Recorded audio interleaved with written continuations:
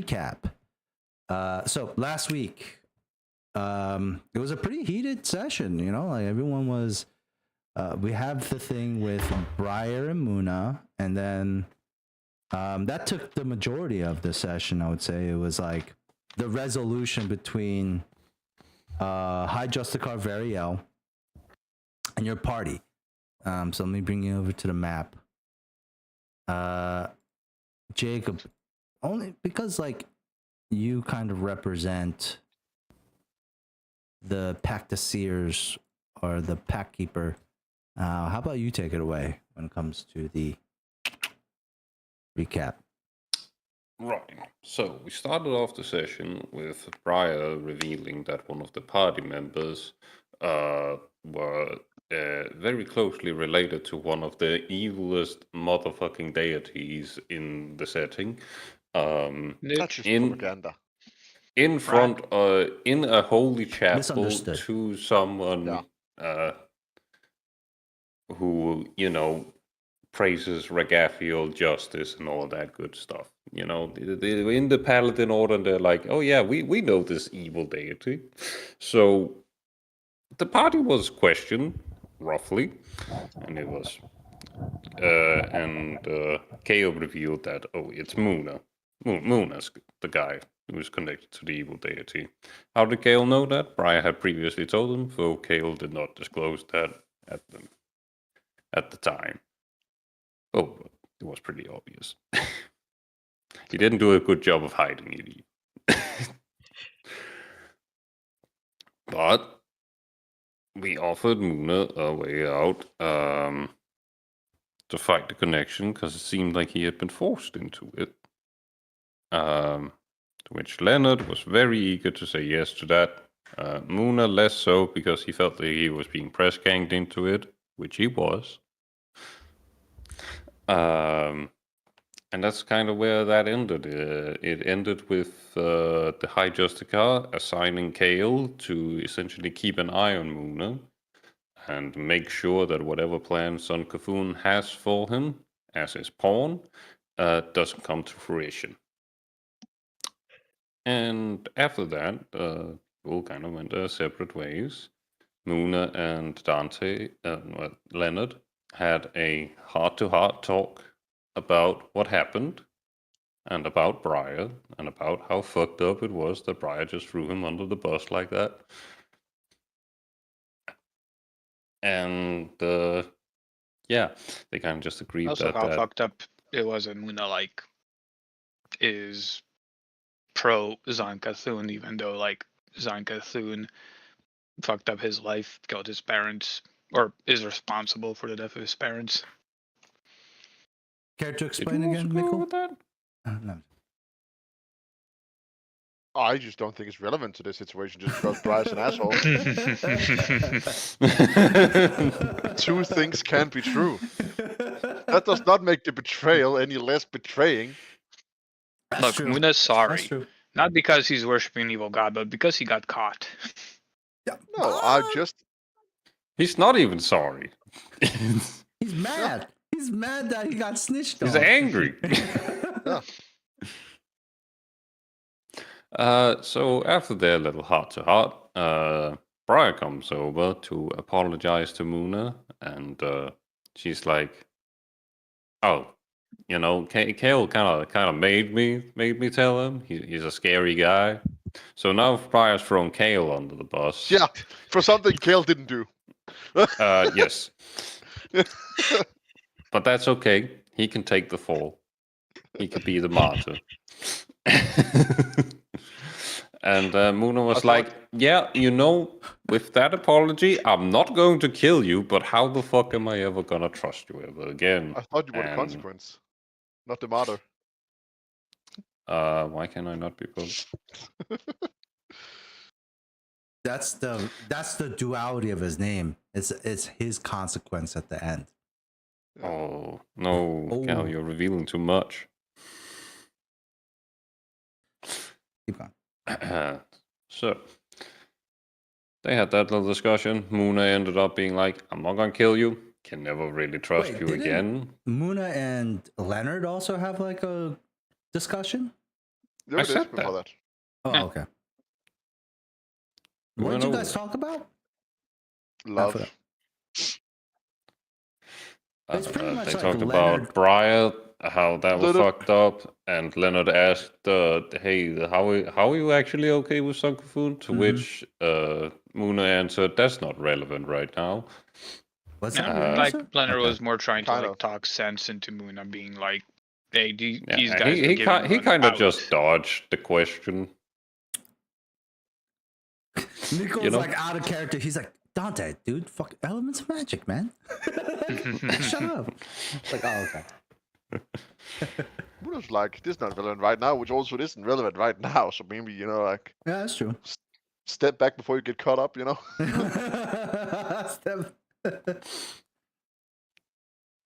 A bite. Yeah. So after Briar's apology, Kale calls on Leonard, brings him to his private chambers, sets him on the bed, and locks the door.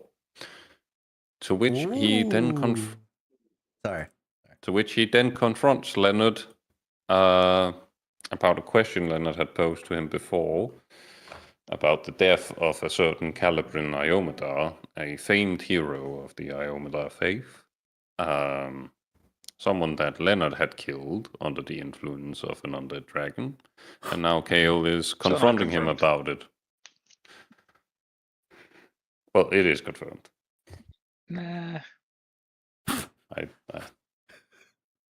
Ah, You're not trusting my deity. to be honest, your god isn't really like a god, though, right, Kale? For No, Kale, he's he- an angel, right? He's A a demigod. demigod. Oh, bro, your god's not even a full god. No, I'm joking. He technically Is is not. like one step under Iomedar. Serves under Iomedar. I guess we have to kind of figure like how big of a step that is, because God and demigod, I feel like are very two. Demigod still almost indicates what? Mortality, right? Technically. I guess, yeah. Like, He's I an mean, Hercules imperial wasn't lord. immortal, nor were any demigods in Greek mythology. Imperial lords or lords of the Imperium are unique outsiders who have transcended their original forms and acquired a small spark of divinity, becoming demigods. Yeah. They guide mortals on the various paths to righteousness, and the goddess Sarenrae herself is said to have risen from their ranks. Angels, archons, Okay, Jacob, if you're gonna be salty about it, that's fine. He's a No, I'm not salty about it. I'm explaining to you what he is. I've read it. So he's like on the fucking step to becoming a proper god. The Sure, reason but why aren't we I all? brought this up is because I've read the same thing you read just now, and I realized that they specifically mentioned that he's not a god. Like, he's not a god. Yeah. He is. Well, I'm still gonna refer to him as a god. I'm zealous Ooh, in my faith. oh man, he's the worst character of all of you guys. Be honest. Of course, I'm gonna Yeah. fucking speak up my He's like, "My Lord God." and Savior. It's like, not even your god, man. It's not even a real god. Want to say that to his face? Want to say that to my face? All right, so that's not That's me. blasphemy. Shit, that's blasphemy. Okay, Goes on Bible. See, even here it says not a god. I guarantee you, Drake just picked up like maybe 10% of all that, because that sounds like a crazy. Probably. Like, it's like such a crazy thing. There's, but he knows. I already warned him before he joined. I think 10% might be a bit much. 10%. There's a lot you might want to have. There's a lot of context that you're probably missing, you know.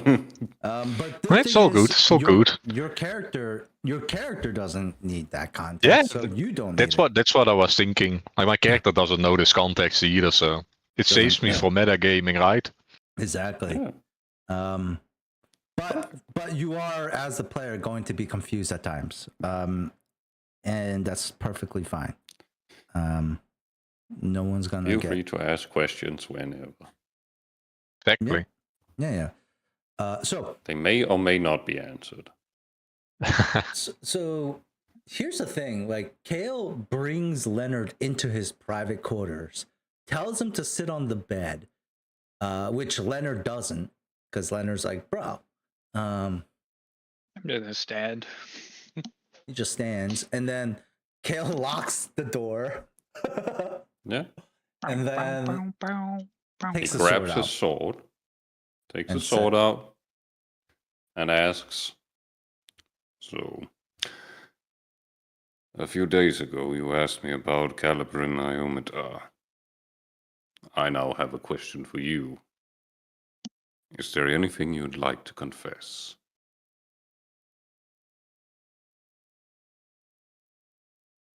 Like when you say his sword, does he take it out fully, or is it kind of like Oh, it's resting his hand? unsheathed. This sounds a little He's bit. not pointing it at you, but he's standing, holding the hilt in one hand, holding the blade in the other, just kind of looking over, making sure it's nice and sharp. There is an implication here.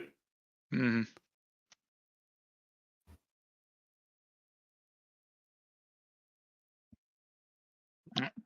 I think Leonard like just rests his hand on his whip, but he doesn't like take it out. Says, "What are you getting at?" I think you already know, don't you?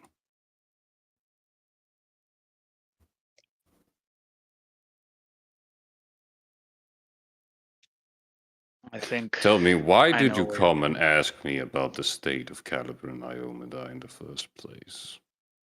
Was it simply to spite me?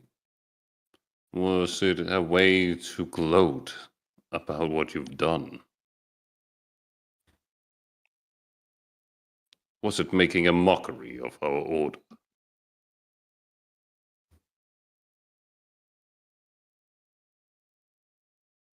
None of those things.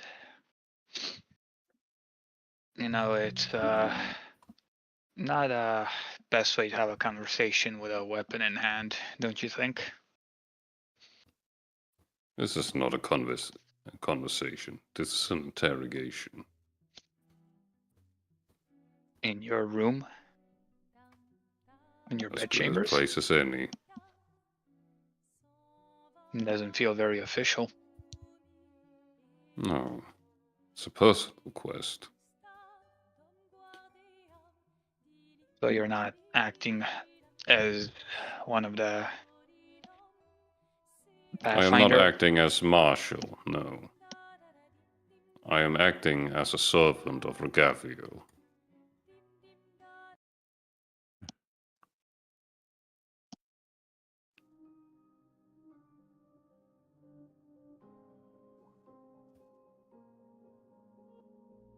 Now, do you have Trying anything really hard you'd to say like no to to say?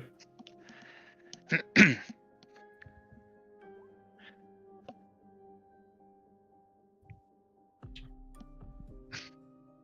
Well,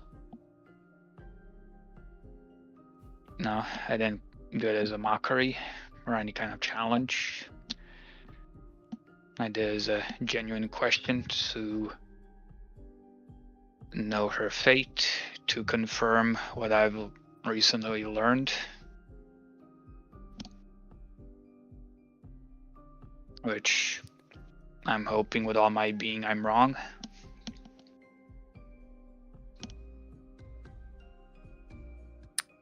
So you're unaware that you stabbed her. Not very convincing.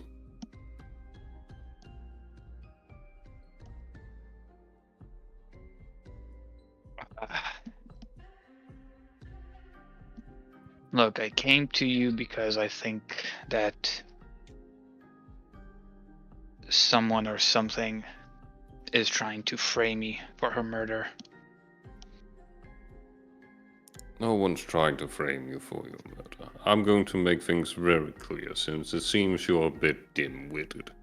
I did receive divine ordinance from Ragafiel himself, and a quest to avenge Calibrin Iomandar from those that have felled her. In that vision, you were the one who drove the blade into her.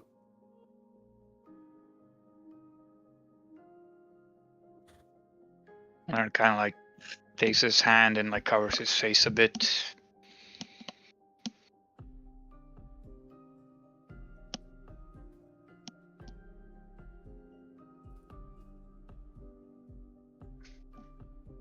Before a couple of days ago, I spent most of my time in the Shackles believing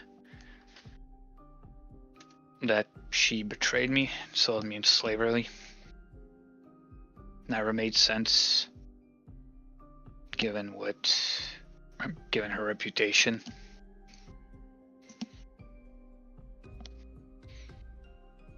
Now I don't know which memories are right.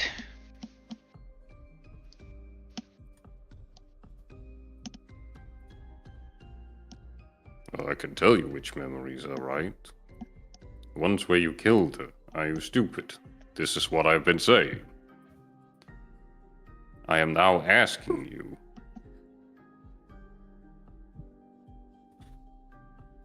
Are you prepared to face the consequence of your action?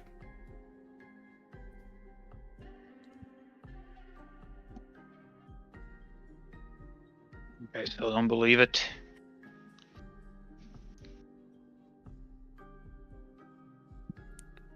But God.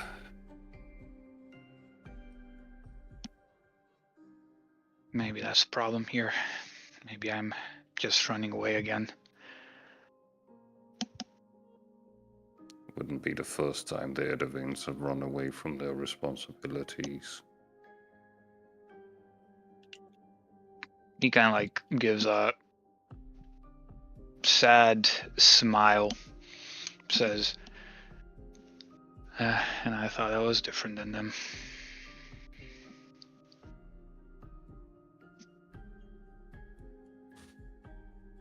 Right.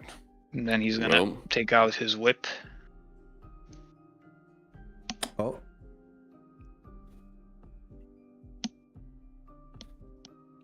And then he's gonna throw the whip at your feet.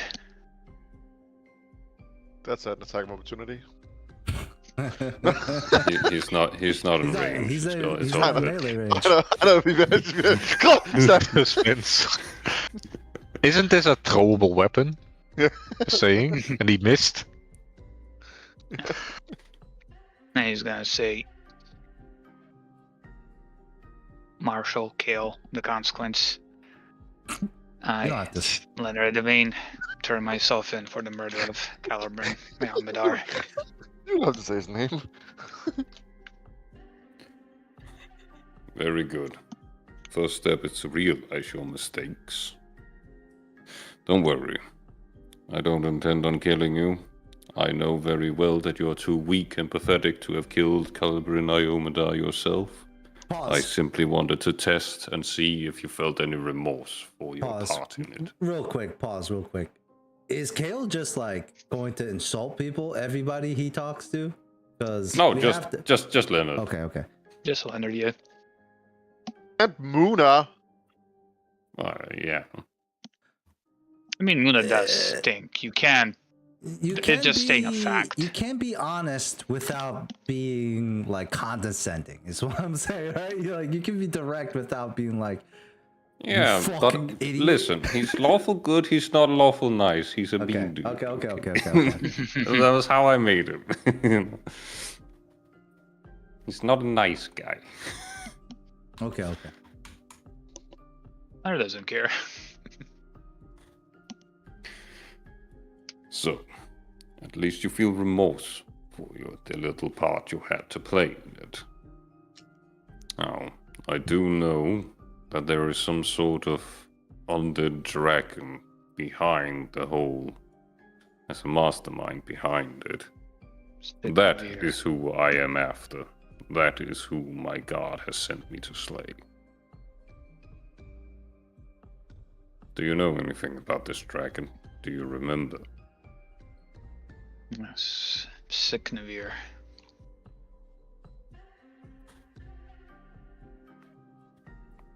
Signavir.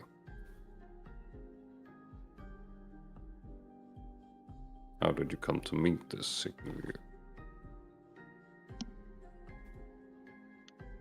My uncle, Christopher Edvain, led a party. Calibrin was part of it. They wanted to take out Sicknavir. Most of the party got wiped out. The only survivors were Christopher and Calibrin. They managed to take him out, but somehow he came back.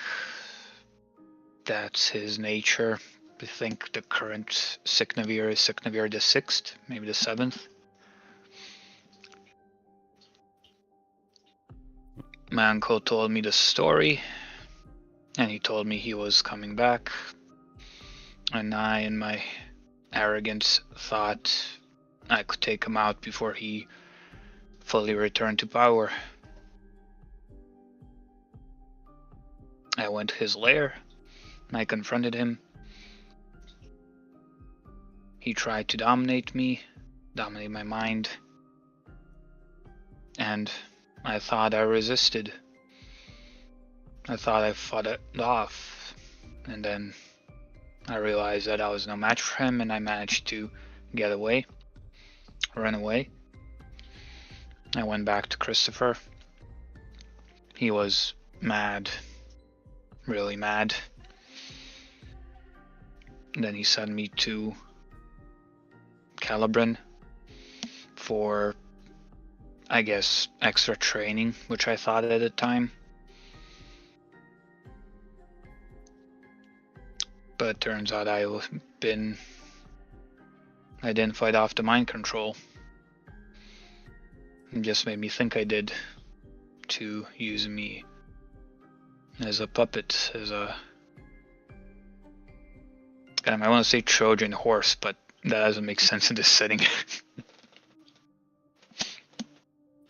You can. And that's a good analogy. Yeah. We all know the story of the Trojan horse. Yes, but how would the people from the Pathfinder world know about it? No, there was a They horse know named about it. Trojan, right? Who got mind controlled by an evil lich, went into a town and slit their throats. It's a very famous story. He was a centaur. Oh, yeah, now I remember. Yeah. Oh yeah, Trojan the centaur. He also had a very big dick. That's a given. He used me as a Trojan horse to murder Centaur. Calibrin.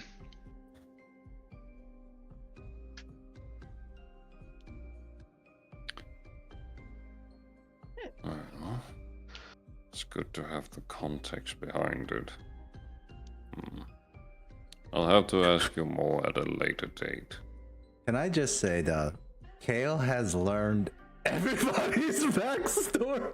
He really has. It is. He It is knows it all. amazing. It's such a short amount of time. We can't make this up. That's because everyone fucking keeps telling him everything. How Nina, long has he been in here? like 3 Character. sessions. 3 sessions, Like maybe. two, 3 in-game days. He's Not like a psychiatrist at this point. He's a He's the therapist. group's therapist. Yeah. I'm the guy they just vent all their shit to. But he's not even nice. He's like, Sometimes you need an asshole therapist to set you straight. Yeah. It's because he's an asshole we feel comfortable like burdening him with our troubles. Because fuck you. I mean, he's nice to Briar. You know? According to Because Briar, you're Briar not is his enforcement. informant. Yeah. Also, really didn't do much to protect Briar, but He's not good. that's the response. He's like, He served his function. That he's not useful no more.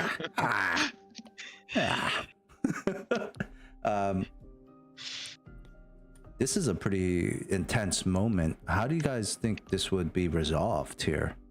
Like, Kiss and make up. Well, The dragon is far away on Taldor, and there is other business to be attended to before I take that pilgrimage. About your party member, Muna.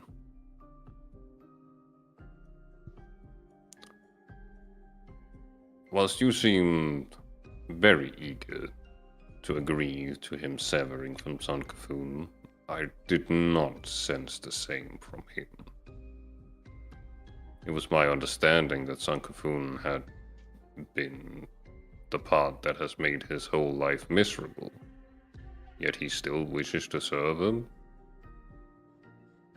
Do you know why? I do not. That is a mystery I'm trying to crack. Well, let me know if you ever find out. I think it might be something akin to, when people kidnap people and keep them hostage, then the hostages Oh, form some Stockholm kind of bond. Syndrome. Yes, Stockholm Syndrome.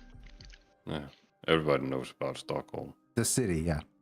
Very Or no, famous city. no, the gnome, Stockholm. No, yeah, who kidnapped people? Flicker Wicker Stockholm, yes.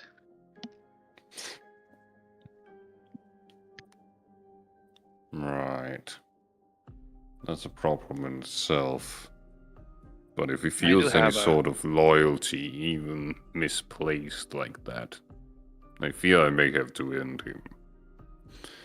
It's unfortunate, I don't think but that would be before he necessary. causes harm to others. I do have another theory. Muna's a very, I'd say, a vengeful person. When he feels wronged, he likes to make it right himself. So maybe he's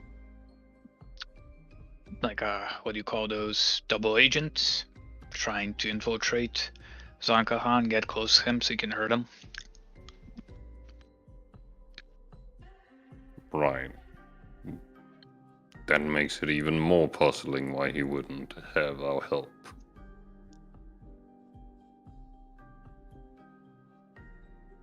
Maybe he has a plan and he sees you and your actions as interfering with that plan. Arrogance.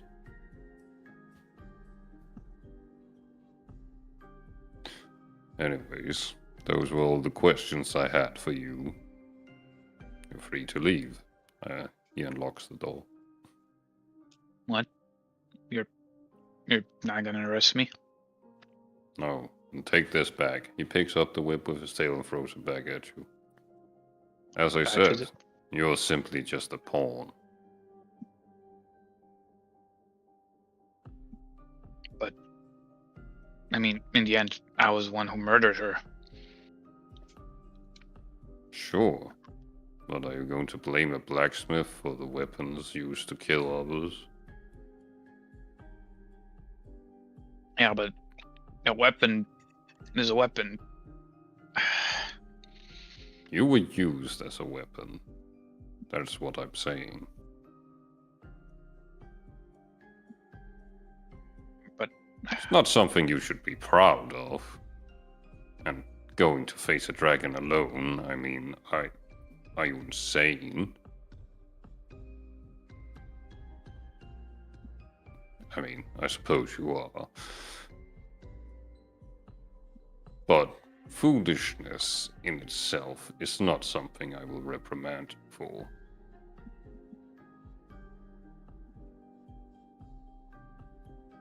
That is not my place.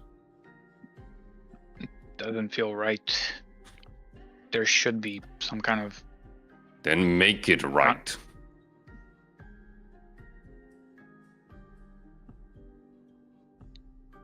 Don't ask me to make it right for you. Do it yourself.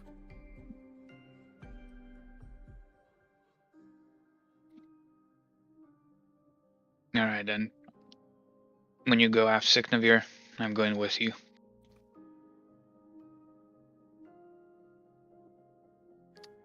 I don't think so. Use me as a shock troop, cannon fodder. I don't care.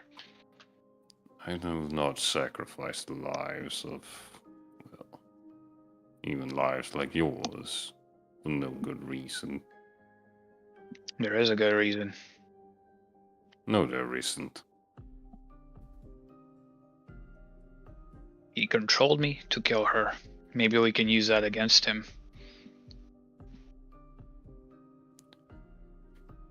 See, now you're plotting all sorts of things that are completely unnecessary. Don't worry, this is my quest, not yours. You want to make things right, go donate to charity or something. He's gonna like step closer and says like, no, it's not your quest. You're not the one who's been used as a human meat puppet to commit murder. And not just murder, I killed her with some kind of cursed dagger that trapped her soul, or she can't be reincarnated, she's just gone. I was trying to be nice. Let me make it clear. I don't want to bring you along on my quest because I think you're going to be a liability. I don't think you've been trying to be nice. I think you have a nice bone in your body. Well. So. I've stated For why I liability? don't want to bring you along. And I don't really want to be responsible for your death. If you want to waltz into the Dragon's Den, then be my guest, I suppose. Alright, so first, who the hell do you think you are? How are you responsible for my death? It's my choice to go there. If I bring you along, then it's my responsibility.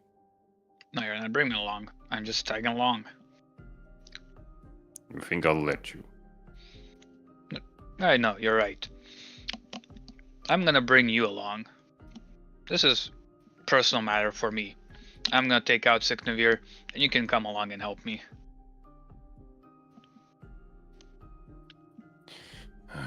Just shakes his head like a child throwing a tantrum. Get the fuck out of here. Gonna give you a smirk. Hey man, takes one to know one.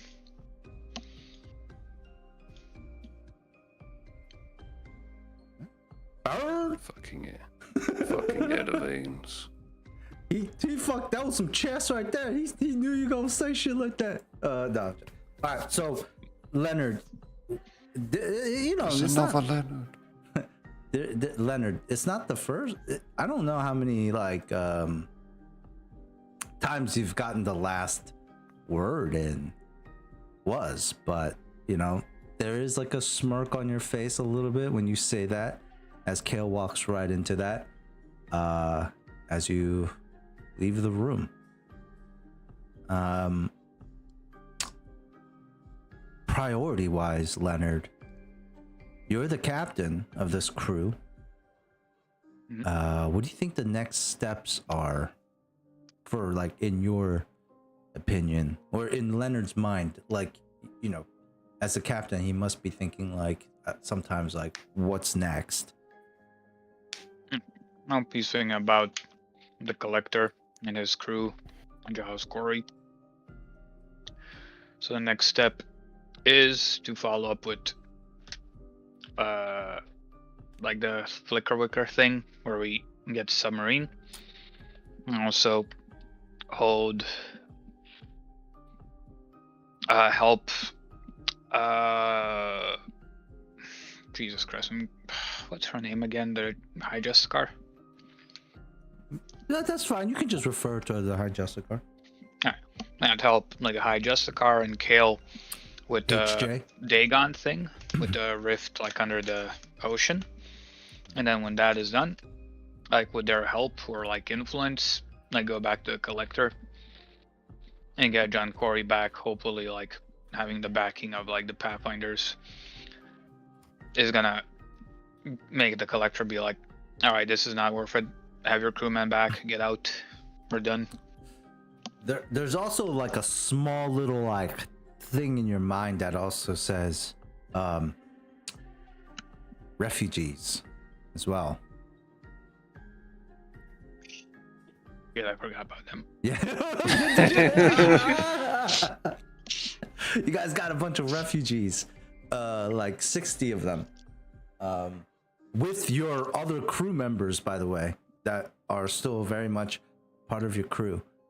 Leonard doesn't care about crew. Not those crews. Leonard he does cares. not. You Dante guys just has a do shitty not memory. give a shit about NPCs. No, as players, they don't give a shit, but your characters would. So yeah,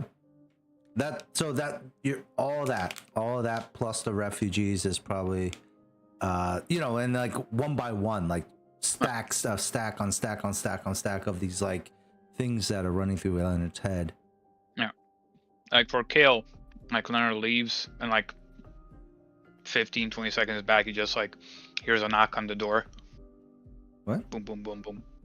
Oh, he's back. Leonard's the time to go back. Like I forgot, bro. One thing. Come in. Open the door. Thought I told you to get the fuck out of my room. Yeah, you did. I'm not listening to you. But anyway, so what's your stance with refugees and helping them out? Not usually my task.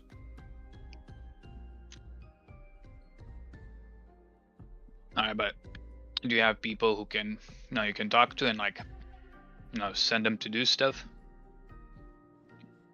And the Help 'em out, shackles? Yeah.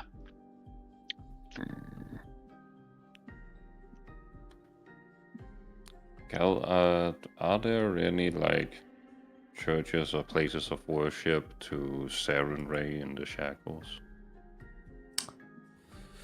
Ooh, this is the wrong geolocation. I know, for that. I know. It's a long shot, but yeah. There might be. There definitely might be. It's probably like not in any of the major places, so it's probably not like I mean, Kale probably has to like think about it, look into it. So I don't know. In the Shackles, that might be difficult. How many refugees are we talking? And where are they from?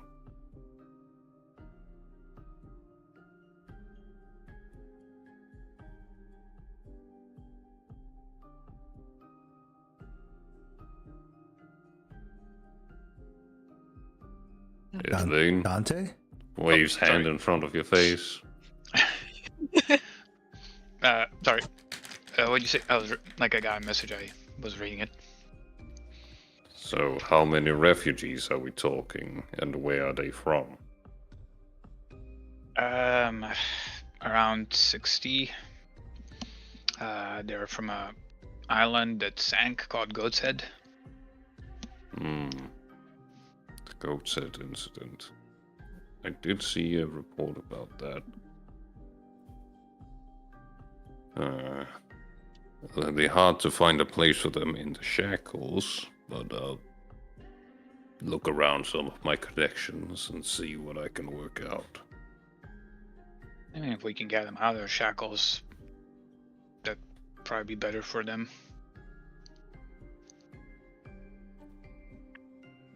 Probably would.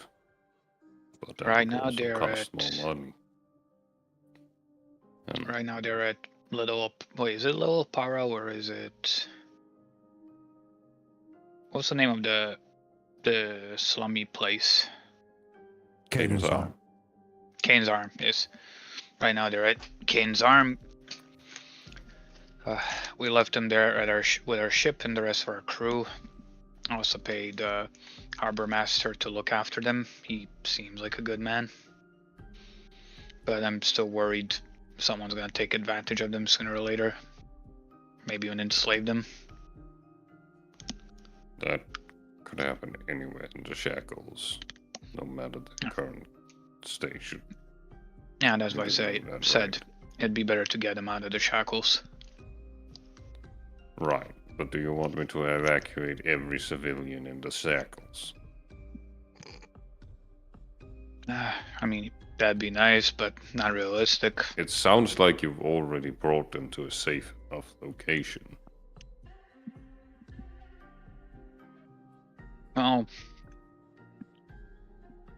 I don't know, the place, and to be honest, looks very rough, but I did find there were many kind people there, so appearances could be deceiving. And it is a growing place, so maybe they can find new lives there when you start. Maybe. It's hard for me to say. I don't know the full extent of their circumstances. But again, you found a place for them to stay. Next, I think you should just let the people live their lives. Maybe. What more can you do for them, really? No. Unless you tend to look after them their whole lives.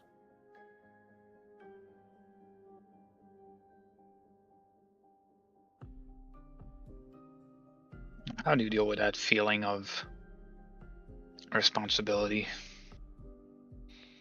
How do you just move on to the next thing? Well, it's very simple. Actually, you just realize that there are matters of great import, and you realize that people, other people, are people like you, and they can take care of themselves. You know,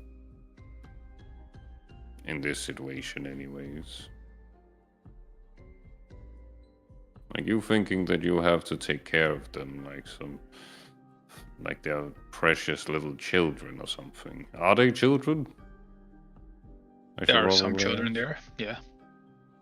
But they Mostly have their adults. families. Right, good. There are people to take care of them. Listen, they're adult people who can take care of themselves. They can work things out. And since there are more of them, they probably do a better job of it than you can for them.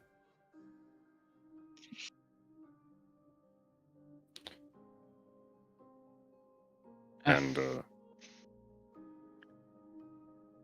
yeah. Like, what more are you gonna do? Good, all good points. That put my mind at ease a bit. Thanks, Gil. You're welcome.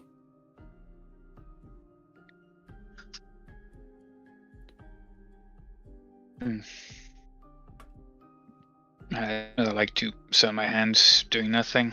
So what's the next step with the Dagon thing? The rift in the ocean? Well, the next step would be to go back and get the boggarts back to their homes. After that, I imagine we sail out to Dagon's Mall. It's not too far from Bog's Bridge. We'll just have to take a ship from there. Can't this fortress get us there? Well, then we'd have to teleport to Bog's Bridge, then travel back to the fortress to teleport us back into Dagon's Mall, and God knows where we'd end up there with the mist going about.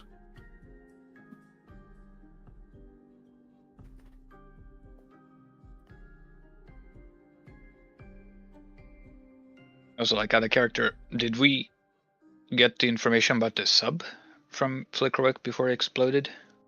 We know it's in Dagon's Mall at his home, and he told us it'd be really hard to get there without him. That's all we know.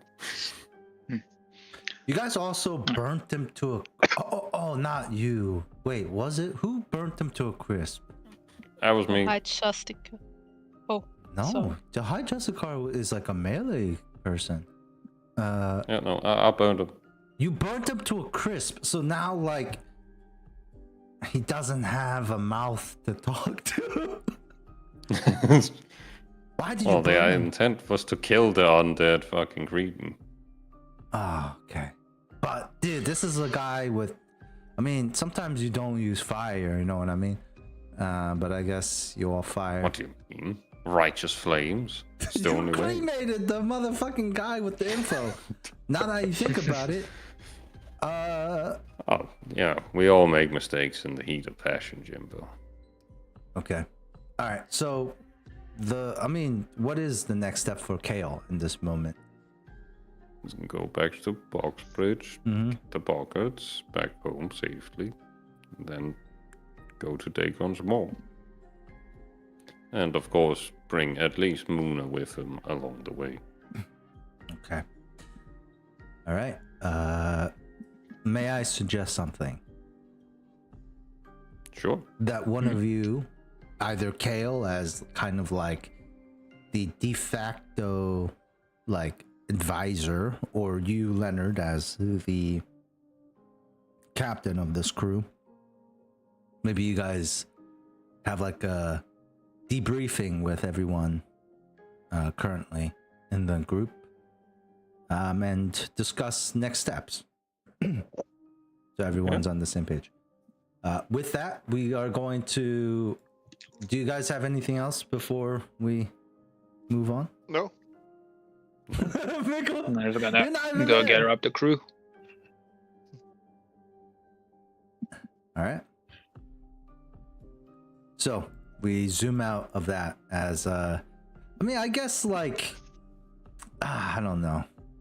I still don't understand where Leonard and Kale is gonna go yet, but I think that's the fun.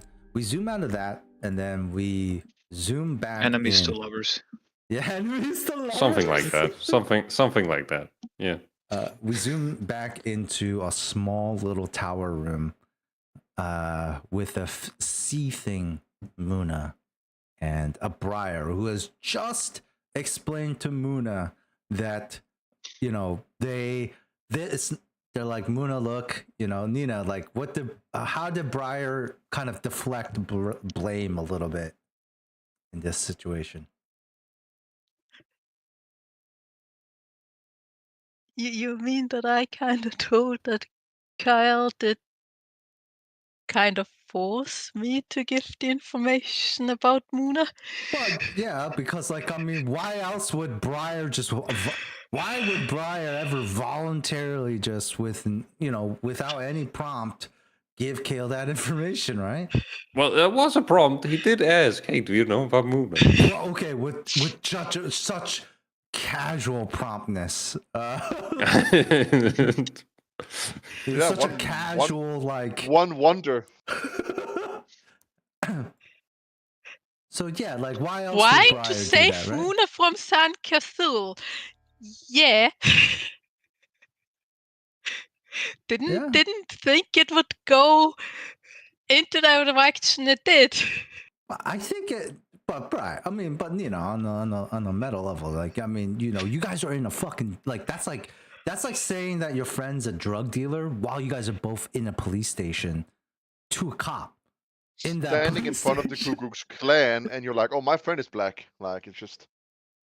Who was like trying to not be, Yeah. you know, black in that minute, in that moment, then they don't want to be black, right? And you picked that moment to say to everyone that he was black. That's crazy. That's crazy, right? When you think about that, Nina, a little bit. You guys say I'm racist, but you guys Racist went from a things drug happen. dealer to black.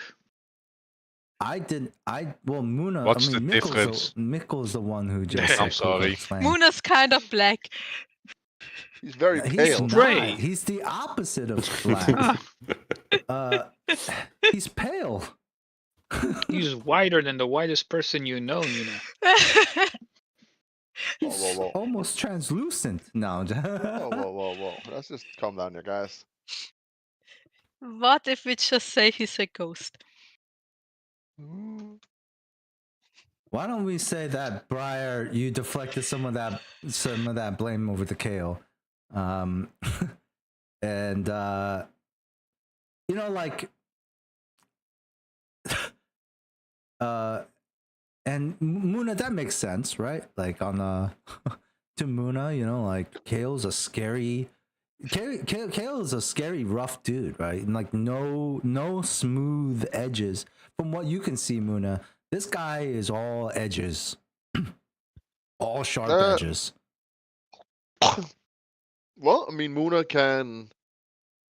I mean, I'm still trying to come up with a reason why Muna's not just like, yeah, sure, Brian, that seems reasonable that you threw me under the carriage. Yeah. And I think, like, what is Muna showing? That's not the right song. What is Muna showing? Muna is, I mean, he just seems frustrated. He's trying to be like, can I trust anything Briar says? Did you say that? Or is it more of just like you're just glaring at Briar and it's like, Yeah, it's glaring at Briar, because Briar was like, I mean, I didn't, I mean, sure, I'm sorry I told everything. Being like, I mean, Kill forced me. I mean, how can I follow up on that, you know? Briar takes no agency. I guess yeah. Muna would ask, like, but why didn't you tell me then, Briar?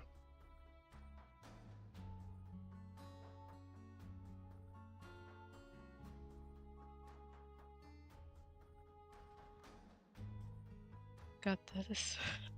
That's a good question. That's a good question, right? that's an amazing question. Because we all know that Briar's lying right now, and Brian is like, specifically was like, I don't give a fuck. He's not gonna find out. yeah. Fuck, Nina, what the hell? But Briar does have a plus 17 diplomacy and a plus 14 bluff. So, Nina, I think like when if Briar gets hit with such a, like, you know, like with such a strong question, right?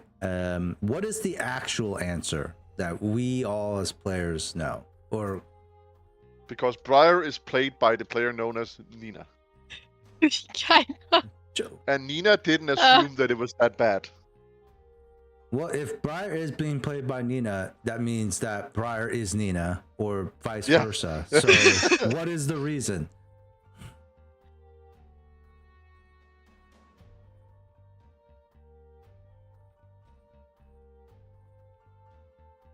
Actually, it's.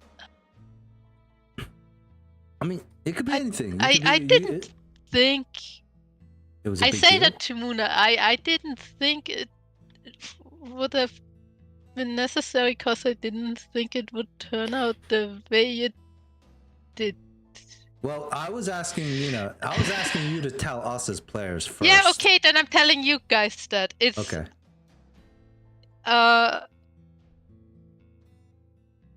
Don't. Gosh.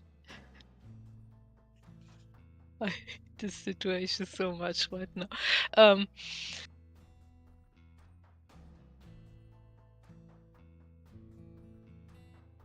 It would ebb off, like it it wouldn't turn like into a high tide.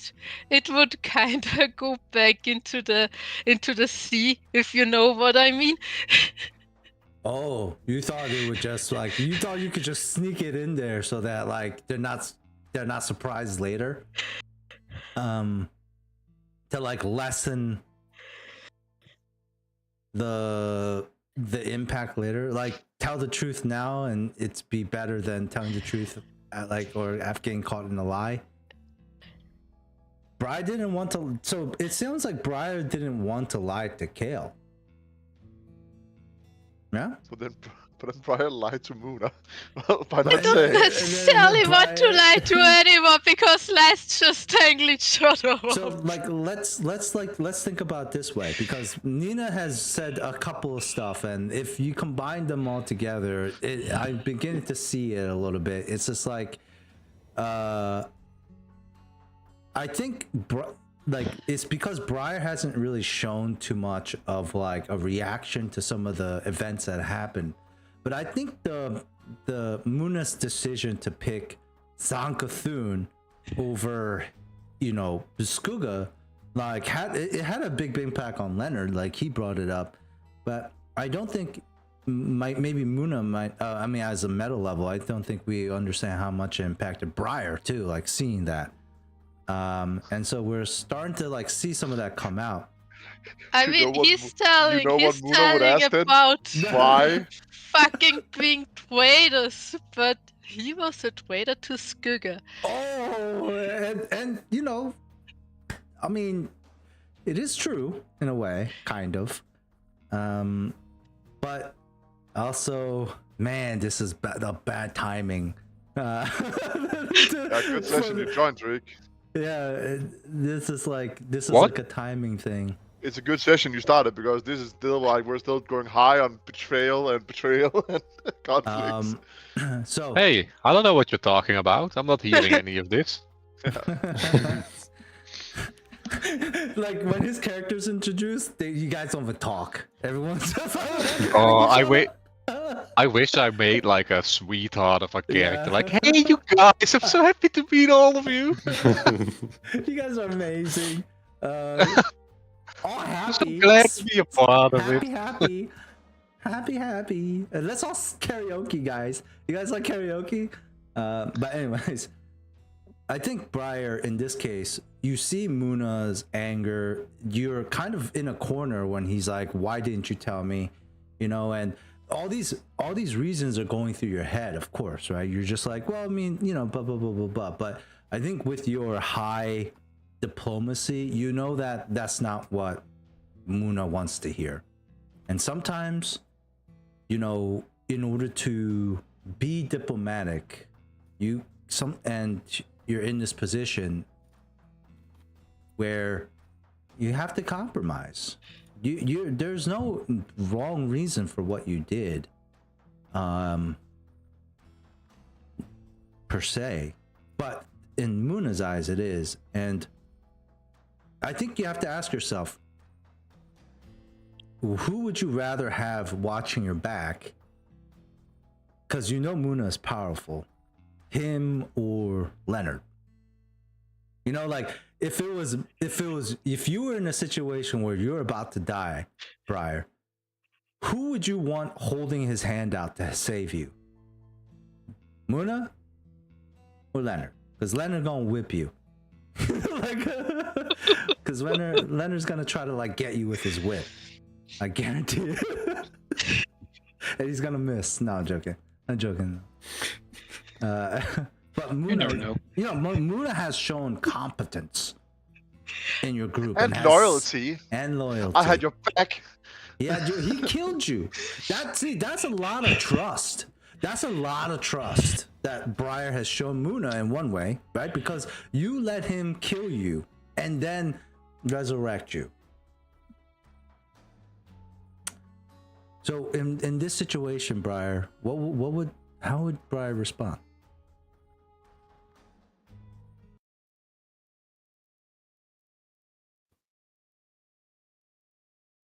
I'm so bad at this stuff.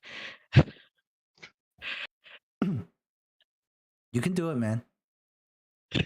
You can do it. This is where great roleplay is born. These situations. The spotlight is on you.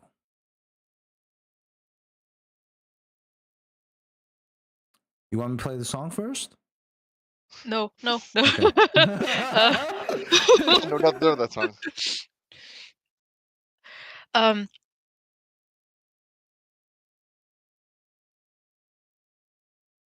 I don't know, Muna.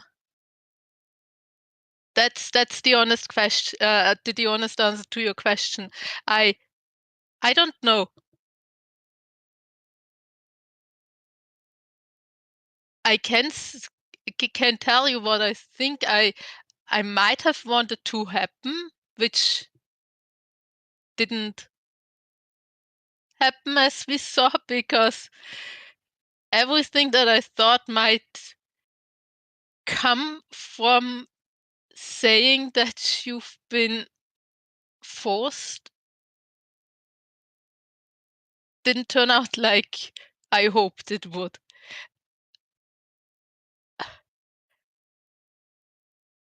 I just don't And understand why you wouldn't have told me that you said it.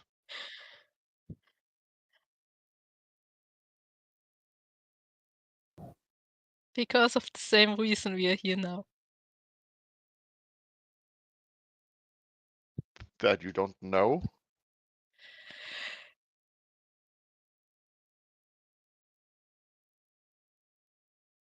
That I betrayed you.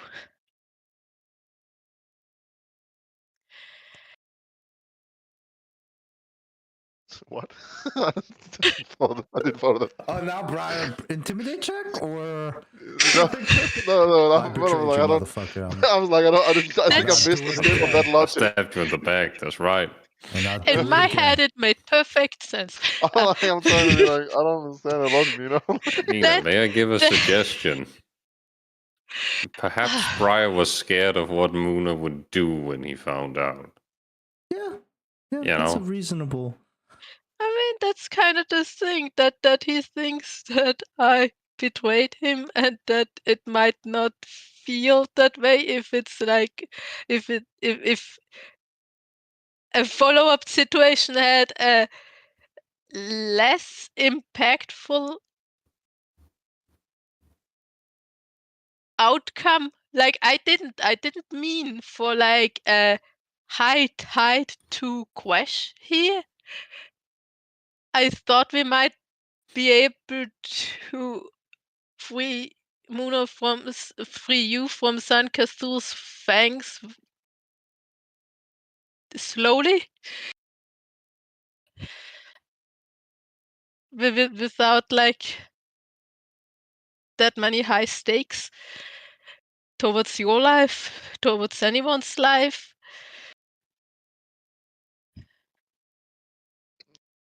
Muna looks at you and be like, I just don't understand why you wouldn't say so then.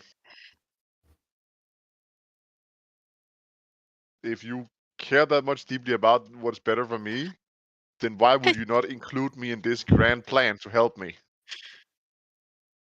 I didn't want you to be angry with me that I said something, which, as That's- So you instead, see, He's instead, scared. That makes so him in, scared of his so reaction. instead you said something without telling me. But wouldn't it have been better to told me that you told him that he forced you to tell it?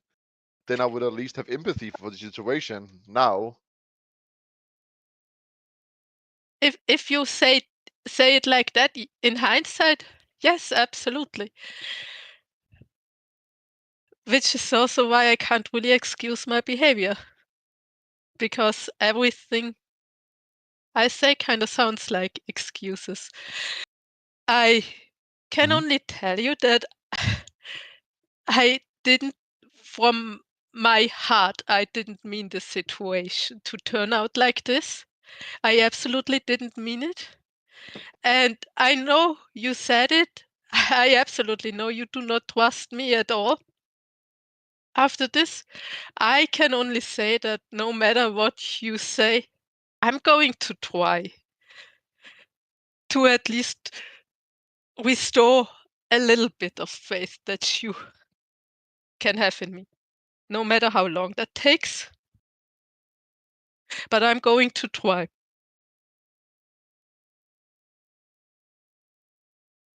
I mean, take a moment just to take it in, look at you like, I hear what you're saying, and at this moment, I don't think I have anything positive to say. I understand your words and the concern that might incite them, but at this moment, I think everything mainly sounds like hissing of a snake.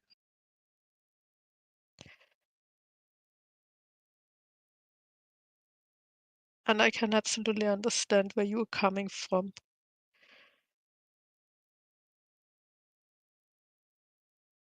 Everything just boils down to me. You could have told me. If it was to help me, you could have told me.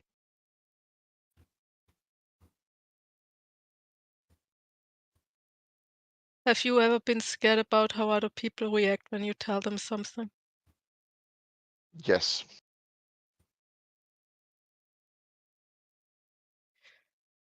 But if you're so scared of telling me that you told, then how would there ever be a situation where you could help me when it was needed? Then I would just be angry at that time. How can you find a cure to something without me knowing?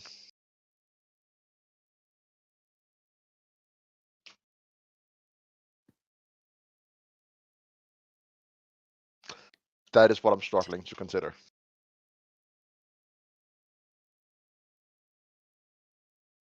Sorry, I didn't get the first part because it cut out for me. How could you fix something for Muna? Like, if you finally found the fix, at that point you would still have to tell Muna that you told him. Like, you know, and then the betrayal would just be revealed there. It's like, Yeah. Well, I mean, what Muna is saying is essentially big picture is, how can I trust you? Like, I can't. also just like, if you say it's because you want to help me, but then if you found a way to help me, you would have to tell me, which would go right back to you would have told. Then why didn't you tell me? To be It's the honest, I mean, if you have the Not cure for necessarily. yeah, if you have the cure for would cancer, still- I would be happy if like you just told me after you found it too. You don't have to tell Yeah, me you're well, yeah. developing it. You know, like it's like, but in this case, Sure. if I don't want to be cured from cancer and well, you that's have not what it, Muna's saying. that's What yeah, Muna's saying, like, you just told like a sailor being like, yeah. the guy with the syringe is also the guy who's threatening to kill me. You know, so it's kind of like, well, that's how this he is like, heals you. this is Doctors like Without death. Borders. This is just doctors with guns. You know, like, Yeah. A horse hospital, unfortunately. yeah. Where they're like, oh no.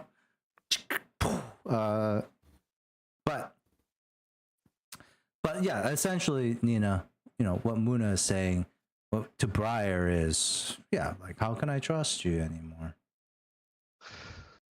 Well, it's more like, you know, like, I feel like it doesn't make sense. You wanted to help me, but not tell me. Like, you're saying you're afraid of telling me, but then why would you help me? It just goes right back to like It's- telling me.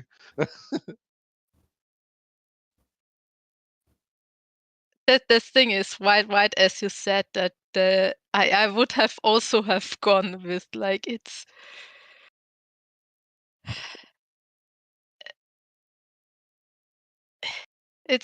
kind of a different thing if you already have the start of the queue in your hands, then and then say, hey, this happened, and just be like, oh yeah, I told people about what happened to you without having anything in hand.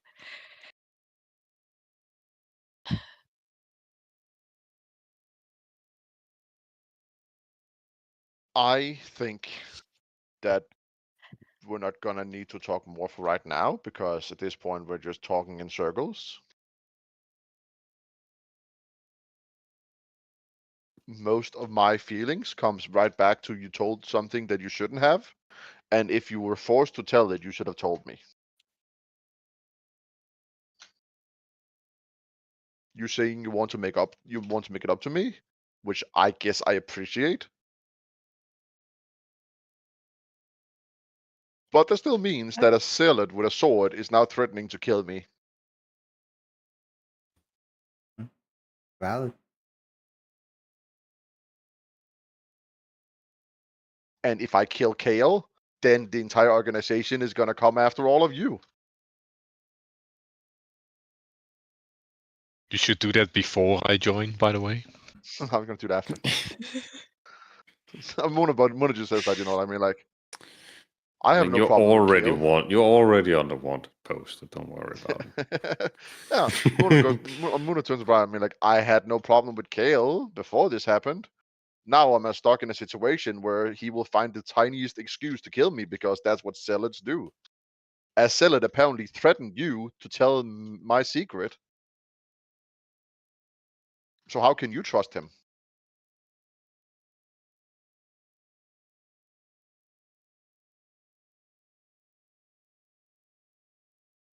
Nina, Since you, let's on the meta level. Let's think about this. What do you guys want to happen here? we're What not is just gonna the- leave at this point. I mean, we're not Well, gonna come to an. hold on, because hold on, real quick. Let's pause time real quick. What do you want, Nina? Yeah.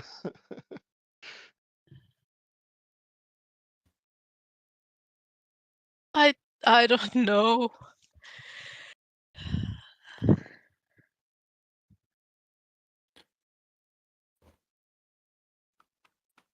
How do you see it playing out in your head?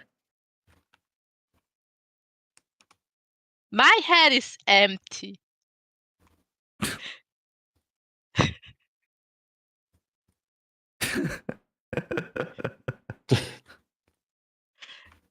I don't know what else to say you. Wait, you did prepare a song. Like, why not? You could always, you know. It just does.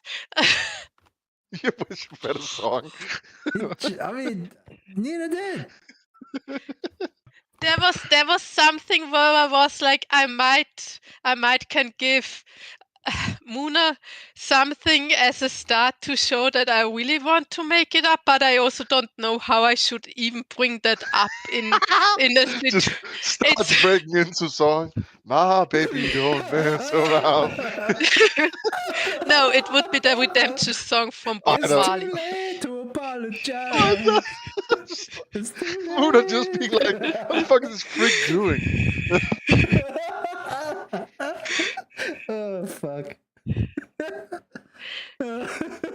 No, it would be something more like a piece of the past for a piece of the past that I told someone else from you. But I absolutely do not have a clue how to bring that up in a situation like that. So I'm. But just because Nina doesn't, that doesn't mean Briar doesn't. Because again, like, you know, plus Why has a 17 higher charisma level than I have? Right. Or not just charisma, but diplomacy isn't like a charming smile. That's not what diplomacy is. Diplomacy is knowing like what to say in a given situation to like either diffuse it or it could also be like pressure, which is more like intimidate, but it depends. Like, you know, it's like how to use the levers socially in a conversation or otherwise, something similar to that. So like, you know, just so Briar might, Nina, you might not know how to like exactly do this, but we can always, we're role playing and we know Briar can. And sometimes just bring it up. Like, you know, as the player, just bring it up and we can all fill in the gaps. Like Briar is, you know, Briar's, you know, is like diplomatic and it makes sense. Even if you just bring it up out of nowhere, it still makes sense. We fucking have Dante saying crazy shit all the time. The only thing that I can imagine now is that when Muna leaves, I'm just grab his arm and I'm like, wait. Oh, I just still want. Drag him close, kiss him. yeah, I love yeah, it. right? That's like Sounds like a grapple, though. Yeah. That's the last shot before the episode ends. And the music comes on.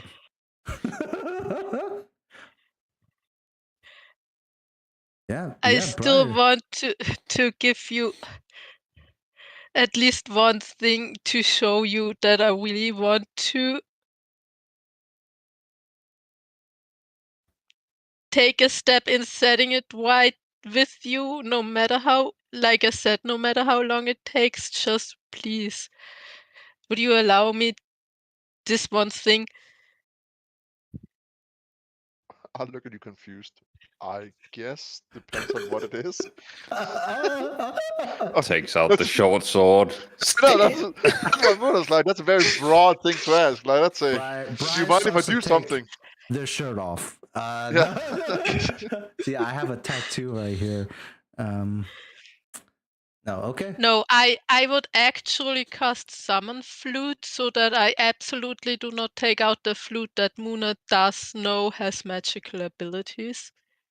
Well, I know your magic come from music. That doesn't really. I mean, it's fine. You can do that. Briar does that. I was like, you bringing a flute out. It's like, oh, it's gun. Yeah, that's a gun. He got a gun. He's got a gun. I've seen him kill so many people with that flute. Yeah. That's why I exactly did not choose the magical flute. So, you know. That you summoned another magical flute. Gotcha. Briar, what does your like summon flute look like? when you use it. Does that take 6 seconds? Yes. Well, just suspend some. It's a standard action, so maybe like 4 seconds. Maybe 3 or 4 seconds. I mean, Muna, are you scared of Briar in terms of like combat? No. I do Yeah. absolutely think Muna would kill me in a swift strike when it does come to combat. It's not true Well, though. to be fair, Technically. if you see him, he's If you fucked. see him, he's fucked. It comes You down will to kill. saves. But does Muna believe that? I don't think so. No, Moon believes like Briar is. Moon at least doesn't believe Briar is aggressive. Yeah. Okay. Not too much. I mean, yeah, and again, not too much like hint of like, aggression of that nature. What does summon flute look like, Nina? I guess it would just be like a strike of my hand in the air, like how long in the length of the flute, while the flute materializes Mm-hmm. Okay. from pretty like cool. the line after my hand, like that it feels like it's. Wouldn't it I be don't know how funny- to describe it. I have the picture in my head. I No, just I don't get it. know how It's to like you describe put your it. hand out and into air, and as you like your hand slowly slides down, we see the flute being made. Like as your hand is It's moving. the one that you have horizontally, not the vertical. And I would say in that moment, like, you see this flute materializing, Muna, and Briar, you take the flute.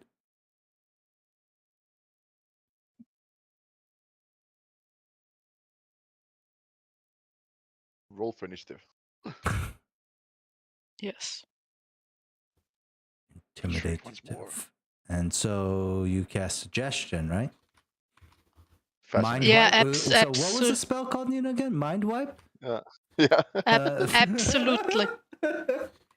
Erase Dominate. memories. Erase memory. Dominate. Power world kill. Yeah. Like, what does I'm Muna just say like, when I know. when the flute's coming out, I mean, I look at Briar having like or do? Yeah. nothing right now. I mean, Okay. Briar's weird, but I mean, I know I'm weird. I'm also he telling just you, magic tricked this flute out of thin air, by the way. yeah, but I know Briar. He's seen No. Briar's magic. you seen me do weirder stuff than that. Scream at people until they fall dead. Yeah. No, Except I we can't just hear like, your screams. It's only a victim that can hear the scream. You That's just true. open your mouth and people die. That is also very I true. just before I put it up to my mouth, I just look at Muna and I'm like, I don't even know if that would mean anything to you. I've never played this to anyone before.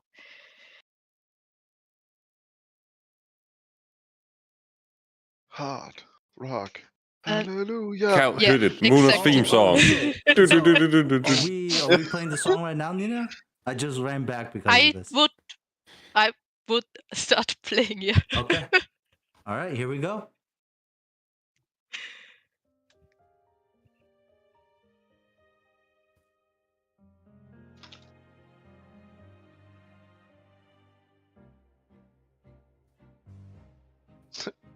There's a band. Wait, I I know, need to. but the flute is later.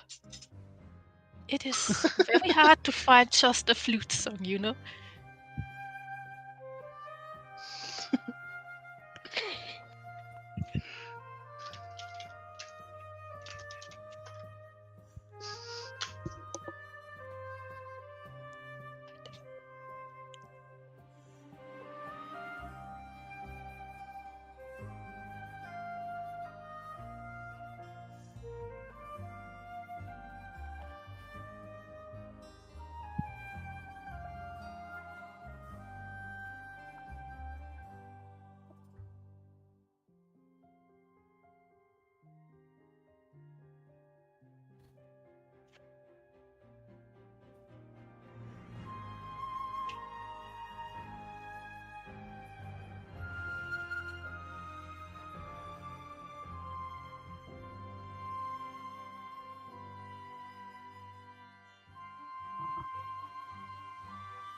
This thing is, and I don't know what how Carl wanted it to play out.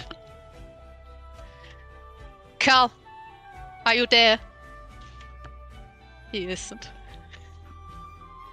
Oh, we're taking Cal a never dramatic break. He left. Yeah. Ah, damn it. Well, I guess that after the song. Then. I'm sorry that I'm talking. We can just tone down the song. It's fine. You can. I don't know, because Carl, we did something with the. I would need to ask Carl how he intended that to work.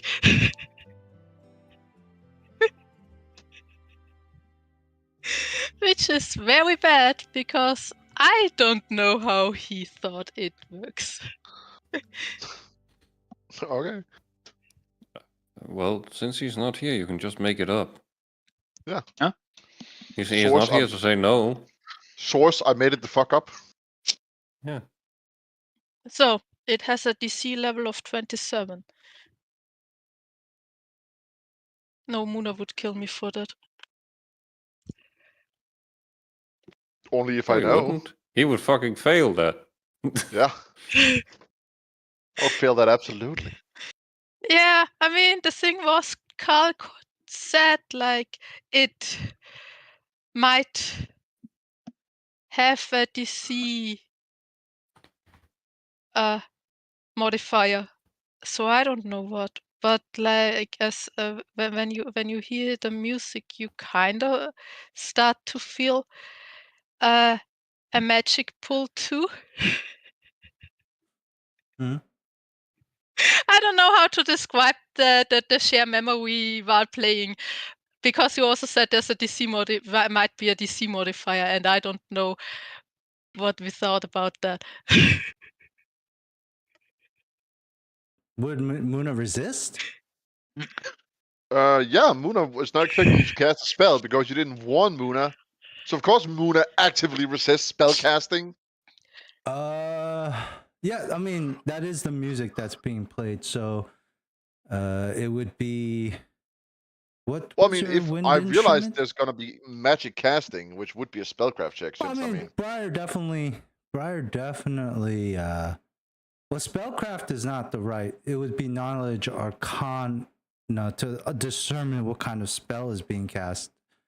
Is it? I Or think it well, would I- just be sure. a Yeah.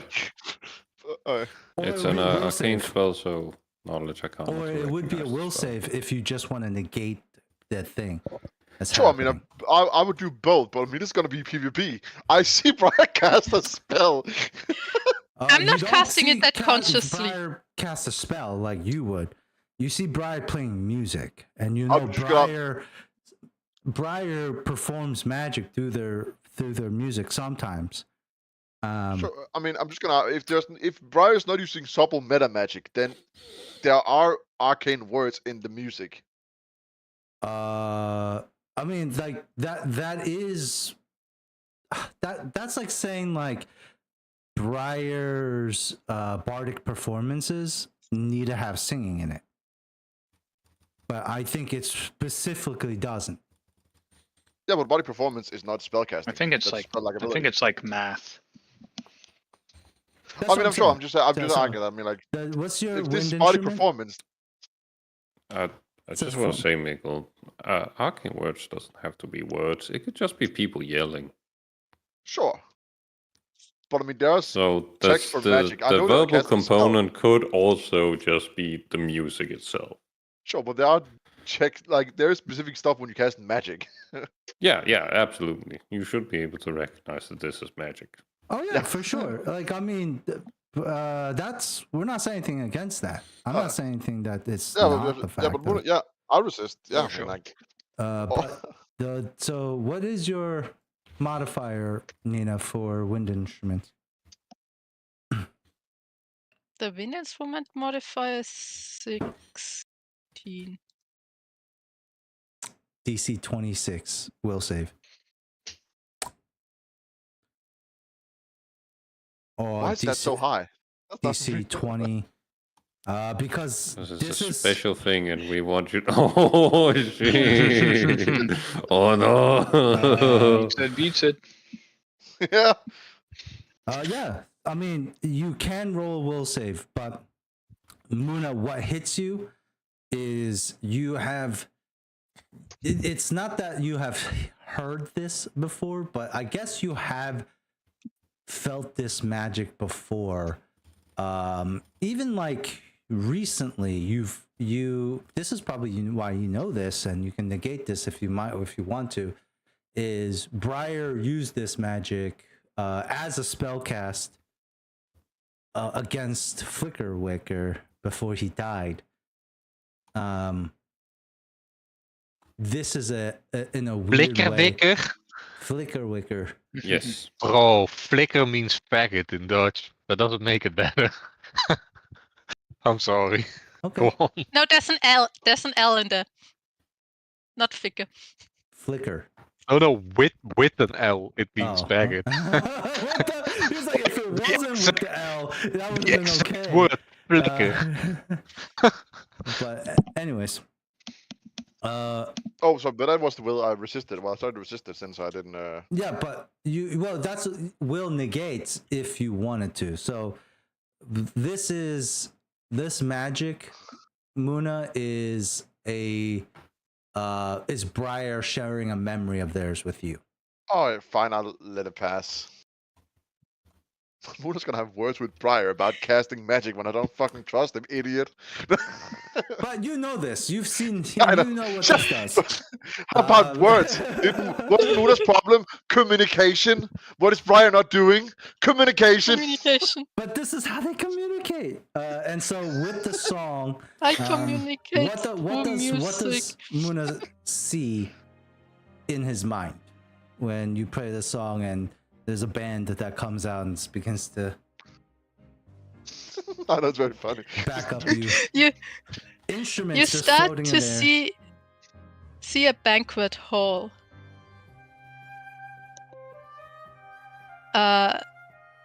Dimly lit.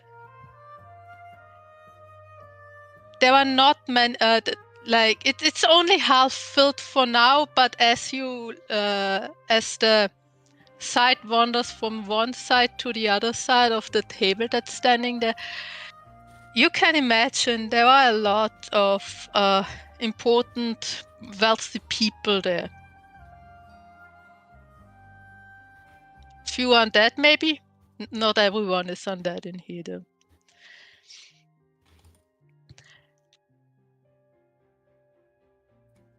The gaze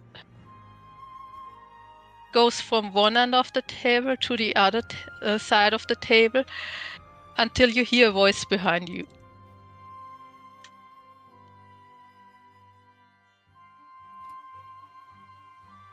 I'm sorry, I just have to look something up real quick.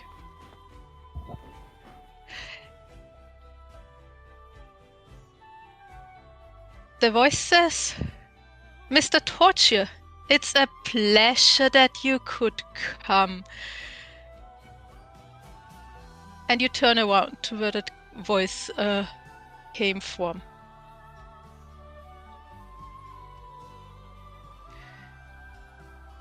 In the entrance, you see an old vampire standing there. At least you can imagine from the looks that it's a vampire. And another man. I would like for Carl to describe him. It's a guy who looks like Aaron. It's that guy. So I can't describe him either.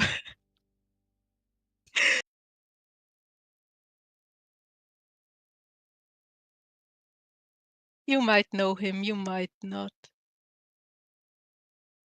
All of a sudden, your sight is pulled away, like the gaze pulled away as you feel like someone's just pulling you away from there. And you hear a voice, a female voice, just whatever happens here, just remember to always keep your eyes close to the sin that's committed.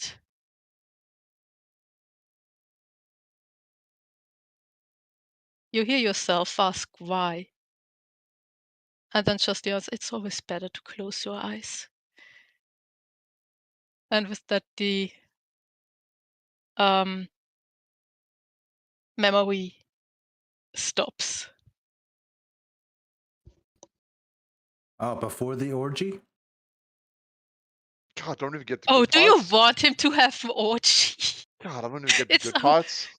It's only 1 minute long. Right What a when fucking they're scam. about to get spicy. God Right. damn it, Briar. Such a tease. Don't even get the good parts.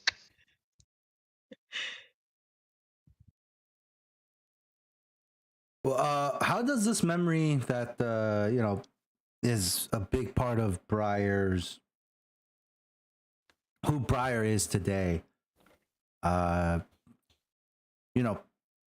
does this make Briar feel? Just reliving this moment. Oh, you could feel like disgust when it came to looking at the people. Mm.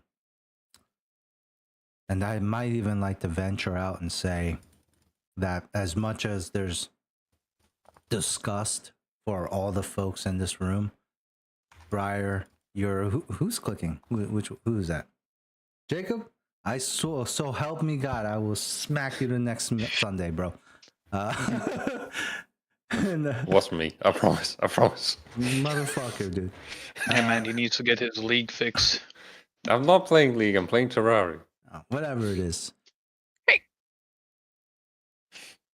Briar, And you I'm just take AFK.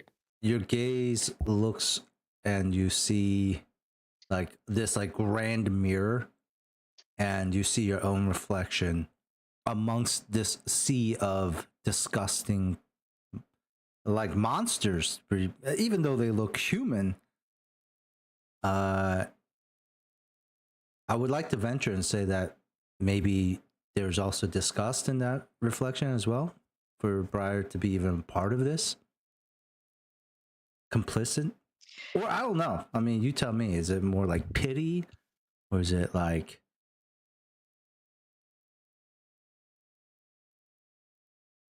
How did Leonard say it so nicely? I'm a fucking monster for the things that I did. Leonard a said that about monster. himself. 200 monster. Yeah, Okay. but you also had the monster thing. So Yeah. in this group, in this like you're looking at the reflection, and there's like a sea of monsters, right? Every one of these people in this room, monsters for their own right, and some literal monsters, and you're here, That's racist. and You're no sweat better than they are.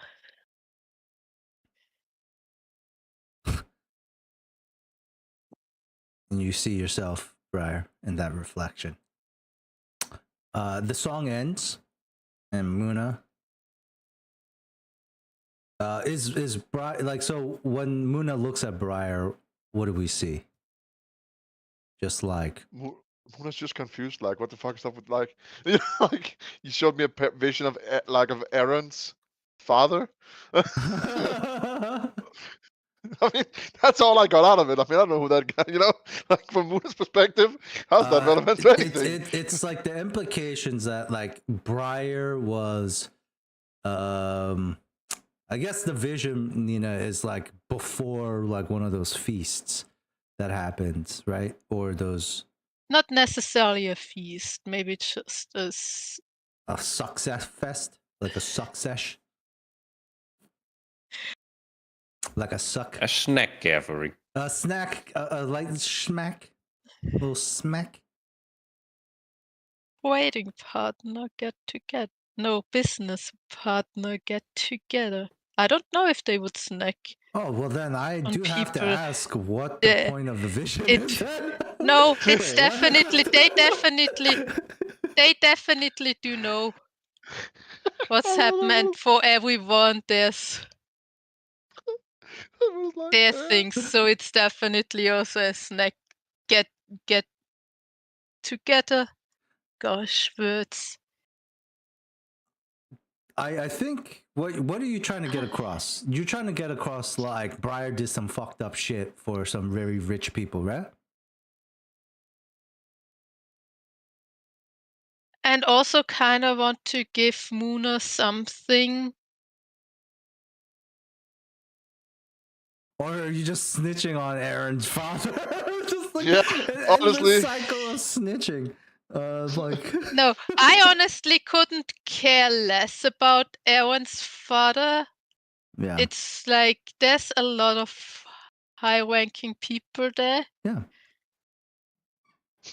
And what do I care if Muna might use some of them in the future Mm-hmm. for I just want to say, Nina, cool from Muna's perspective, you just showed me a random ass ball, and that was it.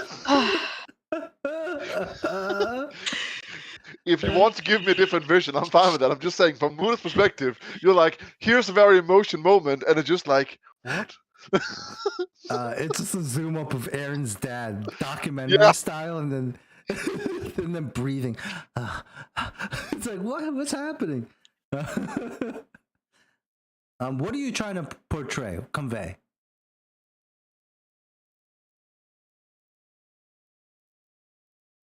In your mind? Like, what would you want? You know what I'm saying?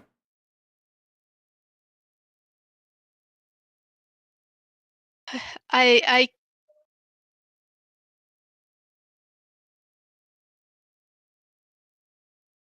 can I just say it in German? That would be easier. Well, Oh. write it on Google Translate then, because I don't speak German. Yeah. Yeah, why can't you just translate it? I don't understand. Da gibt's doch gar nicht. Dude, I have such a fucking headache. My brain isn't working and it just gets worse and worse. Maybe it's because you ate rotten food, Nina. No, I you had the eat it headache or did you throw before it away? that. I ate half of it.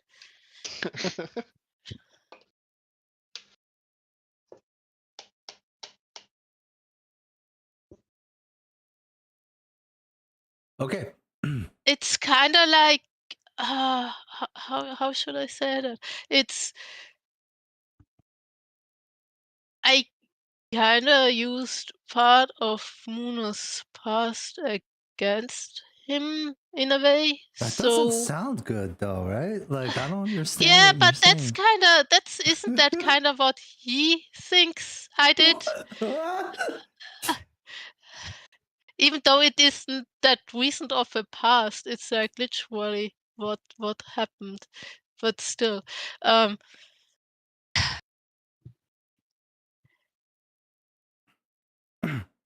This is Briar's memory, right?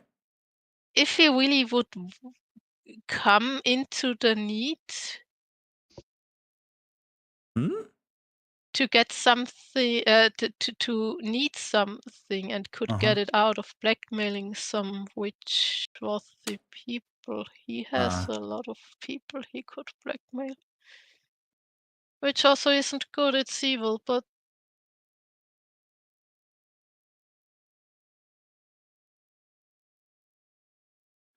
Can I ask you why you picked that song, that I particular don't song? know. Okay. I'm just wondering, right? Because like that song sounded kind of emotional. But I like the song. okay. The song is completely irrelevant. It's just, she just liked it. Oh, okay. Wow. What? It's just at first I thought of something different, but also what would Muna do with memory of like a happy family when his own was like just completely destroyed, or something other, or like another memory like just fucking blood feast. You might enjoy the blood feast one. Who never knows?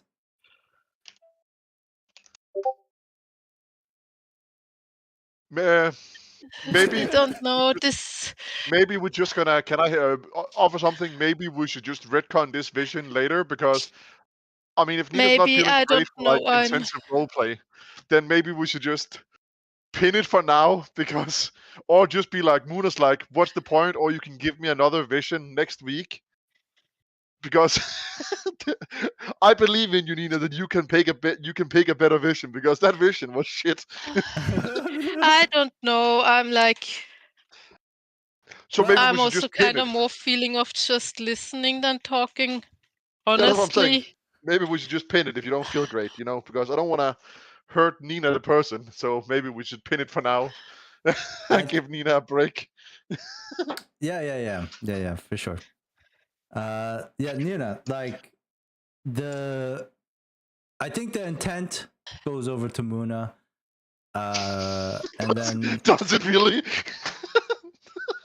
I think focus on like the parts that like you're not really, like don't focus on the logic of it. Focus on like the emotional state of it, where it's like, Briar has never played anything for you separately like this before, and you've seen like when Briar does play music, the music is generally for like special situations, or like it's like Briar doesn't just plays music for anyone or anytime. It's like they picked this specific moment to play this music, and it was a touching song.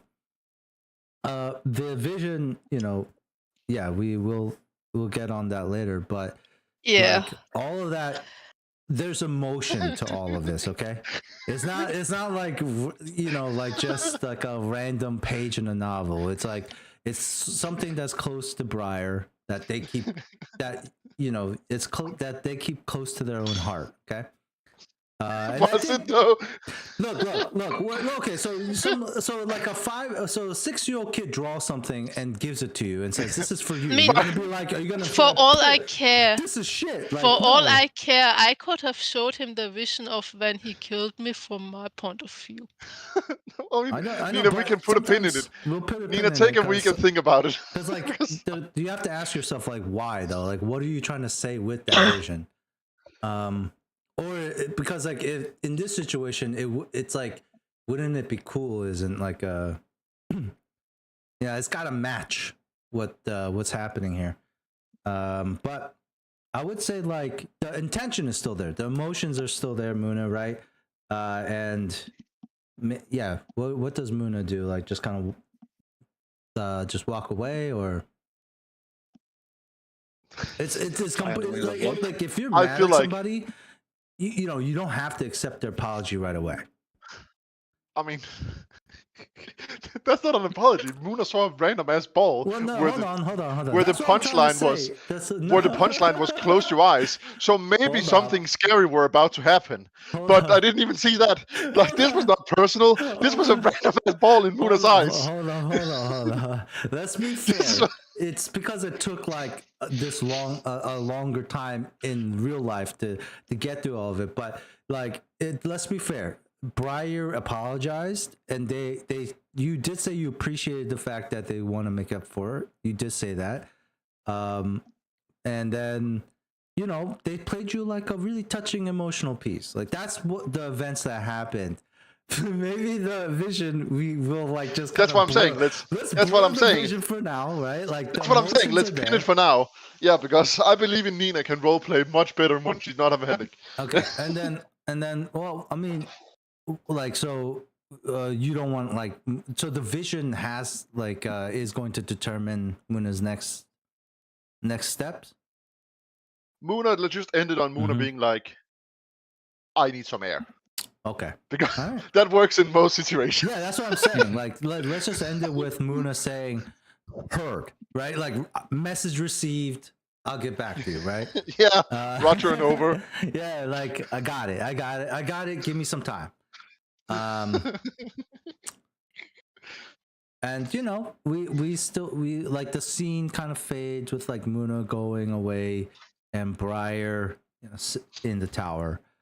What happens next, y'all?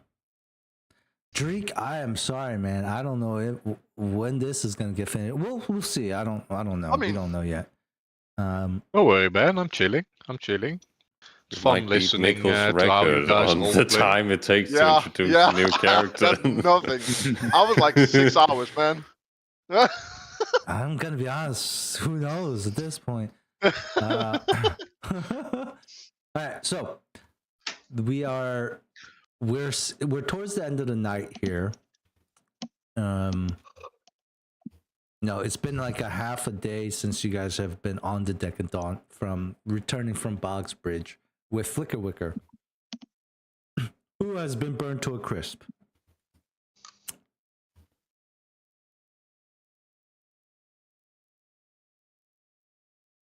Yep. I'm I guess I'll assuming call you guys would call want to them go all to in sleep, for a right? meeting. As well, like Yeah. there is going to be Oh. a night here as well, quote unquote. Yeah. Okay. Is this prior to you guys all sleeping? This meeting? I just Yeah. feel like No, teleport no, let's to the other let's side do of that in planet the morning. works That day. makes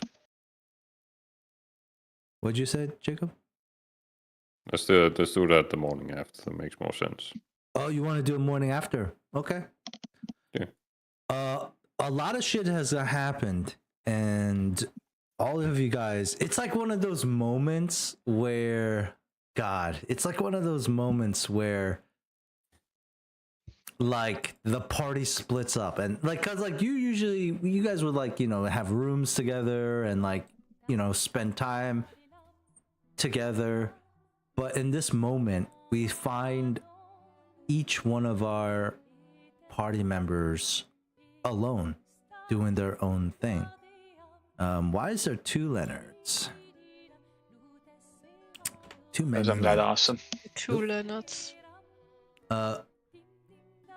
Where would all of your people be, and what would they be doing before they go to bed?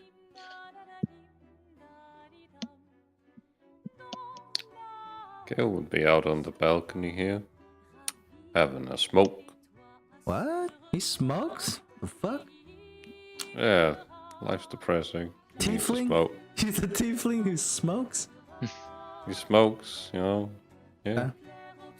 Big What ass is smoke a cigar. pipe? Cigar? Oh, and he lights up his thumb to light it. Nice. What Does a he- fucking shit show I've gotten involved in.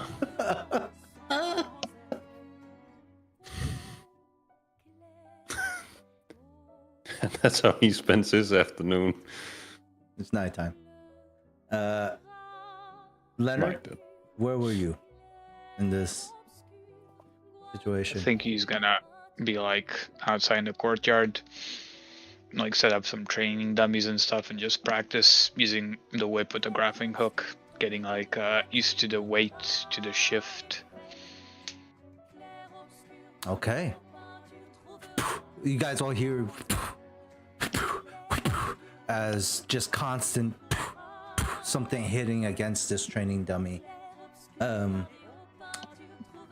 Sweat pouring down him as Leonard, you continue to train. Briar. I'm gonna eat. You're eating your feelings away? Oh, okay. Sure. With chocolate. Sit there with a tub of ice cream.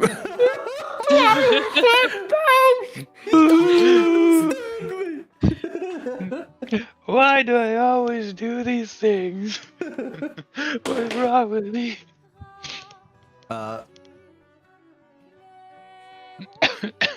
Muna.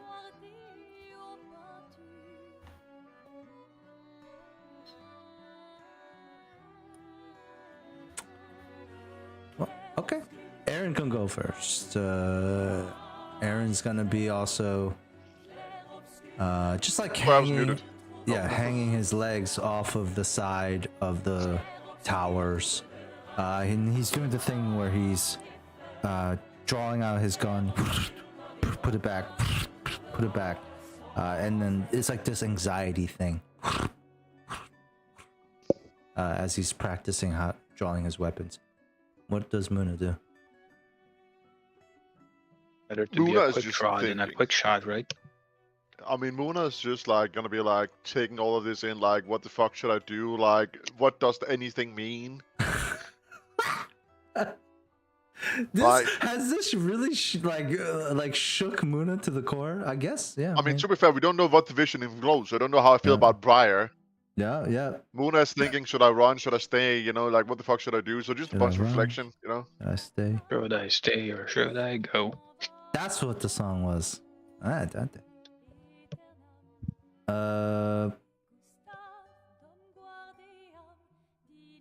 Yeah, I think that's a very valid thing, for sure. Where would Muna be? Somewhere. I mean, is there like a lower level on this castle? You want to be in the basement? I just want to be somewhere where there's not people. I don't want to Yeah. be bothered. That's actually kind of ironic because in the basement, that is where they keep criminals. And you're looking Perfect. and Muna, you're looking at these cages, these doors, and I think it makes you fucking upset. You're like, you're one step away from being in one of these, right? Yeah. Maybe I start a prison break. That derail everything. Holy shit! What just happened? Oh. Jesus. Yeah. I moved. And so, well, yeah, since you deserve it, and there seems to be people on this map already. When did you guys go to the basement? We It was a did. secret gal. What?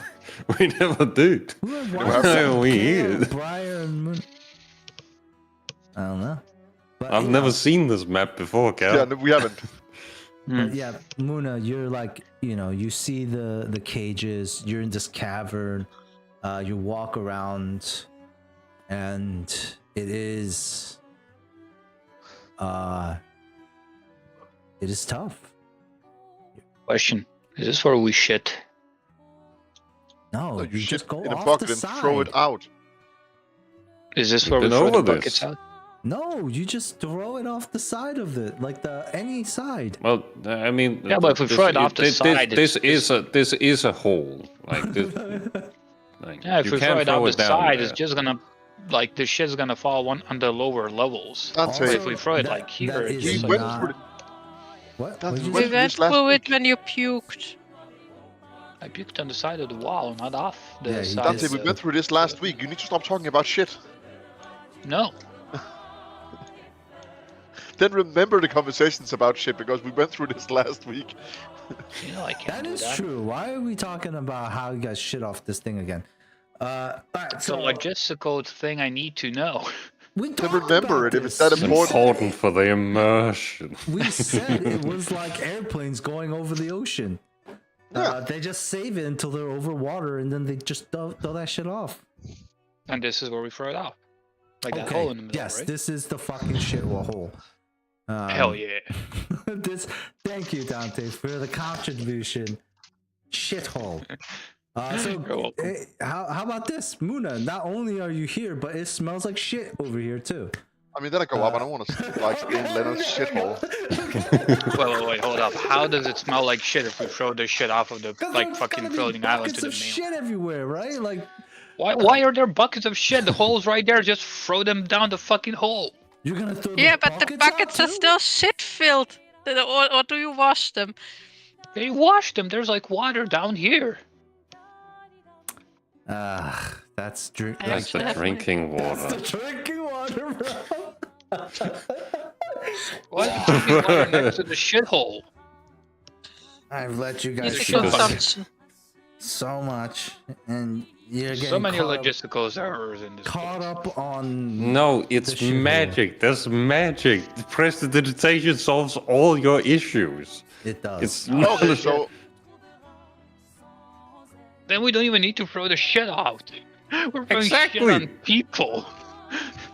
You can just magic it away. I'm not precisely. gonna magic land that shit away. Why does Harry Potter's Hogwarts have toilets? I'm just gonna lower Dante's sound and then I'm gonna keep going. Just mute him. Just mute him. Yeah, Okay, so Muna. I feel like you guys you're down here and it kind of like represents Muna's mood. You all go to sleep. Yes? Yeah. Eventually? Up in your own Yeah, unfortunately. quarters.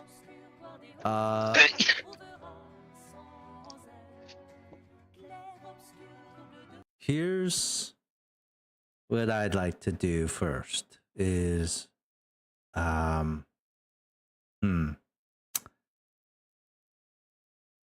what I will say this one thing to all of y'all. If you fuck like one thing is that evil people generally are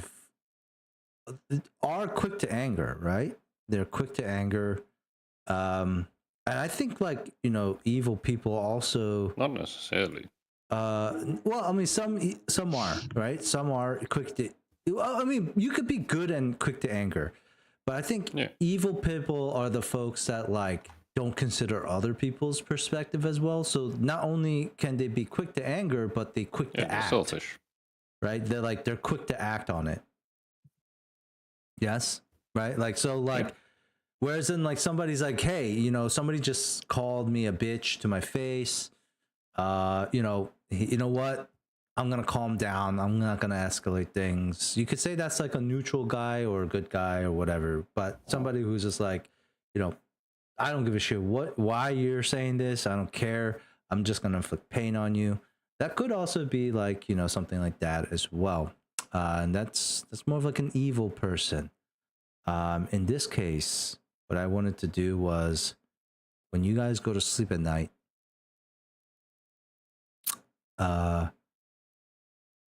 there is a small form of retribution. Not always does a god back up their champion. Oftentimes they don't.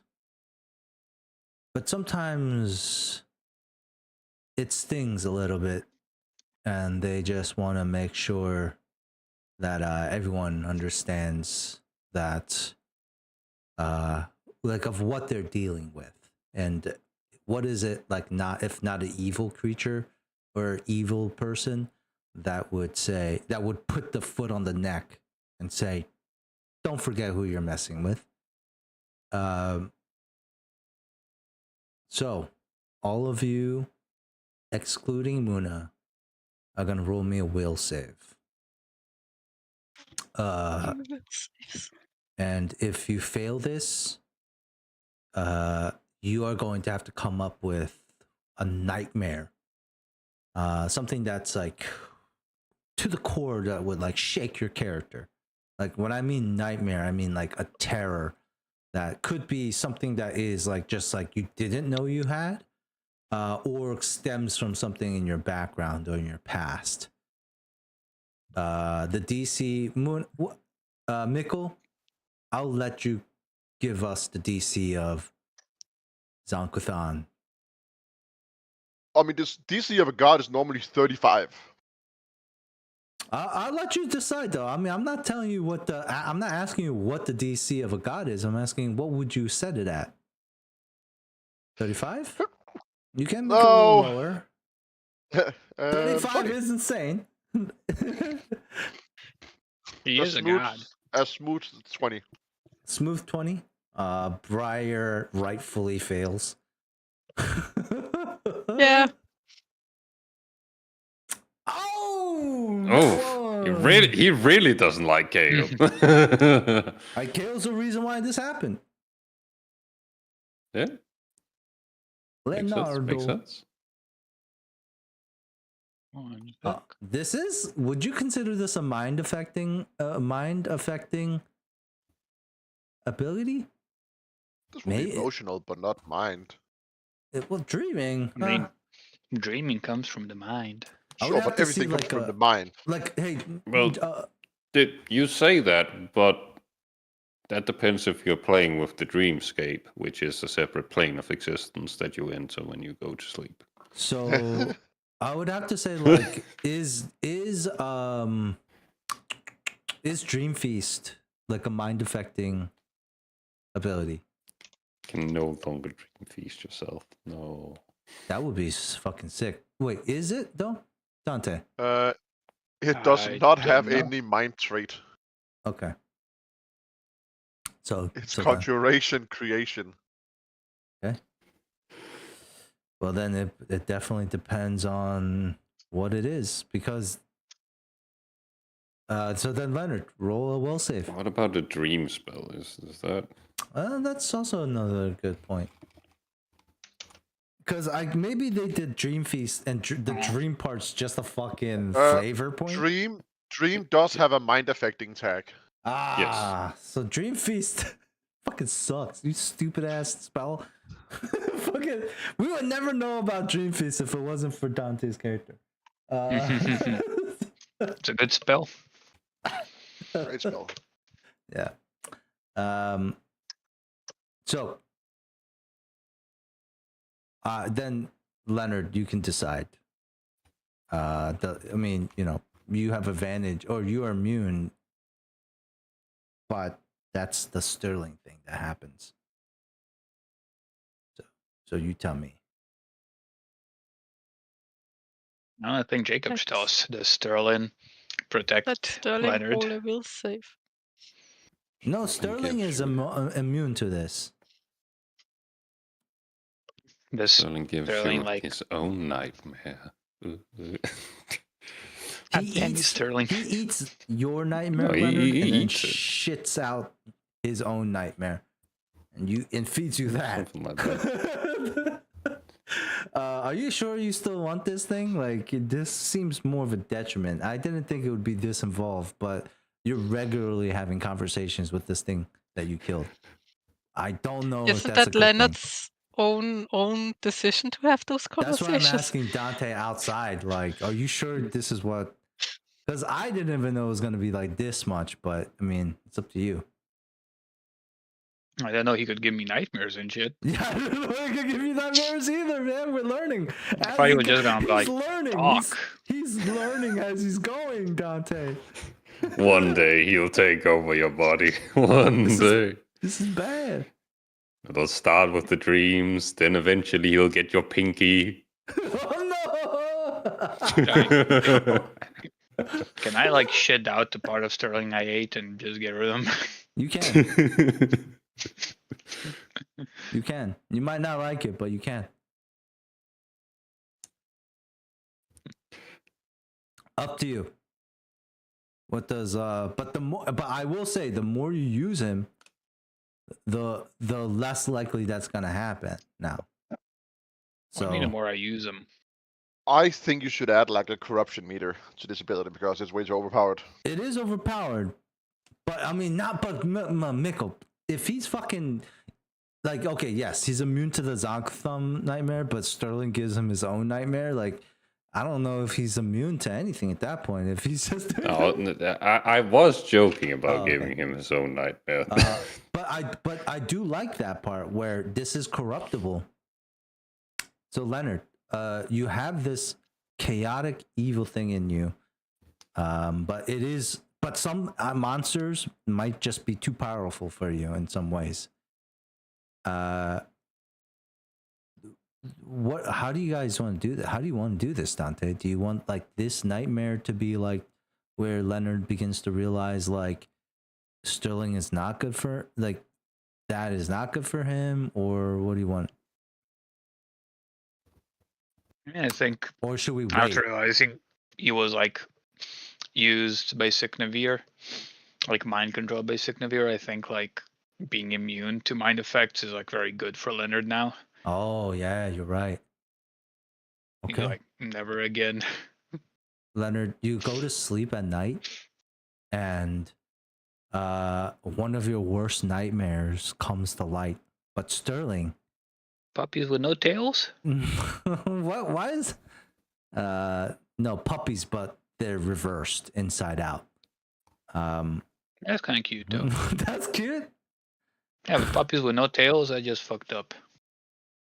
But Sterling, Imagine a puppy that never wags its tail. So sad.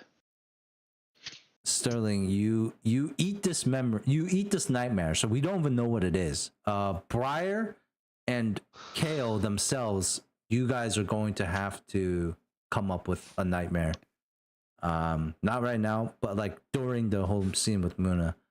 And then Leonard, Sterling, like you don't have to come up with anything, Dante, because Sterling eats it.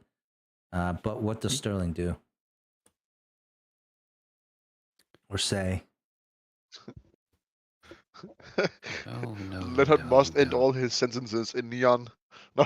From now on. Well, just for the day. For the day. That's Just add like random ass modifiers. just gonna make me Muna. crazy. I need gold to buy a new whip, Neon. Yeah. Briar, plays us some music, Neon. Yeah. Yes, See, I it's- forgot the please. It's a pretty good curse. Kale, you're my lackey, Neon. That would get you killed. Oh, you're gonna join the crew. All right, Then you're Leonard. gonna What? I mean, you just give us, Jacob. You just give us like, is Sterling want to be playful? Does he want to be mean? Like, what does he do? Sterling is going to be possessive. He's going to be like, no. This one is mine. I still need him. I still need answers. Oh shit! And as Leonard, as you sleep for the first night in a while, like what we see, at least Leonard might not know this, but what we all see is Leonard smile in his sleep as he falls deep into his pleasant dreams. It's been so long, his face is gonna hurt in the morning. Exactly. You, Leonard, when you wake up in the morning, get a +2 morale bonus to all ability checks. Let's Hell go, yeah. checks. Nice. Muna, you lay to sleep at night, and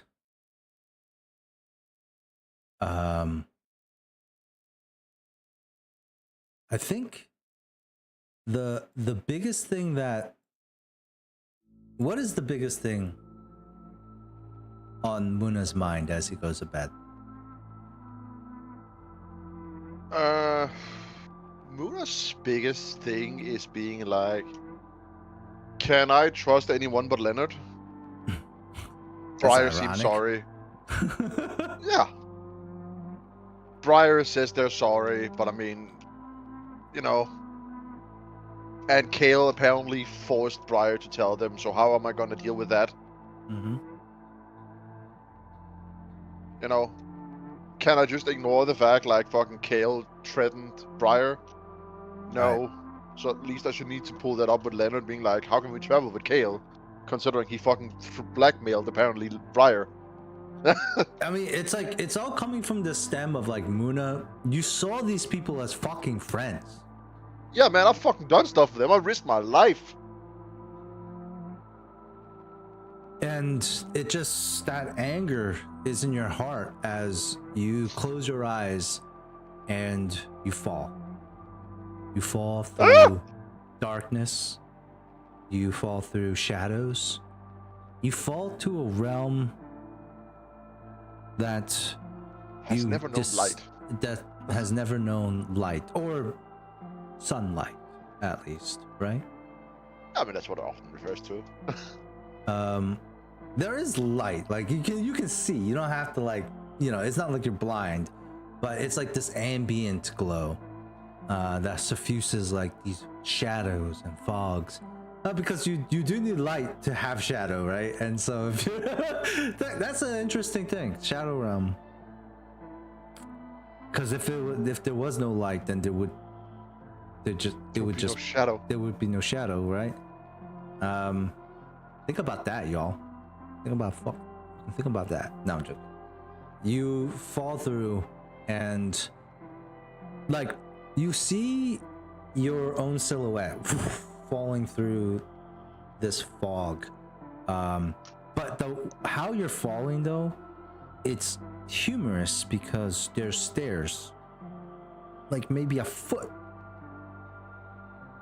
next to, like, underneath your feet. But no matter how hard you try, your foot just keeps barely missing each step, and you just keep falling and falling. And the vector of your fall changes as well. As you're falling, what you feel like is down suddenly changes to left, then up again. Your vision clears and you begin to see there's other silhouettes that pass you, people in perpetual falling. A purple glow suffuses again through the dark fog, and as you fall, one moment you are constantly falling, but a large, pale, slender hand, too big for the wrist, you know, like very narrow, gaunt, bony wrists, but the hand is huge and long, and he just kind of plucks you out. This hand plucks you from your falling state, and you can see this person is wearing, now that I see it, it's kind of funny, but this being is wearing, like, I guess like a leather jacket, and then some black belts. Your god is stupid, Mikkel, I have to say. Every one of these pictures of Zon Cthulhu looks like this, and I mean, oh, god, I love it though. Like a character from Hellraiser.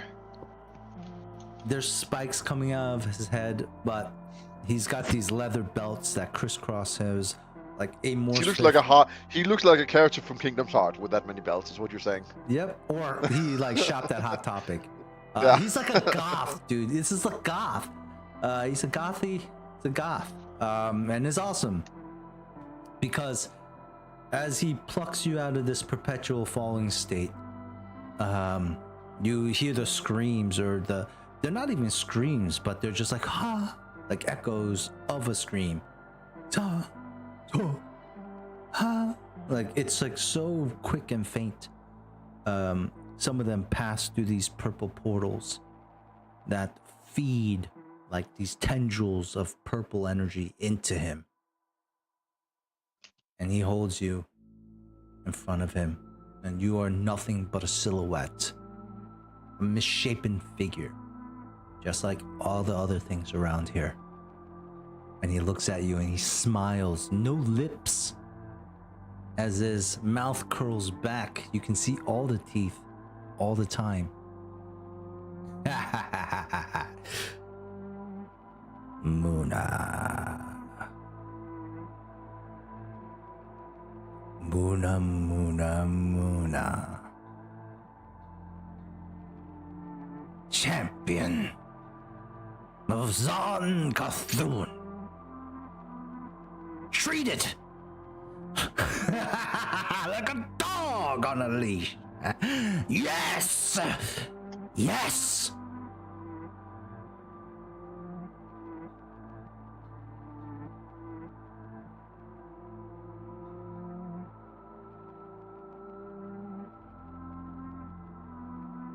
I'm not saying. Do I feel like I should say anything? Because like this, He just Yes. glares at you. they wanted to kill me for our connection, and now right back to being enslaved.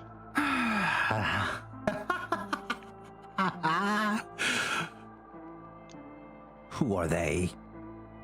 How dare they? Oh, it will be a good day. A good day indeed. When we get our revenge. Now hear me out. Hear me out, Luna. This makes you angry, doesn't it? Absolutely. At least I was upfront with our betrayal. I let you know what you were getting into before you signed the deal. But these people, they like to hide behind the mask of righteousness. They want you to believe that what they do is right and you are wrong. But we're not. Are we? No, it's the same, just blind zealotry. But you and I, we admit it. We admit it. We're honest with ourselves. Absolutely. He looks at you and he like grinds his teeth. Worry not, Muna. For they are tasting a little bit of the medicine they tried to deem to give you.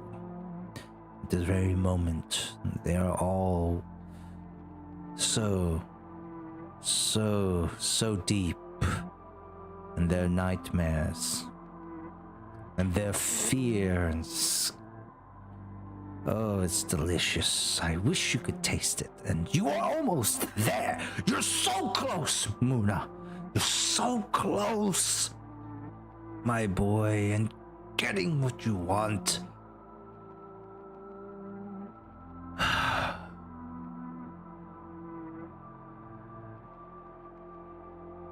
He holds up his other hand. And you see another silhouette hanging between his long, slender fingers. This silhouette kind of coalesces a little bit more, and you can see the shape of Marie hanging there.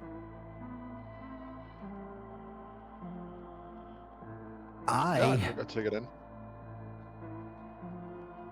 This is what your heart desires. Correct. And I'm going to give you what you desire, Muna. That's how this works. You trust me to give you what you want, and I trust you to give me what I want. Yes? Yes, more than a bunch of fanatics, blinded by faith and... There is no faith here. Only action and rewards. That's it. It's simple. It's honest. It's truth.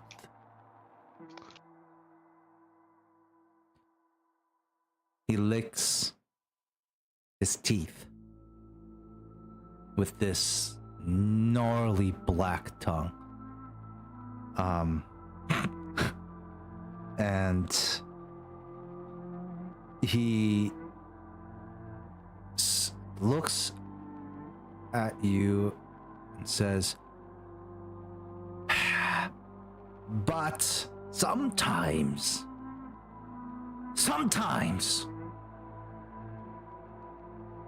people can't handle the truth. They're blind to it. they are too weak to handle it. They will break in the face of it. Not you. You're strong, Muna. But they are weak.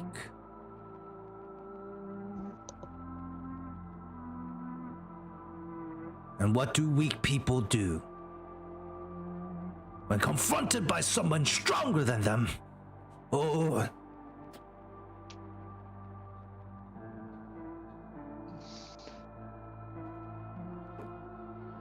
I'm trying to like think about a good sentence.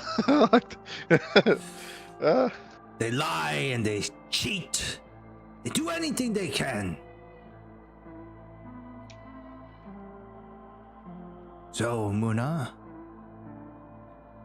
you have to pretend.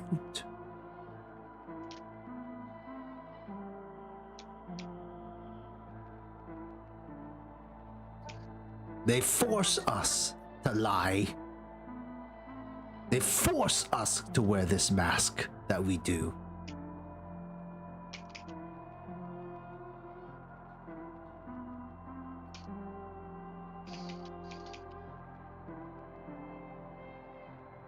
And I'm going to need you to keep wearing this mask. Where he held the silhouette of Marie, he moves his wrist in a way where now he's holding something up. And it's an object. I've told you, Mikkel, what this object is. Yeah. And he holds it up and he says, Destiny has a funny, funny way of always showing up. And the victors, Muna,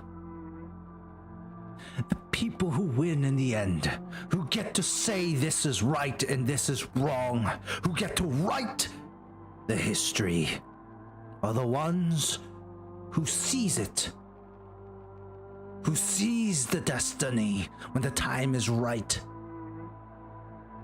That is how I failed the first time. But this is how we will win the second time.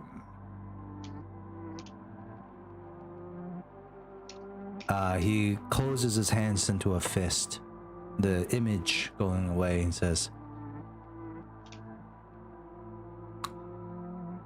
Don't forget the betrayal. Don't forget the anger. Oh, I won't. And use it. For I need you when the time comes to use, because I need you to continue to use these people until the time comes. And then, well, you kill him.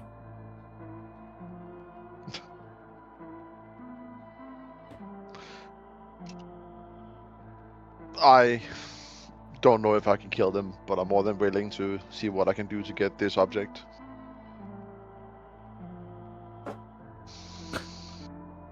Whatever you want to do. Boring.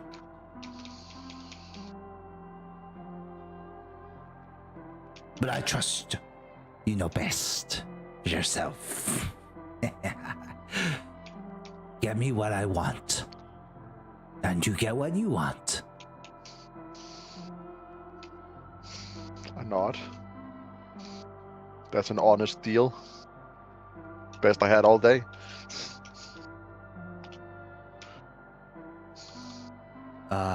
And as a reward, Zankathun, there are mirrors that open up, purple mirrors, and you see you stand there and watch each and one of your companions' nightmares come to life.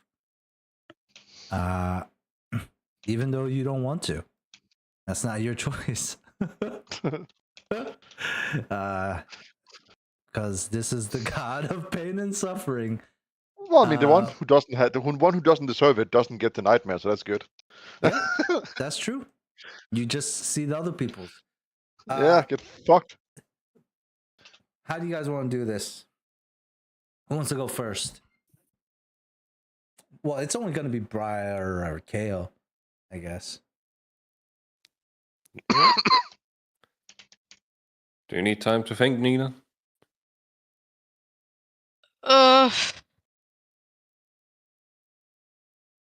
I don't fucking know.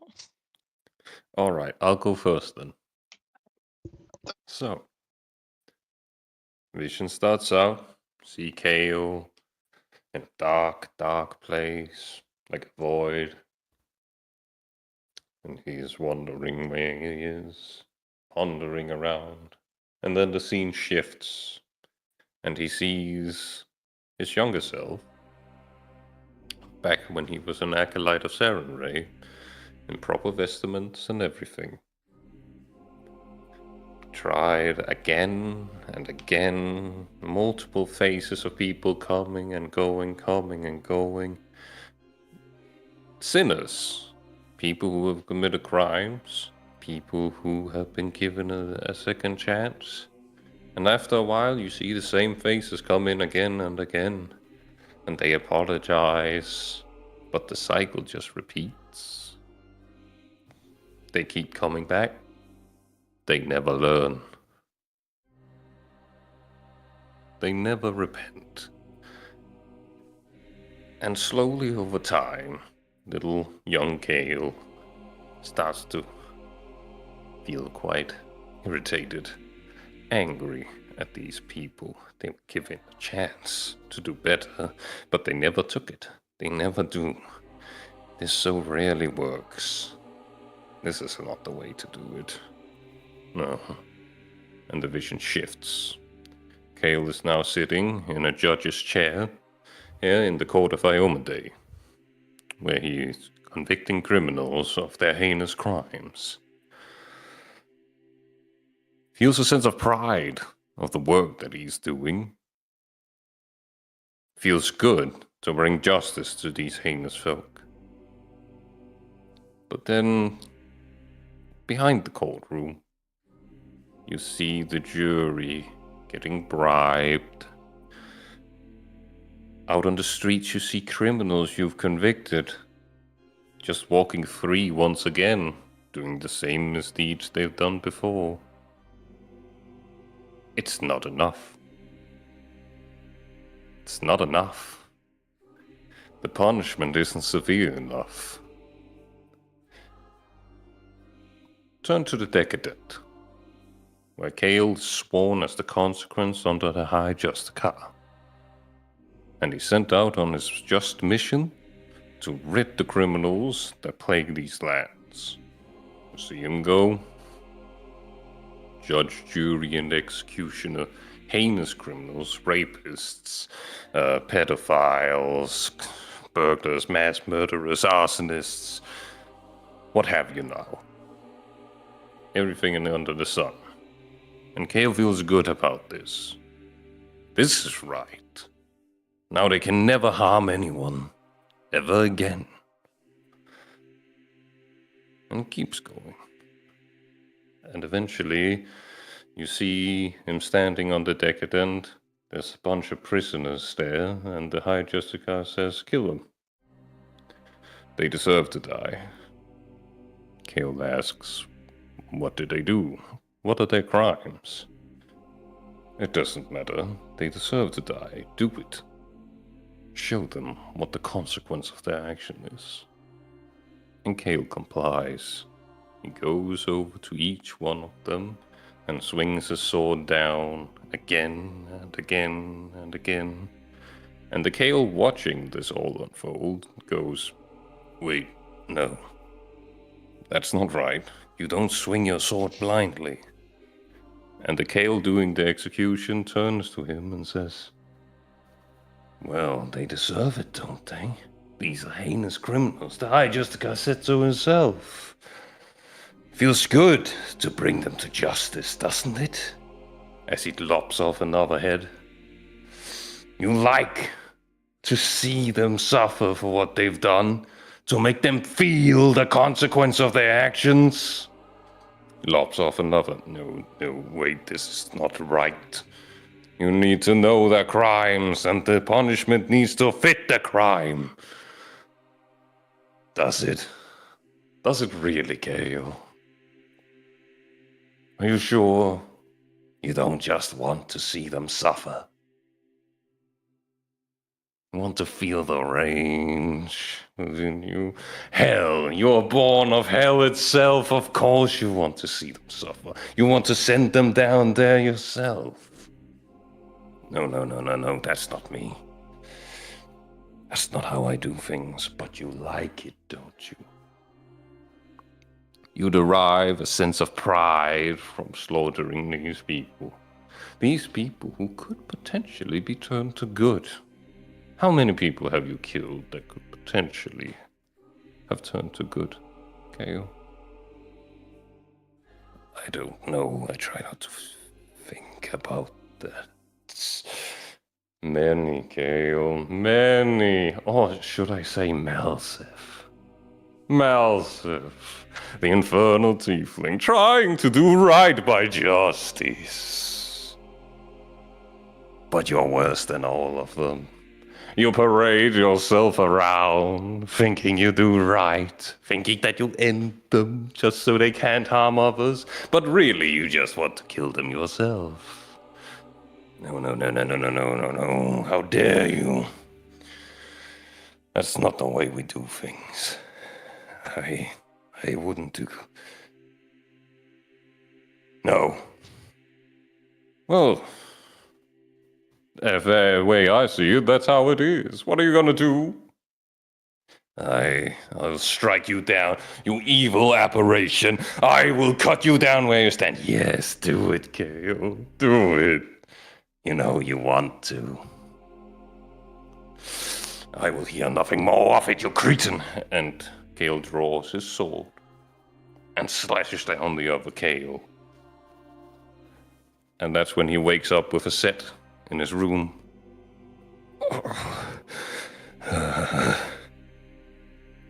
Cold sweat across him. Gets out of bed and he glances right to the mirror beside him.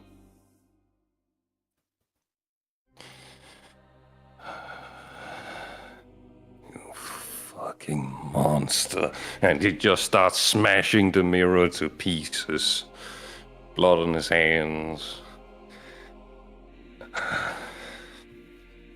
Fuck. Shit. He just kind of sits down.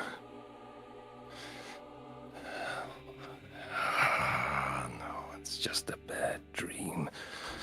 It's just a bad dream. And I think that's where we'll end the scene. Wow. And Briar's like, I don't know, snakes. Fox. Snakes on trees? No, just Tree snakes? what's Briar's nightmare? How the fuck are you gonna follow Honestly, that? Like, I don't am know. in absolutely no way following anything of that. Maybe I shouldn't have gone first. I mean, you have a net one. I did have a net one. I do want to say this mirror here is gone. Oh yeah. The one that's in the at least room. it's smashed. I honestly don't know why. No, don't worry. I have mend. I'll fix it for you. Oh yeah, I guess you're gonna mend No, his heart. please don't. You should mend his heart. Some sort of He needs Leonard. it. He really needs it. Leonard Kale Yowie? Oh my god! Can we do this? Can Can we make Hey. this happen? Enemies to lovers, telling you. Who But knows? yeah, you shatter this mirror, and blood drips from your hand. As you do so. Leonard walks into the room, whip out. Somebody needs to be punished. Oh god, this is an even worse nightmare. Yeah, I know. Like, oh, I never woke up. Shit.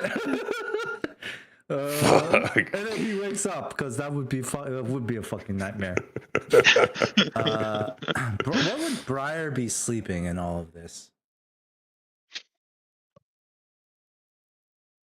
And then? Like, would Briar be sleeping like where other people sleep? Would they, want Right to next to the food with the chocolate still in hand. in the kitchen? Okay.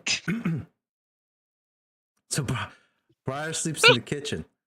I mean, there's seating. Why do you can't There just is. sleep on a fucking bench? You can sleep on the bed. Not comfortable, no, but maybe Briar doesn't want a bed right now.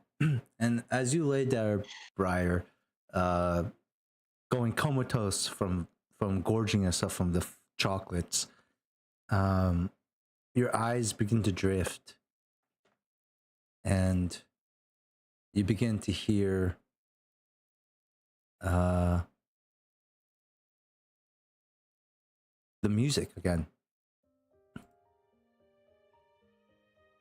The same music. Honestly? Hmm? Okay, yep. You begin to hear the same music that played. The vision that you cut off with Muna, where there are wealthy individuals, and I think, how old was Briar when they were recruited by Luvic? Gosh. Young. About 10. 10? That's really young. I mean, I was in the other house before, but when they got like the letter from Luvic, it was like, yep, you go there, we get money. We could also say 15. It's fitting better, maybe. Yeah, 10 might be a little bit too young for what's about to happen.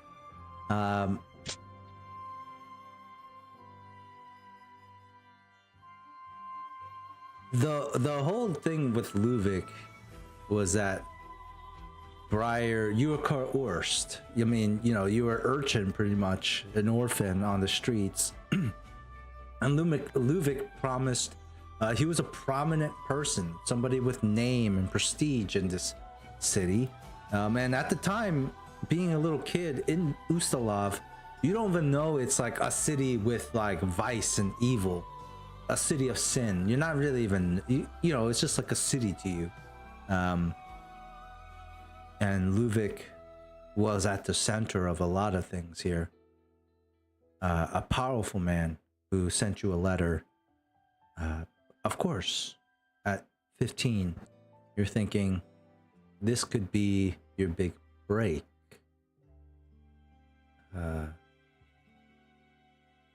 Maybe no more suffering. No more cold nights. No more empty stomachs. No more cheating and lying or being dirty. You weren't a bard at this time, right? No. You became a bard under Luvic's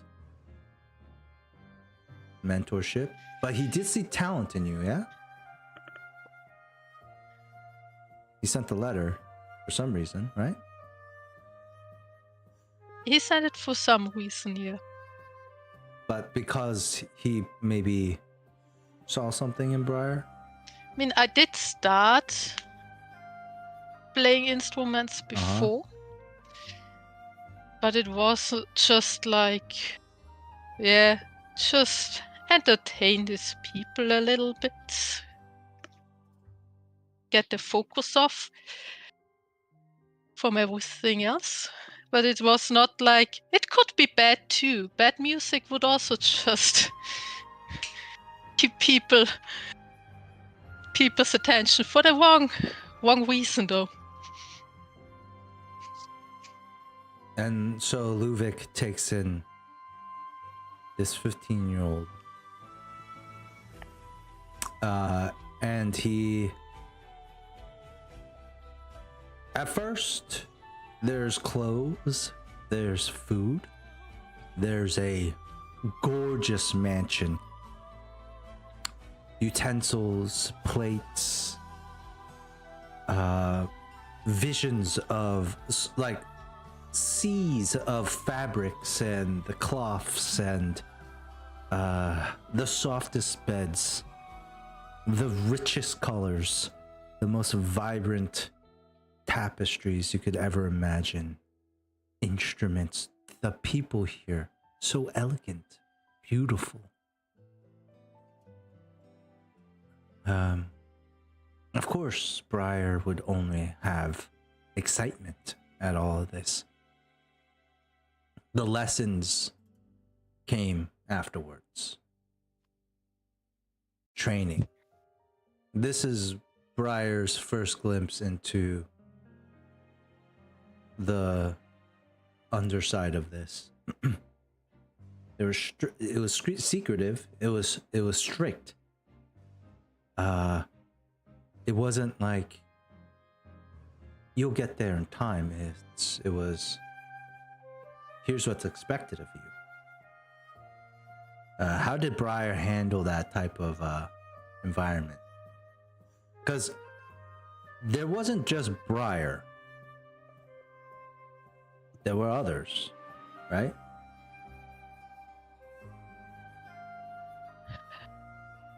Yeah. I mean, not only other vampires, other humans too, and also There's other kids, slaves, like other people that like Briar, who are also getting quote unquote taught. and also what you call thralls. Is that a thing in Pathfinder? I don't know. Yes. It is now. It's just like the necrophage. Pure vet.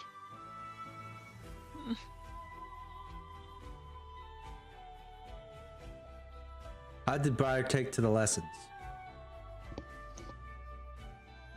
You had to go through it. Like at one point it became a survive or die. Or yeah, it's not really kill or be killed, because you didn't do the killing by your own hand. You just had to be better than at least the worst person, because the worst person wouldn't make it. So, But it's better to try from the start, so you don't even get into the situation of might be disposed of. As the months go by, your much larger class of, like young adults start to shrivel. And there were some people, there was a spectrum, like an age spectrum. And, as weeks go by, there's less and less and less. And no one asks the question,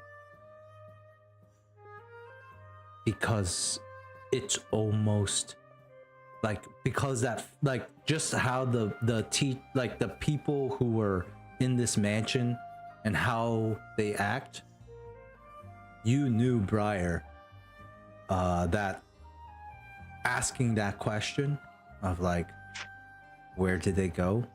What happened to them? Would only be met with such a cold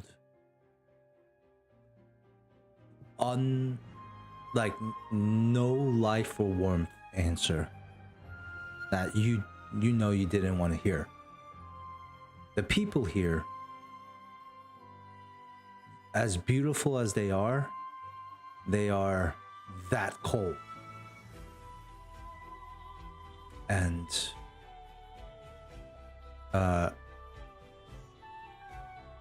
we get to a part where it's been months. Who was the one that survived with Briar? What were they like? What did they play?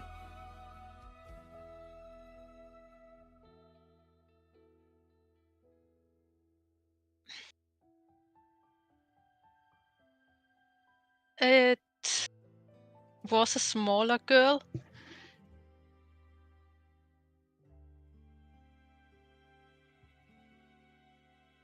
What stood out was not necessarily like her how she looked per se, but more her personality, because she always tried to see the positive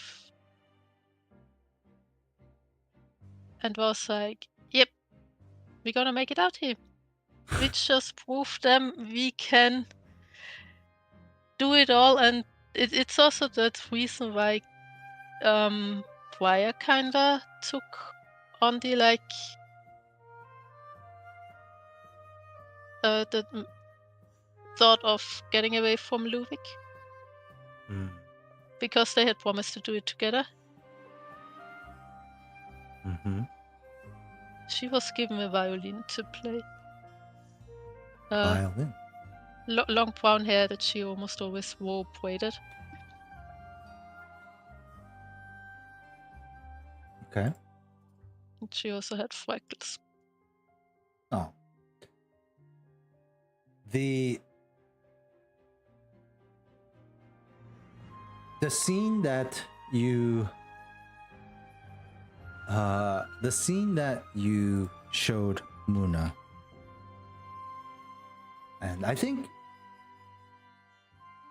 it's rightfully so that Muna would feel confused because he didn't see it. He didn't actually see what could have been seen there. That was, we flashed to like this ballroom. It's dark. People are taking their seats. They're wearing suits of like grandeur, dresses that you've never seen before that flow magically, that change colors as they walk, lamps that float up into the sky, with fire that touches fabric but doesn't burn. It is like a ball, and in this moment, Briar's also dressed in something very nice alongside this girl. What's this girl's name? And what are you guys wearing? It looks really nice. I mean, like elegant.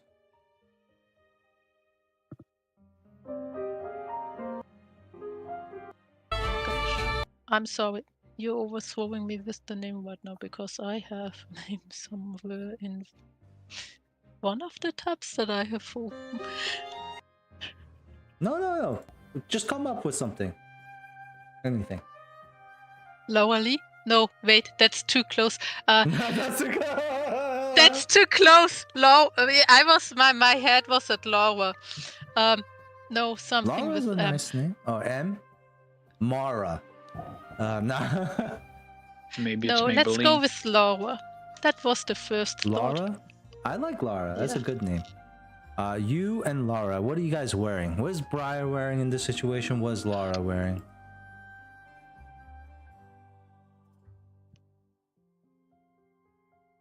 Well, she would be wearing a dress. Mm-hmm.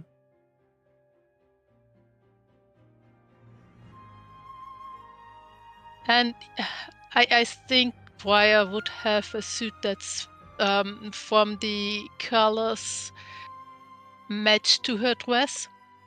Ah. Okay. Um.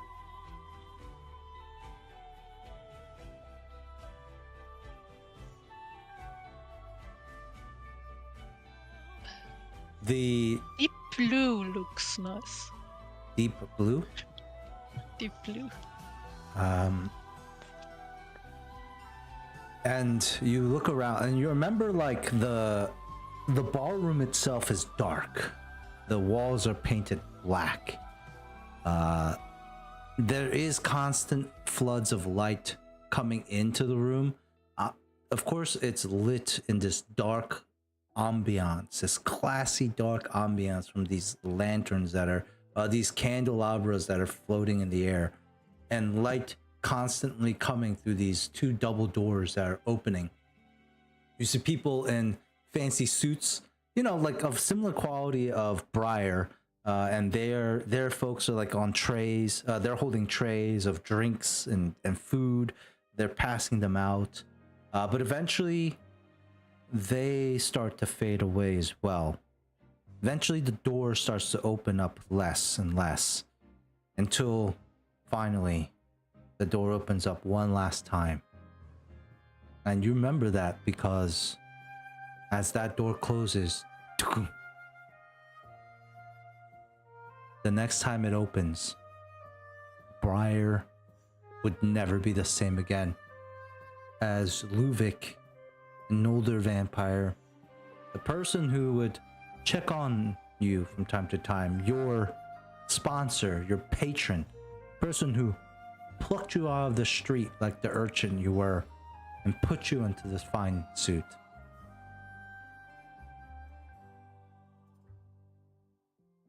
He's standing there with another man, wealthy. And you can tell that these folks are powerful because almost everyone else in the room wear masks to hide their identities. But Luvic and this other gentleman next to him, they need not any masks. As they walk in, the room goes silent, waiting and anticipating. Luvic looks out, his eyes sparkling, because whenever you talk to Luvic, somehow the light just gleams off of his irises in an almost hypnotic way as he stops you, Briar, and you're playing. And the music comes off and he says, "Ladies and gentlemen, welcome. Tonight, we have prepared a most excellent display of entertainment. Tonight," as he looks to you, you and Laura, you see masks all like turn their heads at you. And I think at this moment, you like it. This is where the creepiness begins to start. It's almost like in a trance, all these people stare at you. Tonight, one of these children will be becoming my personal assistant. And he like raises his hands and claps, and everybody just raises their hands too. In that same like polite clapping manner, as the quiet clapping like kind of merges together to one loud sound. At this point, you're thinking, "Oh, this is great." But then something hits you as he says, "Only one of you guys." He looks to you and Laura and he says, as he like walks around to like the head of the feast where everyone's sitting, he sits down and this man sits down next to him. And and he takes out a long, slender silhouette. Do you guys know what a silhouette is? Nope. A silhouette is like a dagger, but it's like almost like a needle. Oh, stiletto. Oh wait, Yeah. what did I say? Fuck. Stiletto or something like that. Silhouette? Okay, yeah, stiletto. Sorry, you're right. Absolutely right. Stiletto. A stiletto. He takes The out his... American version. No, that's not. We also call it stiletto as well. I was just like confusing that and silhouette together.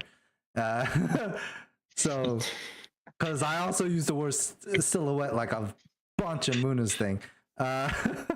So he takes. They're out saying this, it's Mikkel's fault. Yep. Yeah. He takes out like a 10-foot-inch blade. Like stilettos can be very long. And he holds it. He says, he raises it up for all the rich people to see. And, you know, there's like murmurs, excitement. And he says, enough. And he tosses it ting, ting, ting, ting, ting, in front of the both of you. And he smiles. This wicked smile says, Pardon me. one of you will live tonight, and the other will die. By your hands. Or I rip both of your heads off.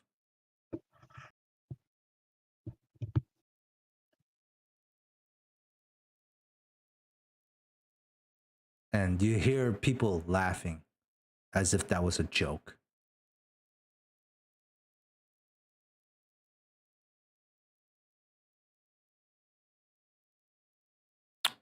Laura looks to you in confused and in puzzlement.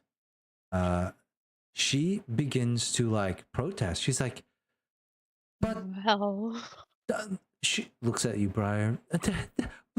There's no way. There's no way that I would probably hurt just Briar. looked at him first. Because, what? Fuck.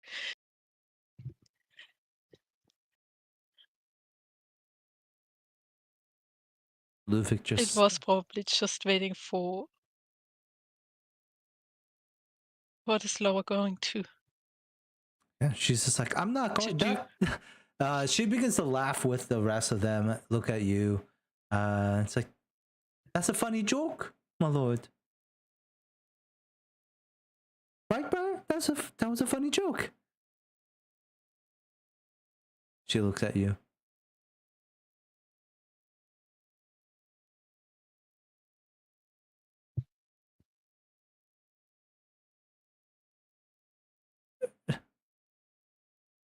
Maybe you can start playing the music again, Briar? Oh no.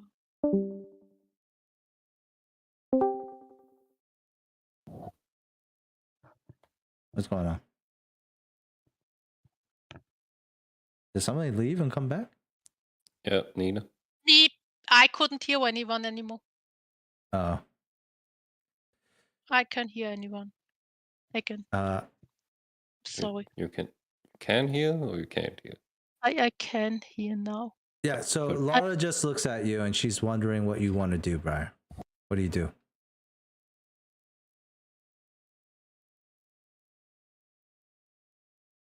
I would have just looked at her and I'm like, I don't want to kill you here. Laura looks to Ludwig and she says, Sir, my lord, you must be clearly mistaken. There is no way that I can harm Briar in any way, or he looks at you, Briar. She looks at you, Briar, and I don't think he wants to hurt me either. Right, Briar? No, we survived this long together. Surely, my lord, there must be another way for you to decide. Luvic snaps his finger, and you watch as roll me a d6, Nina.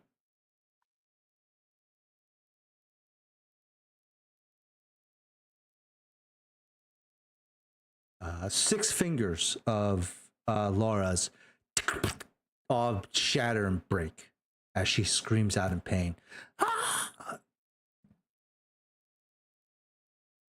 And she drops to the ground as you see like the fingers just mush, sausages just dangling from her hands as she's screaming in pain.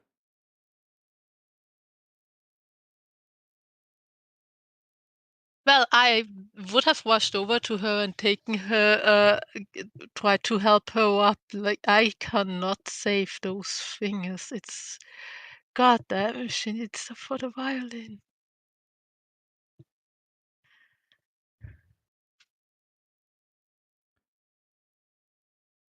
We can fix it somehow. I'm pretty sure we can fix it somehow. I would have ignored Ludwig at this point. I think Brian would probably look at Ludwig, right? Like this would don't- be at this point, like if he knew what, like it'd be like look at Laura, she's in pain. What's the next thing you will look at? The guy who inflicted it, no? Not if you try to stop the bleeding on the fingers somehow. They're not fingers any. Oh, so you're just more focused on Laura at the moment.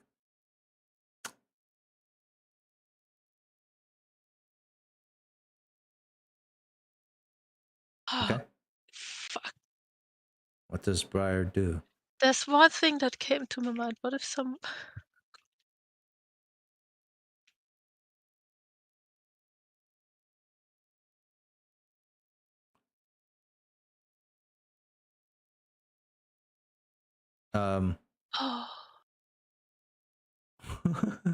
I don't... So you're standing there, Briar. Like who knows what to do in this situation? It's perfectly okay to just be standing there, surprised and stunned. And the laughter, I think that's what really makes it insane. Is that there's this small girl who just got her fingers broken and exploded it, and she's screaming in pain, and like just on her knees looking at it. There's a older, large, like taller person next to them, just mouth open, stunned at what just happened, and these people are laughing as if it was funny. Now, how does that make Briar feel at the moment? Throwing that stiletto at one of them. Without you even realizing, Briar, your feet move, but not towards Laura, who, like, yes, she's hurt, but at the moment, what can you do for fingers, like in this case, like of that? Your feet move, and without you realizing it, they move towards the people who are laughing at you.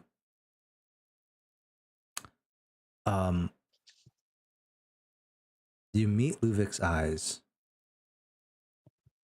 after this happens, and for the first time, like what were the eyes like?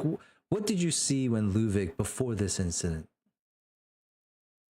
Like, how did you see how did Briar see Ludwig like during the training part?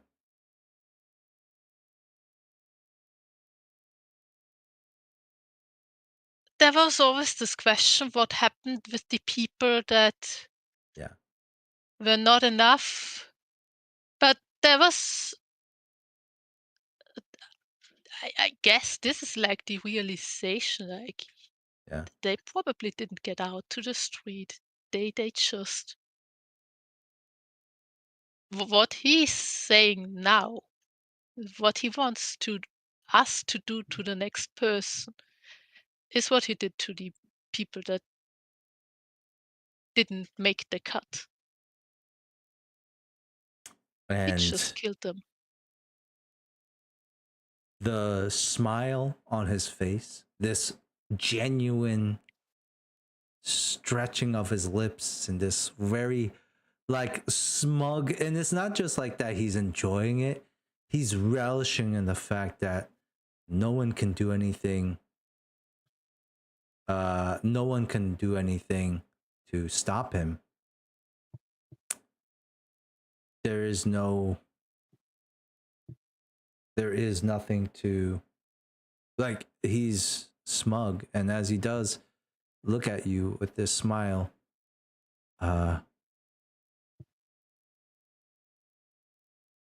the realization that your body starts to move, this overwhelming pressure that grips your mind, just reinforces this helplessness that Briar would feel for a long time afterwards. The control that Luvic has. And this particular moment, a spell, but in later years, just this metaphysical leash, this metaphysical domination of Briar.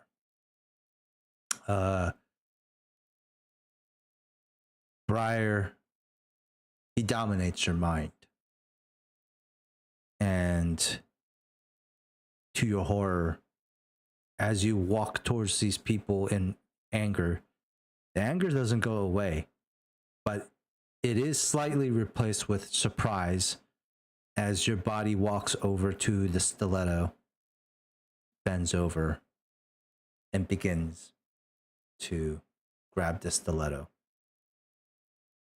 The girl Laura, who was screaming in pain, you watch as her fingers all snap back together. It doesn't seem like it eased the pain, but she begins to play like she like a puppet on a string picks up her violin and begins to play it like a puppet. And it's kind of like this weird, like jaunty like tune,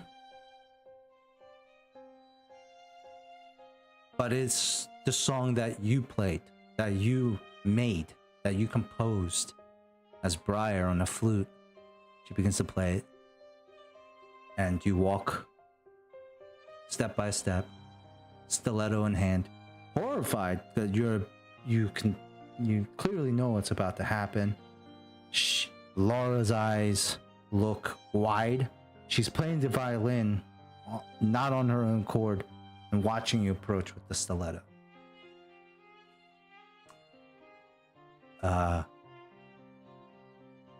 Briar, that moment is like when you pull back and the point is so close. Like the point is so sharp, so clean, this metal, as you go to plunge it. I think there is like a moment where Briar, you would probably like resist with all your might, right? Yeah. And the point just like right there outside of her neck, like almost like to the point where like it's just bit her neck, where it's like a single kind of drop of blood, just, you know what I mean? Mm-hmm. But it's like a metaphor for the next, how many years Briar is like in servitude, like into the 20s, right? Yeah, at least 10, 13. 13 years? Yeah, everyone was first surprised when I was like 10 years. You did that for 10 years? Yeah. Was what was I supposed to do? It was either die or So survive. 13 years when you, so this is a metaphor for the next 13 years. You resist of all your might there's no way you can drive this stiletto into Lara's neck. And for one split second, it might have felt like you could, but the stiletto slides in.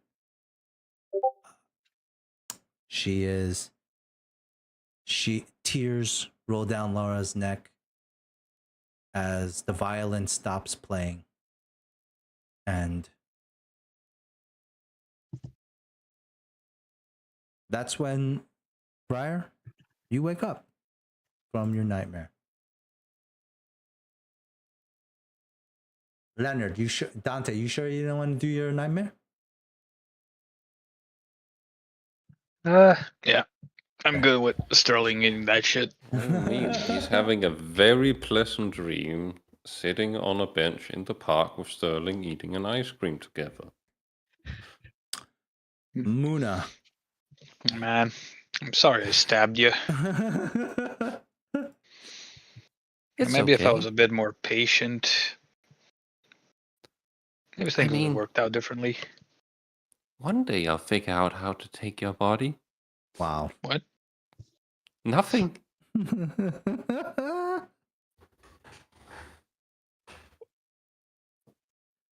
Muna. Look, a puppy. Ooh. Muna, Hey, it's inside out. That's kind of adorable. That's nasty. After you see all this shit,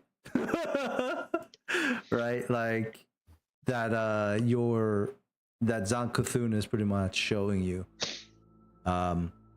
He opens up one last like little mirror. And he doesn't say anything. He just points to it. And it's like if Muna could have like an end game version where like he's like won. You know, like he's won it. He's won whatever it is he's won. What would it look like for Muna? Honestly, Like he did it. Like it's are we talking about like a probably throne? no, honestly, it's probably just some level of like, I mean, it's a nice house and it's just him and Marie. Really? That simple? Oh shit. Yeah, I mean, that was his happy place. Aw. Is Skuga there? Like No, like, Muna knows. sidekick? Muna knows he lost Skuga, so that's not okay. in the dream. You Yeah. don't go back on a deal. That's I true. mean, Well, I mean, what would be like the most ideal situation for Muna? That's it. the most ideal would be Skuga there. What about his like I mean, parents and Muna all did not- that? I mean, his parents are never gonna be there. Muna is not a like. But would Muna want that? Like would that help? In that dream? In his heart of heart, Muna would know that would never happen, so he wouldn't Okay, want that. okay. So That's not that's like too realistic. much.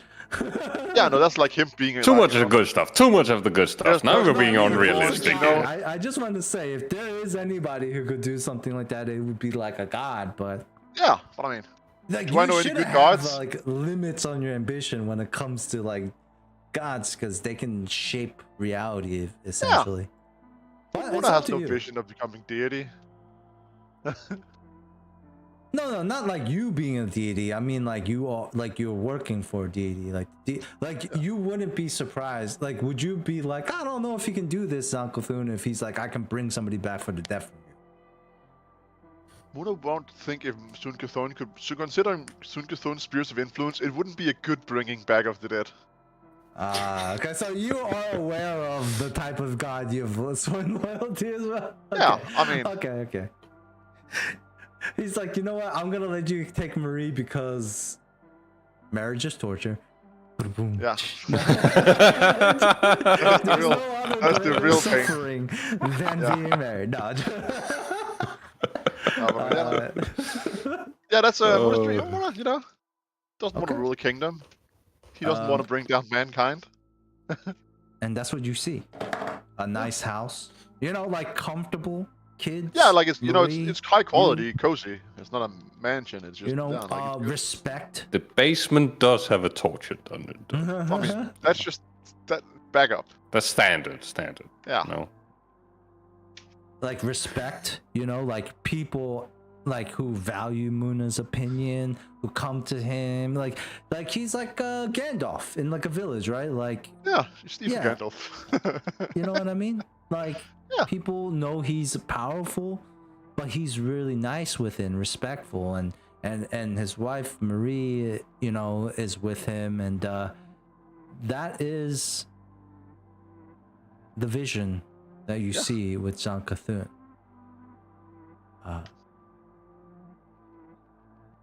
And he just can't smile at you because he has no lips. Oh, So he just shows you his teeth. yeah. Do you say anything? Anything else you No, see? Muna just looks at it and like he doesn't feel like he needs to add anything to that. Okay. Like, yeah. What is he gonna tell the God of Pain? That's nice. That would be an insult. No. Yeah. Next morning, you guys all wake up, and where would you guys reconvene? And would you include the High Justicar? Like at this point, Veriel gave you orders. She doesn't need to micromanage Kale Yeah. unless I you don't want need to her bring her to. into it. Okay. Where would you reconvene? The study. Okay. Yeah, reconvene in the study. We'll move you all to the study where you guys were with Aaron and Leonard. Where's Leonard? Where the fuck is Leonard? Courtyard. Oh yeah, courtyard. Everyone's like looking miserable as fuck in the morning, and Leonard's like, da, da, da, da, "It's a great day. I just trained and had a nice, good long sleep." And everyone, including Aaron, is looking pretty worn out. And Muna, I guess. Muna is like neutral, I would probably assume, right? Yeah, I mean, I only need 2 hours of sleep anyway, so that's normal for me to be like rested or nothing. Yep. But I mean, you know, like the elders had terrible nightmares, which I'm gonna say, for the entire day, Briar and Kale have a -2 morale bonus to their ability checks. That's fair. So Nice. now I need to betray them. This is the time. What do you guys do? So, I've gathered you all here to discuss our next steps, where we're going to go, and all of that. Obviously, I make the promise to the Boggets and bring them home safely, and I intend on making good on that promise. That Sounds means good we to me. need to decide on a route. From my side, it would be most convenient to have us teleported straight to Borrowhawk's Bridge, where we can then escort the Boggarts, take a boat from Bogsbridge into the Dagon's Mall, and look for the submersible there. Though I do understand that you have a ship and a crew stationed at Caton's Arm? Looks to Leonard. Yep. Right. So, an alternative route, and I'll have a map out as we're speaking, is to go to... Maybe you should bring the map out, Cal, actually. Cal. He's not here. Doesn't care. Well, I mean, I have a map. God is death. I'll share my screen. Google map. Here we go.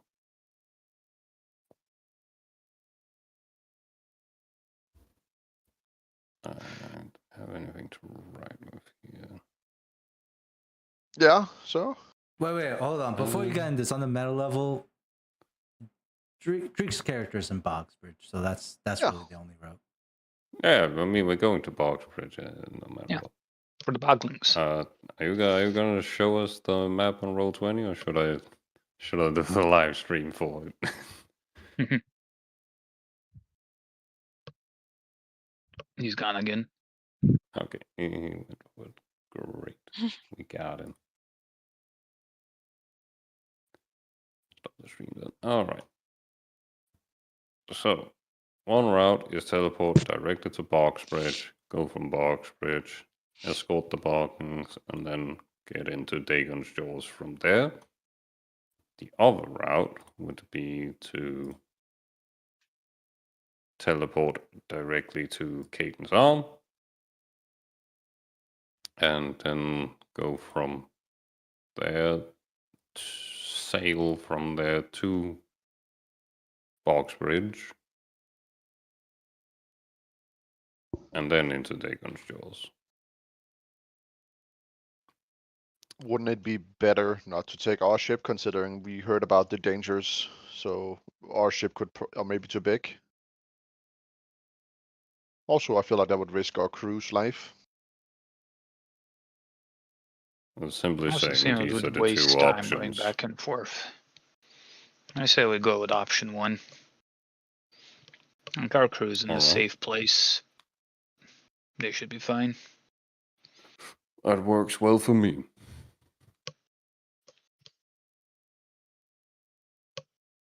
Any objections? No. Nope. Great. Gather your things, we leave immediately.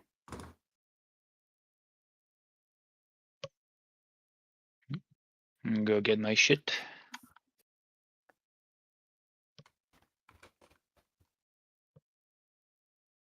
Yeah, get my shit. I think Cal is still away. Well, you guys don't have too much shit anyways on the Tegadon. You Ah. didn't really spend too much time here. I do have to say though, I don't think you got authorization to teleport though from the Decadon Also, to the Bogs Brutal. Bridge.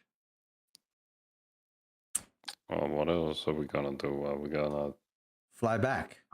take an airship? I mean, are you? Because that's how you teleport. That's how they teleport here. I mean, unless because I think Do the we not have one that can Hey. teleport people? Can we just jump into the portal? Oh yes, you could definitely attempt to jump into the portal. Yes. That's what I was I gonna do. like the sound of Cal's voice as he says that. I can't hold back the smile.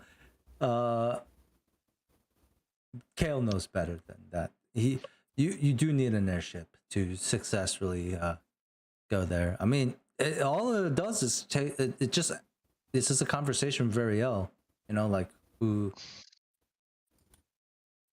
It's up to you. Do you want to have that conversation, or do you want? I mean, Kale. I mean, can't how the fuck else are we gonna get there? How else are you gonna get there? We're gonna jump off the Decadent and walk? I mean, how else? So where are we going from here? Like, Yeah, I'll have the conversation with Ariel. what do you ask of your commander? Ariel, Captain, my captain. I've charted a course for me and the others. I'd like your permission to use the Decadent to teleport to Boxbridge once again, and then we can set off from there.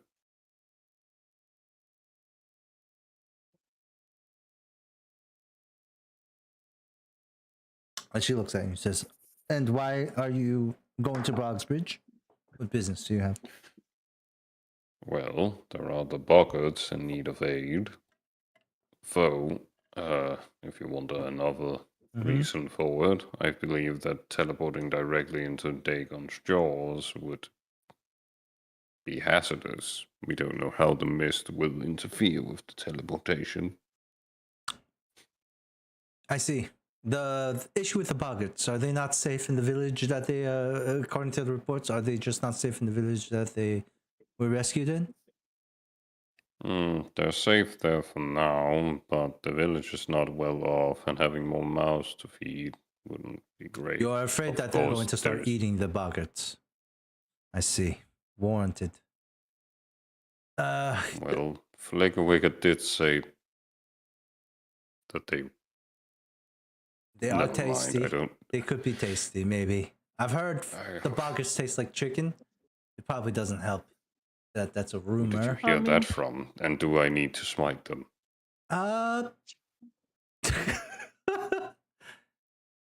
No, you don't. Don't worry about it. My mom's old school.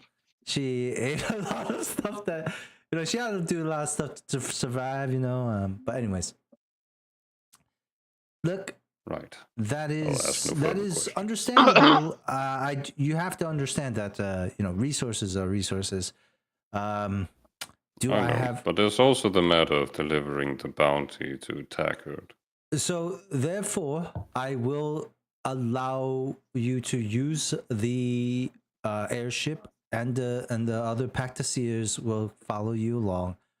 Will follow along, and you will be dropped off at Bogsbridge, and from there, they will return back to the Decadons where they are needed, and you will continue out your objective and your mission. Yes. She leans into you, Kale, in like a very like secretive manner, and she, in a low whisper, I felt a touch upon a god last night. Did you feel it too?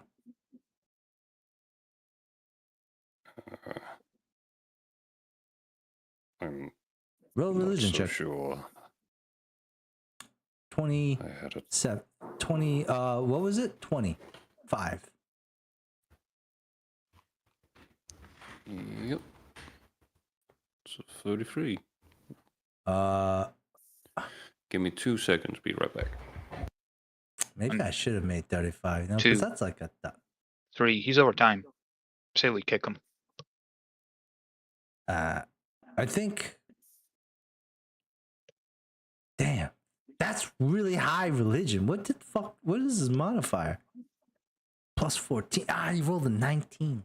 Yikes. Fuck. Man, Cal, you really want Muna and fucking conflict, huh?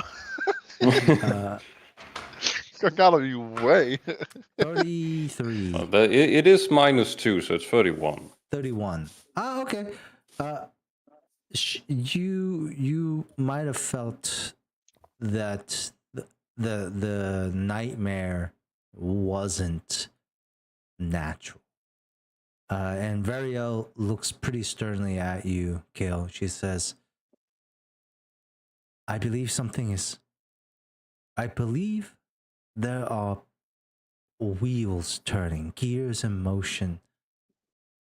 And those people that you met, they definitely have something to do with all of this.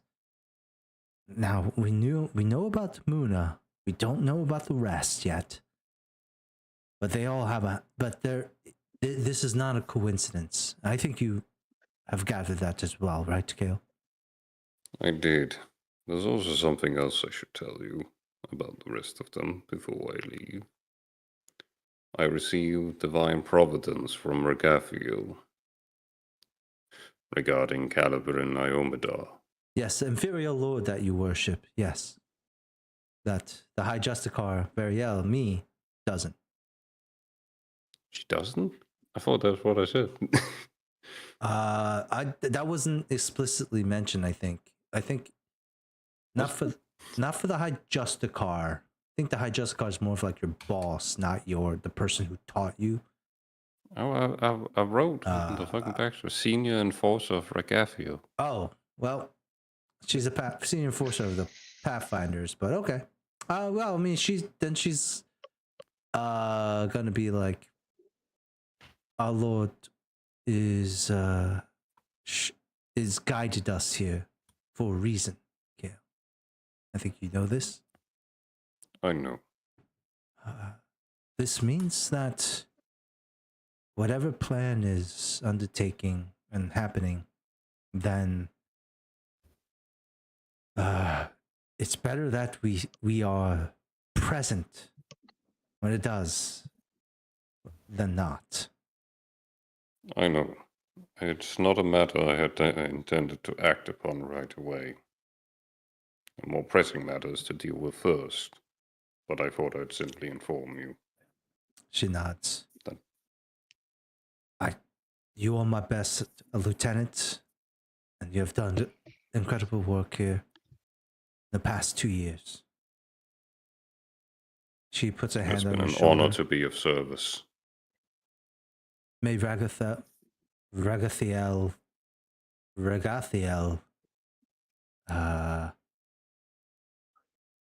Make your sword swing true.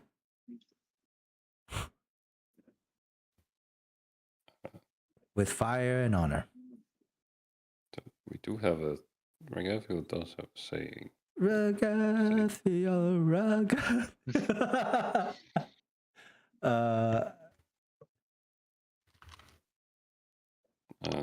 Like, I can't believe the it's standard greeting and farewell of the faithful Regathiel is that the faithful ask Regathiel's eyes to fall upon them and for his wings to shield them. May Regathiel shine his eyes on us and his wings shield us. There we go. Likewise. Jade salutes and like dismissed. And you guys take your, what was the bounty that we said? 50,000? 10,000, I think, for Flicker Wicker? 10,000. Yeah. 10,000 coins, you take those, you take it in, I would say, like, platinum, probably 1,000 platinum. Probably. That makes sense. And you head off. You guys take the airship once again, leaving the Decadent behind. As you guys board the airship, the fly out a little bit, portal opens, you guys go through and come out the other end. About a half a day's march from Bogsbridge. So Bogsbridge, for you, Dreek, is a place where... Oh my god, he's back! Flickerwick. Oh my god! Oh, I did no. not burn him enough! Burn! Burn and fire! We want a holy creature. Calm down, man. Incinerate him! Jesus. Calm down. All right, Bogsbridge is a swamp town. I already told you that. The Red Sails Trading Company is stationed here. There's a few things that Bogsbridge is known for. Their purple dye, which has like kind of declined in over the years in sales. And then the second thing is called null cysts. Null cysts are like these crystals that are like anti-magic, dispel magic, pretty much.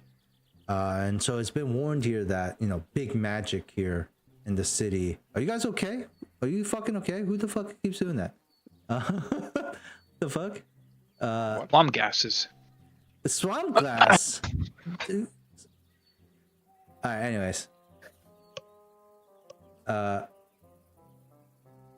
So you guys are so Bogsbridge is an adventuring town too, right? Like people go out, look for null cysts like they do, like they look for gold mining and stuff. Ren. Here is Ren. You know that there's some NPCs out here that you've talked to. You've heard around the area. Dreek, by the way, you are here? Just want to make sure. Yeah. Okay. Dreek, Ren has, Ren was like out on the mission somewhere. And he came back to Bogsbridge. Because your incident, I'm assuming that happened like some time ago. Yeah. Right. A while ago. And so like he's been here for a couple of years. Couple of years. Oh well, that's good because it actually started they started coming up, like the Red Sails Trading Company came about a couple of years ago anyways. Yeah, I knew that. Been here for a while. So Rosie Toad. Rosie Toad's like this boggart who's really nice. She's new. She's the recruitment manager here. It's only been 2 months. Boggart. A boggart is a frog person. Ah. Mm-hmm. Oh, people. And so the main three people that you need to know in this town place is there is a couple, but it's Rosie Toad, who's the Sorry. it's Rosie Toad, it's Three Finger Taggart, who's the operation manager for the village, and then there's the mayor, Hendry Bowles. She's like the village mayor. What was Rosie Toad's role? She's like Taggart's assistant, pretty much. The recruitment manager. She's in charge of when new adventurers come. She's in charge of like helping them. Yeah. But it seems like a lot of times Rosie Toad leans on Ren. Maybe, I mean, it depends if you are cool with it. Rosie Toad will like ask Ren to help the new adventurers because she's not an adventurer herself. I think Ren would be fine to help if they pretty much paid him to. Let's see. What would Rosie Toad barely gets probably paid as it is? Hold on. Well, let's say it like this then. Maybe not paid in money, but like with the accommodation, food, that kind of shit. Whatever. We can make it like that. Like the Ren's not necessarily a greedy person, I think. A pretty rock girl like her with that tongue. So, Fucking hell. Rosie Toad gives you any information you want about everything that happens in Spoxbridge, especially while you're gone. She tells you everything. Whatever you want to know. She's your eyes and ears here in Bogsbridge. And your tongue. How about that? Is that okay? Yeah, that's Okay. fine. Is that like on top of accommodation and shit? Yeah. I mean, like roleplay wise. Let's say that you guys, you guys all it's like a come and go situation. They have bunks and stuff in the recruitment headquarters of the Red Sails headquarters, where you just go and then you see people like building their own huts and shit, or using huts and buildings that somebody else came and built and then moved out. You know what I mean? Like squatting and everything. Like there is really no sense of proprietorship here in Bogsbridge. Everything is like kind of shared. Really, the only place that people don't really fuck with is Mother Root, which she's like a hag, so they leave her alone except for when they need healing. Yeah, and the community, man. Yeah, you guys are a community, and it's like two communities trying to live together.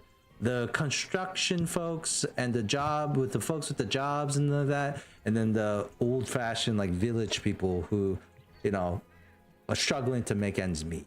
So this is like that part. And so Rosie Toad just looks at you, Ren. She's like, "Oh, Ren, it's been what, a couple days?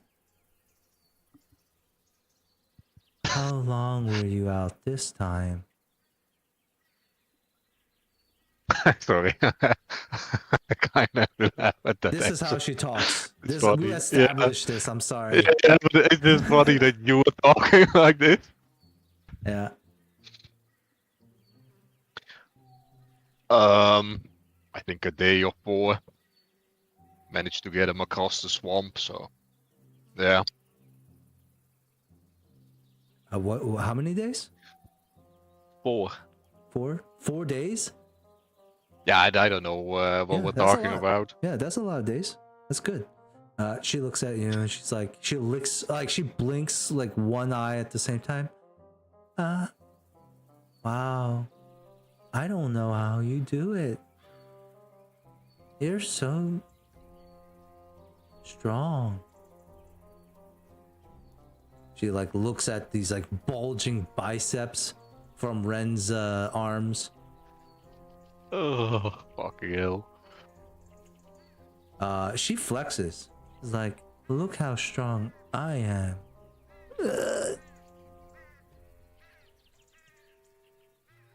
I'm not sure if that's muscle or fat. Ouch. She's like Rosie Toad, devastated. Emotional damage.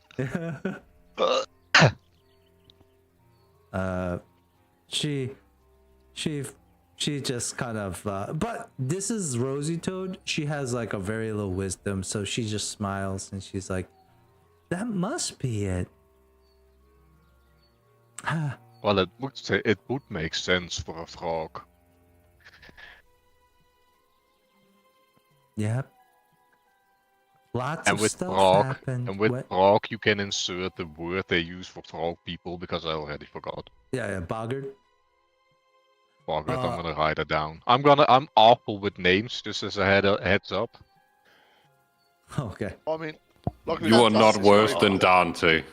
I'm much And- worse and- than Dante. and luckily- I doubt it. It's gonna be Yeah. difficult, mate. If you Well- look at the journal and you go to under NPCs in Bogsbridge, they're all there. They all there. So if you ever Oh, forget, nice. Universally, everyone goes like not worse than I Dante. can stop writing things down then. I mean, you can stop writing down their names if you want. But, Well, that's the only thing I write down usually, because that's the only thing I forget. okay. Yeah, but Rosie Toad, you know, she looks at you and says, I know, Ren, that you like your peace and quiet. And you hate it when the recruitment center is overcrowded. Oh, just give it to me straight. You know how, Rosie Toad, I'm a boggart? Well, there's about 17 other boggarts staying with us. Temporarily. Just for a little bit. And you can see as she gets nervous, she starts to perspire a little bit. Meanwhile, Ren is like his arms crossed over each other, and he's like tapping his like plate mail, like, where's this going? Come on, just tell me what's up. She said it. She was like, there's 17 other boggarts staying with us. Like kind of fiddles her hand as she opens the door to the recruitment center, and sure enough, there is a shitload of other boggarts, all like making this place like a gypsy home. Okay, you want me to throw them out, or No, Rosie knows them. They're from my village. Some nice people are going to come back and take them back to their village. They had a lot of money with them. Okay. Rosie can hook you up. Yeah, what do you want me to do? Well, Rosie's got to connect, and so you just gotta. She'll vouch for you. You know, they pay good money. Yeah, sounds good to me. You know, so.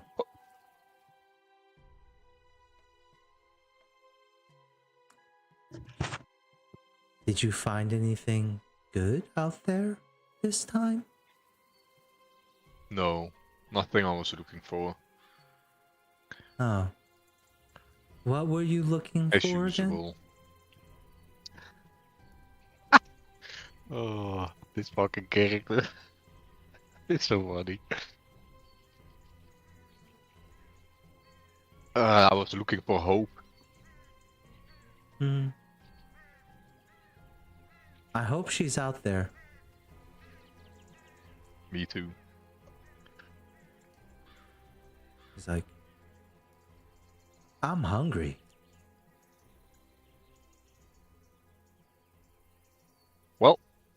maybe go eat then. Oh, that's a good idea. Thanks. Oh, bro, this fucking low wisdom character. Oh, it's so funny. And she just like kind of stands there. She just stands there. She like just looks at you. Even though she said that. Yeah. Ren just walks off and thinks it's done. Or assuming it's done. You walk into Three Finger Taggart. He like raises his hands at you. He's an orc with like crocodile like skin. He wears like this vest with like a bunch of puckered holes on it, and some of them are like these like thick slug like tendrils that come out. And I thought they were leeches. they are pretty much, but it's on there. It's like the bottom half of a leech, and Yeah. it's like molded into the vest, and he sucks like some sort of liquid comes out of them, and he sucks on him. He's also missing 2 fingers on one hand, and he's like, Ren, welcome back, man. Welcome back. Did you find any Gnosis when you're out there? Lose anybody on your guide? On your trip? What did you say? Did I find any what? Nullcysts. It's just like that's what they're trying to look for here. It's like gold, pretty much, but it's like they're like people here because there's like this resource that they found here called nullcysts. It's crystals that like dispel magic. It's like dispel magic. It's the stuff in the purple containers. No, that's just purple dye. Another thing that they make here. Okay. Is this why the red trading companies here? Yeah, the nullcysts. Okay. No, nothing as usual. But I dropped them off where I wanted to be, so job's done. Yeah. Look, man. The job with the boggarts, with the barrels. We can't. Actually, no. We shouldn't have Ren be part of that. It would be fucked up though. But everyone but Druk would know what's happening. What are you talking about? Yeah, I know. What the fuck? These random jobs. What the fuck? Yeah. These other 20 things you're a part of. Yeah, we can't do that because then that would make you a bad guy. He looks at you and says like, yeah, remember that gnome that would come around once or twice? The one with the ugly look, you mean? Yeah. What is his name? Flickerwick? You know, yeah. He it turns out he was fucked up, man. It was fucked up. What did he do? Well, look, I gotta come clean with you, Ren. Those barrels that my crew, I would send out people to get. They were boggarts in there, man. I didn't tell anyone else in this village, but I had a side deal with Flickerwick.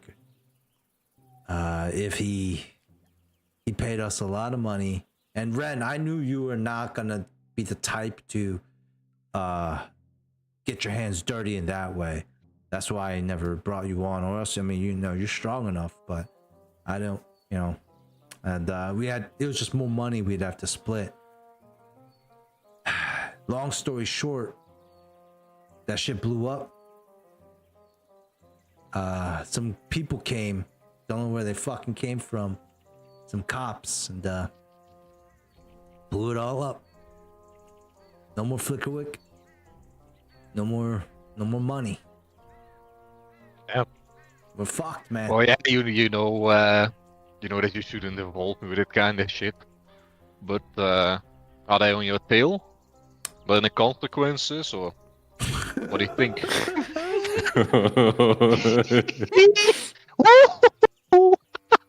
Ooh. He looks at you. It's like, actually, I think they're gonna come back with a bounty. Cause like, yeah, as soon as I heard about it, man, I was like, fuck this Flickerwick guy. I mean, I'm not trying to get caught with up no cops. So I was like, look, whatever you guys need, I will assist with. So I grappled Flickerwick. I punched him. I took him down. And then, you know, I turned him in. So they're going to come and get us a bounty. I'm going to give you a little bit of piece of that because, you know, you've helped the village out a lot here over the years. And I'm sorry that I brought trouble like that. So I'm going to give everyone a piece of it, including you. Sounds to me that you got a double paycheck right there. Firstly delivering the barrels and then turning the bastard in for a bounty yourself. What can you say, man? What can you say? I know how to make it. You gotta make $1. You gotta hustle. You gotta hustle. Yeah. Man's gotta make a living. You know what I mean, Rand. You're one of the best here. Like, you know, he punches. Like, everyone thinks here that you are like, they see your 27 strength and think you have 27 everything. You know what I mean? Like I mean, I got 27 inches, that's for sure. Yeah. I'm kidding. Okay, go on. My character didn't say that. That seems very inconvenient. I'm not gonna That lie. seems fucking terrible, to be honest. All right, so What do you mean? Shit's longer than your leg, dude. yeah, Mhm. the amount of blood. I mean, You gotta wear that It's shit like a giant. fucking belt. You gotta You wrap it around yourself, you man. would pass out, and the only thing you'd be good for is like freak shit that no one. Hey, compared to a sperm whale, it's kind of modest. Like, I wouldn't be surprised if they got you having sex with whales, dude. Anyways, all right. There ain't no human person gonna be okay with it. So the Taggart looks at you. He's like, "Yeah, man. So yeah, you're gonna get a piece of it. I'm sorry that I, you know, blew up in our faces, man. Better be a clean piece, though. I don't want no blood money. I mean, Flickerwick was a bad guy, so Yeah, that's his money. That's his money. It's his bounty. I'm saying I'm gonna give you a piece of the bounty that we collect on him.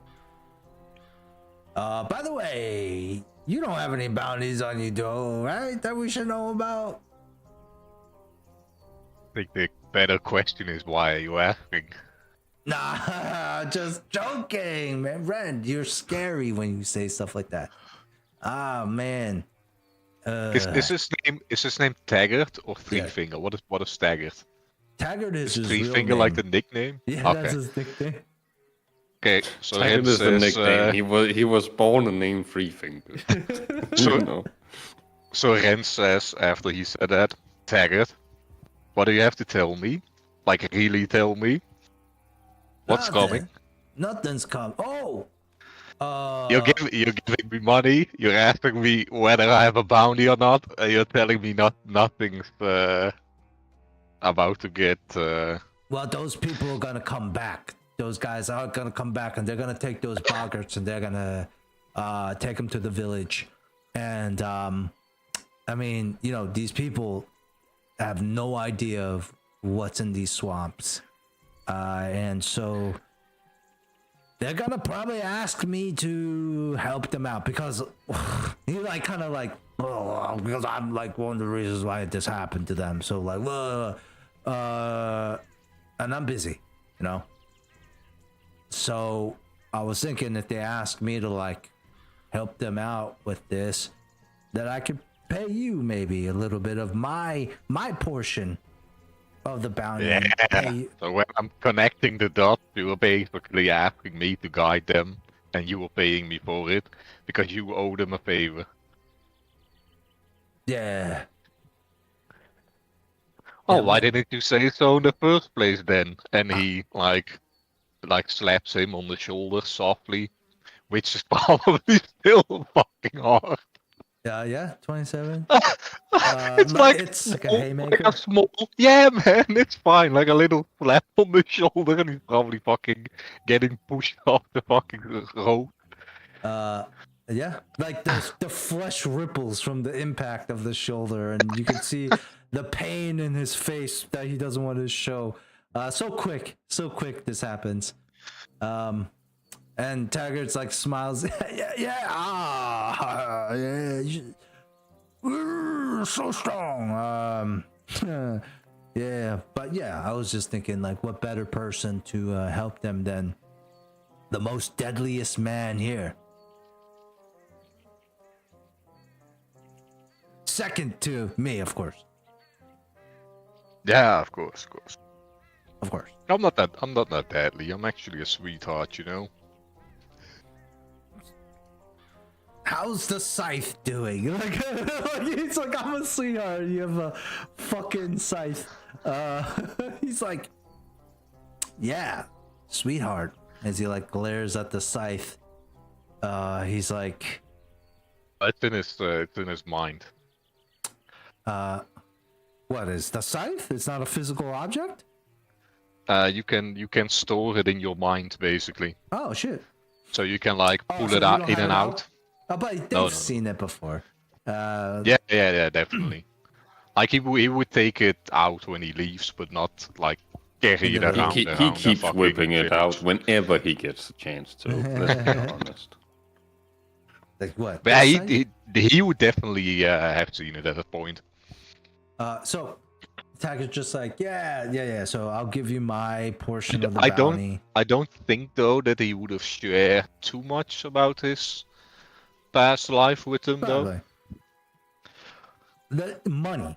You guys' main connection is money. Like, this is what you guys talk about, business. Yeah, exactly. Not So feelings. yeah, he's giving you like, he's like, yeah, let me give you my portion, because I know they're gonna fucking come back and ask me to like help them out because again, this is somehow like somewhat my fault.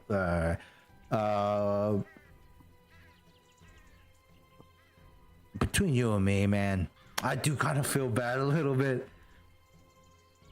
about the Boggarts. There was a lot of barrels, man. How many? There was a lot of barrels, man. How many? Guess. Did he say guess or There guess? is no He way said he guess. kept count on that shit. Guess. He's turning a fucking math murder in a guessing game. Yeah, guess how many? I don't know, 20? No, much more, way more. So many more. What have you done? Did you some kind of genocide? What have you done, dude? Wait, what? Taggart's like, hey, it was all about the money. And, like, Boggarts, Dang it. How many? like 200 Dagger? maybe 200-ish. How many per barrel? About 200 barrels, man. Oh no.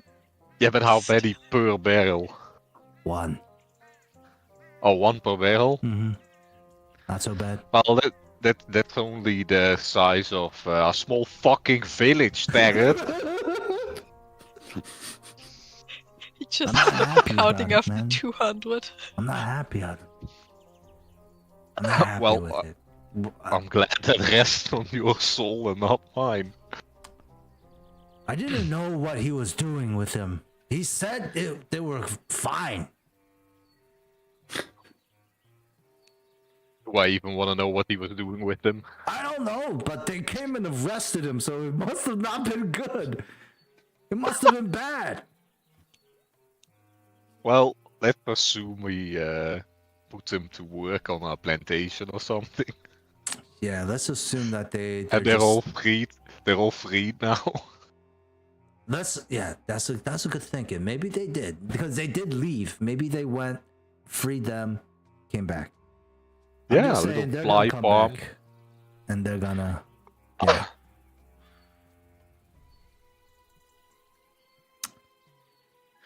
Want a drink?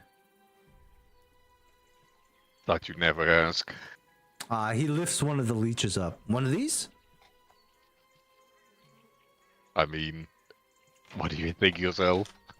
No, I don't think you want this. He drinks I don't think so either. There's like this relationship, Ren. Like he's the leader, but he knows like if you wanted to take leadership from him, it like you could. So he still treats you like somebody who he defers to you often. And you guys head to the inn, grab a drink. The mayor, looks at you, Ren. She's like, "Oh, Ren, it's good to see you, lad." Yeah, good to be back. She puts a Had hand. a good drink for a while. She puts a hand on your hand. I remember my shrine to my sister, who was, I haven't heard from for a little bit. That was lost at sea. I heard news that she died. So I've been out of sorts. She kind of frowns. That's all. I want to say that. So if I am not fully at my best, I'm sorry. But I've come to see you as somebody who is a big part of, this village. You one time, remember that thing came and you killed it for us, whatever it was. Fill in the blanks. Remember the thing, whether you did the thing and the thing disappeared? That was the first time we all saw your scythe, and that was pretty. Wow, that was pretty badass. But it was not the last time they saw the sign.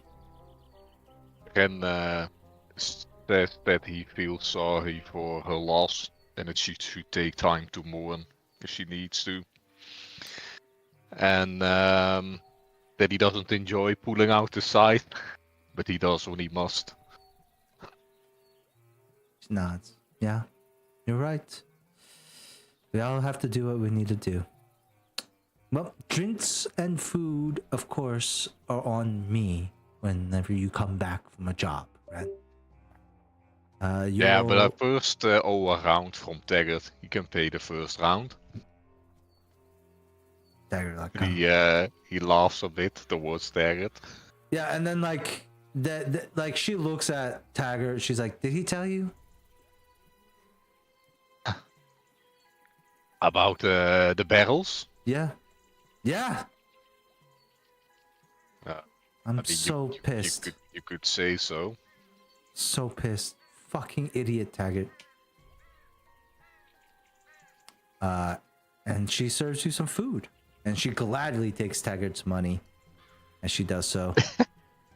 And you know what Taggart's gonna do? Taggart's like, fuck. He's a wealthy man. He can pay some food. She arranges like you're sleeping. This is like a bay style, so there's like one large room with a bunch of beds. Where would Ren sleep? I think it's kind of funny though, because we're like talking about free accommodation and that kind of shit. Meanwhile, a fucking level 9 character with literally like 1,000 gold in his pocket. Yeah. I mean, unless you can build your own house, though, it's not that gold doesn't really do too much. Yeah, but I mean, renting a room would cost like nothing to him here, probably. That's what I mean. Yeah. But still, free is free. I like free. Free's better. So, what were you asking? Where would Ren stay? Ren sleep? Does he rent a home? He could definitely rent his own private quarters. He could have built his own private quarters in the amount of years that you were at. I mean, Ren was there. I mean, I don't know what you're crafting. He would take free living, like a small room. Okay. He's a modest man. He does some work for these people here for free, basically, and he just takes a small room, some food and some drink. Yeah. So you are always taken care of. There's like a little there's a little section off of the mayor's own house where Ren, you sleep there, and like the inn is like your home here, in Bogsbridge. And when you lay at night, you know, you hear the sounds of the swamp, and like nearby in the distance. How is Ren's perception? That's a very good question. What's the modifier you usually have? You usually have. I never used it. Where the fuck do I find perception on these sheets? It's a right skill. below linguistics. Oh, it's Oh, a skill. It's not. It's 13. Wow, that's pretty high. All right. It's under P. Roll be a Yeah, perception yeah. check. I'm perceptive. You can say. Perception. So you can just click on it and then it will roll it. Yeah, yeah. 25. All right, not bad. If you're gonna tell me I can hear them having sex or some shit, I'm gonna.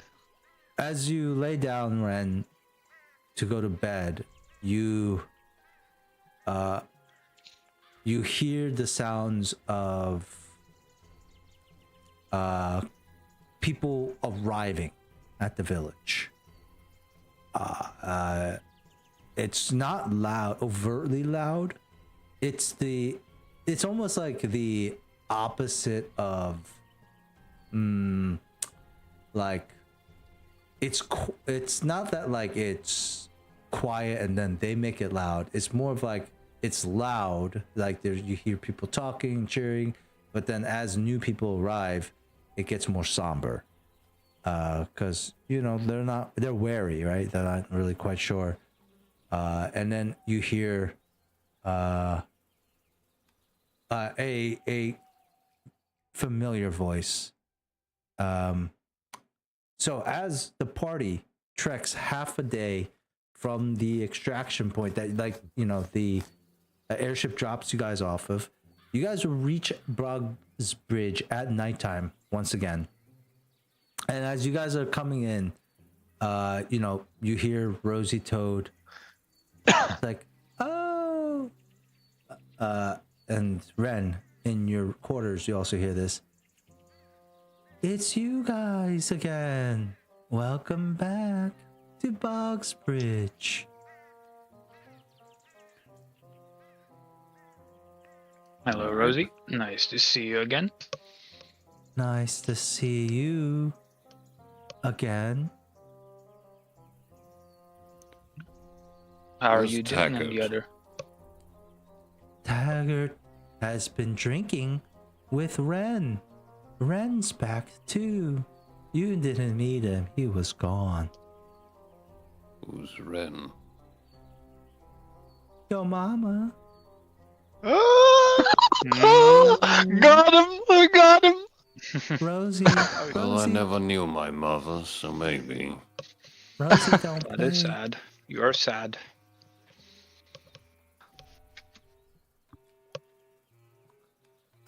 Ren is he's an adventurer here. He's super strong. He'll kill anything for you.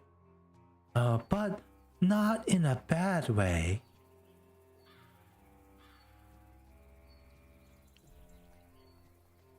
Oh, a mercenary? She looks at you. A mercenary. Fucking Yes. hell. This fucking Yes. character. Right. But Taggart's drinking, so I assume he's at the inn. She smiles. Yeah. Right. I'll be back in a bit. And I leave. Head for the inn. I mean, let's all go to the inn. We need to rest there tonight. We're not gonna leave this late. Oh, is Muna's hut gone? Yeah, Muna's hut's. It don't last 24 Ah, hours. shit, Dude, yeah, you that's see just an been empty gone. Yeah, you see an empty spot like crumbled wood. Oh, the wood's gone too. So It somebody, disappears. somebody was living in there and just fell. Like 24 hours later, like A bunch of people just like took up shop there and then just fell into the swamp. You guys go into the I left the my tavern. baby in there. And you see Mayor Tendry Bowles, and you see Taggart. Rosie's not allowed into the inn, so she's outside. Why? I can see why. And Yeah, no, Why? She just no stands one is outside. complaining.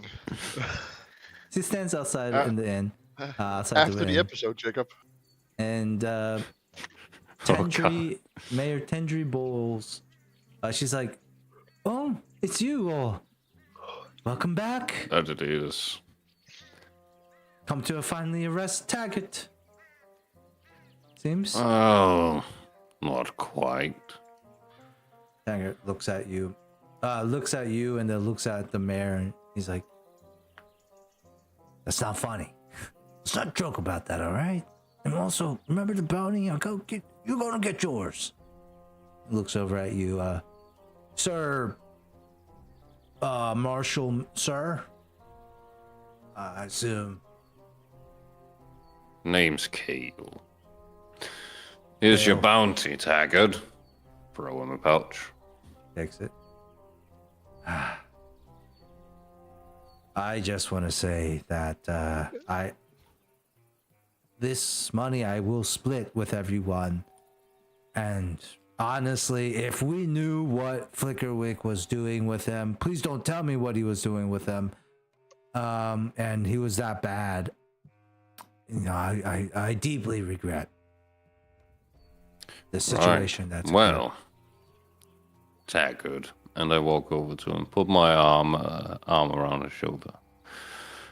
If you really mean that you feel sorry for him, Oh, I do. then perhaps you'd like to do them a favor to repent. I You told us repent. about a route you had with checkpoints to their village, and we could really use a guide to get there. Ah, shit. I'd love to help. 315 boggards. 315? 315. About Yeah. half as much as he told me. Yeah. Yeah, it was a lot. It was, I was like, As if 200 wasn't bad enough. I know, that's why when you said 20, I was like, yeah, that's a lot, but not nearly. Yeah, but then he said 200, but it's fucking 315. Like, that's still like more than 50% more than what he told me. It was very funny. I was like, everyone roll a 1d100 and imagine us probably getting around 150. It was like, yeah, and all of us rolled great. I didn't. Yeah, all of you rolled great. Yeah, definitely. Why do you think this guy's such a high level?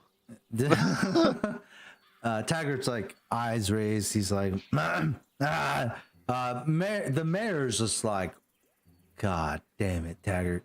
And Taggart's looking at you, Kale. He's starting to sweat through his crocodile skin. It's like, look, I'm gonna make it up for you. I'll make it up. All right, I know somebody. You take me, you're going to take me away from the responsibilities that I have here. Who's going to distribute the money? Who's going to make sure things operate smoothly still here? That's why I already found somebody who could take my place as the guide. And all the money that I would get from my cut of this bounty, I'm giving it to him. So maybe I can introduce you to Ren. Can you say? I heard that name before. Is he one of the men you took with you to the village? No. Ren, I can't, because Ren would not, he would have stopped us. And he leans in, and if Ren wants something to stop, it stops. So you're telling me he doesn't know the route that you took? He knows the swamp, like, very well. Better than I can. I could just give you Can the he map. get us to the Boggart's village? Yes, he can. Better than me. And look, the steamboat still works. That's gonna take you. I don't know how many of the boggarts. I guess if you squeeze them on there, there might be enough room. They were Otherwise, supposed to be on there in barrels, so there should be enough room. yeah. I mean, well, no, it's just Flickerwick's a small little gnome, by the way, and not 6 fully grown people plus the barrels. But yeah, it probably can hold all of you, ish.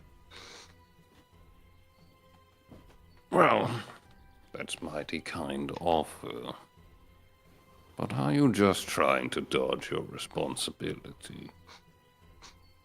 I have responsibilities here that only I can fulfill.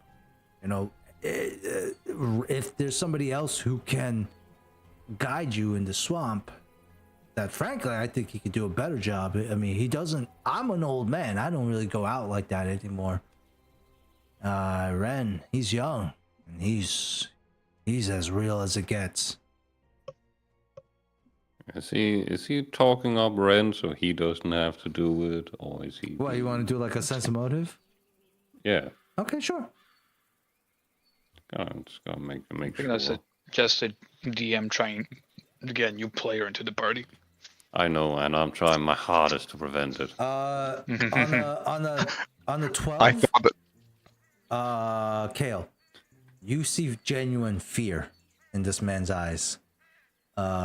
What he's saying is that this man is so fucking strong. And like he has seen Ren like do some incredible stuff. And he's like looking at you and you can see like he's talking about not like a hitman, like a stone cold killer, but he's talking about like a man who's like been trained in like 4 or 5 different combat, you know, like techniques and stuff like that. Like he is a highly competent person in terms of what Taggart is like sees as valuable, which is strength. Well, if you speak so highly of this Ren, I suppose we'll meet him at the very least. Great. This works out for it's a win-win-win-win situation. Except for the ones who are dead. I look Let's to the not- mayor. Oh, about those good. guys. Well said, Dante. I look to the mayor. Make sure he distributes the gold properly, right? She like nods. Taggart might be a fucking bastard, man, but he is someone that you can trust that will honor his word. Well, if he doesn't, we'll be back here on the way back. So, Trust you me, tell us then. If he doesn't, he'll meet the end of my blade.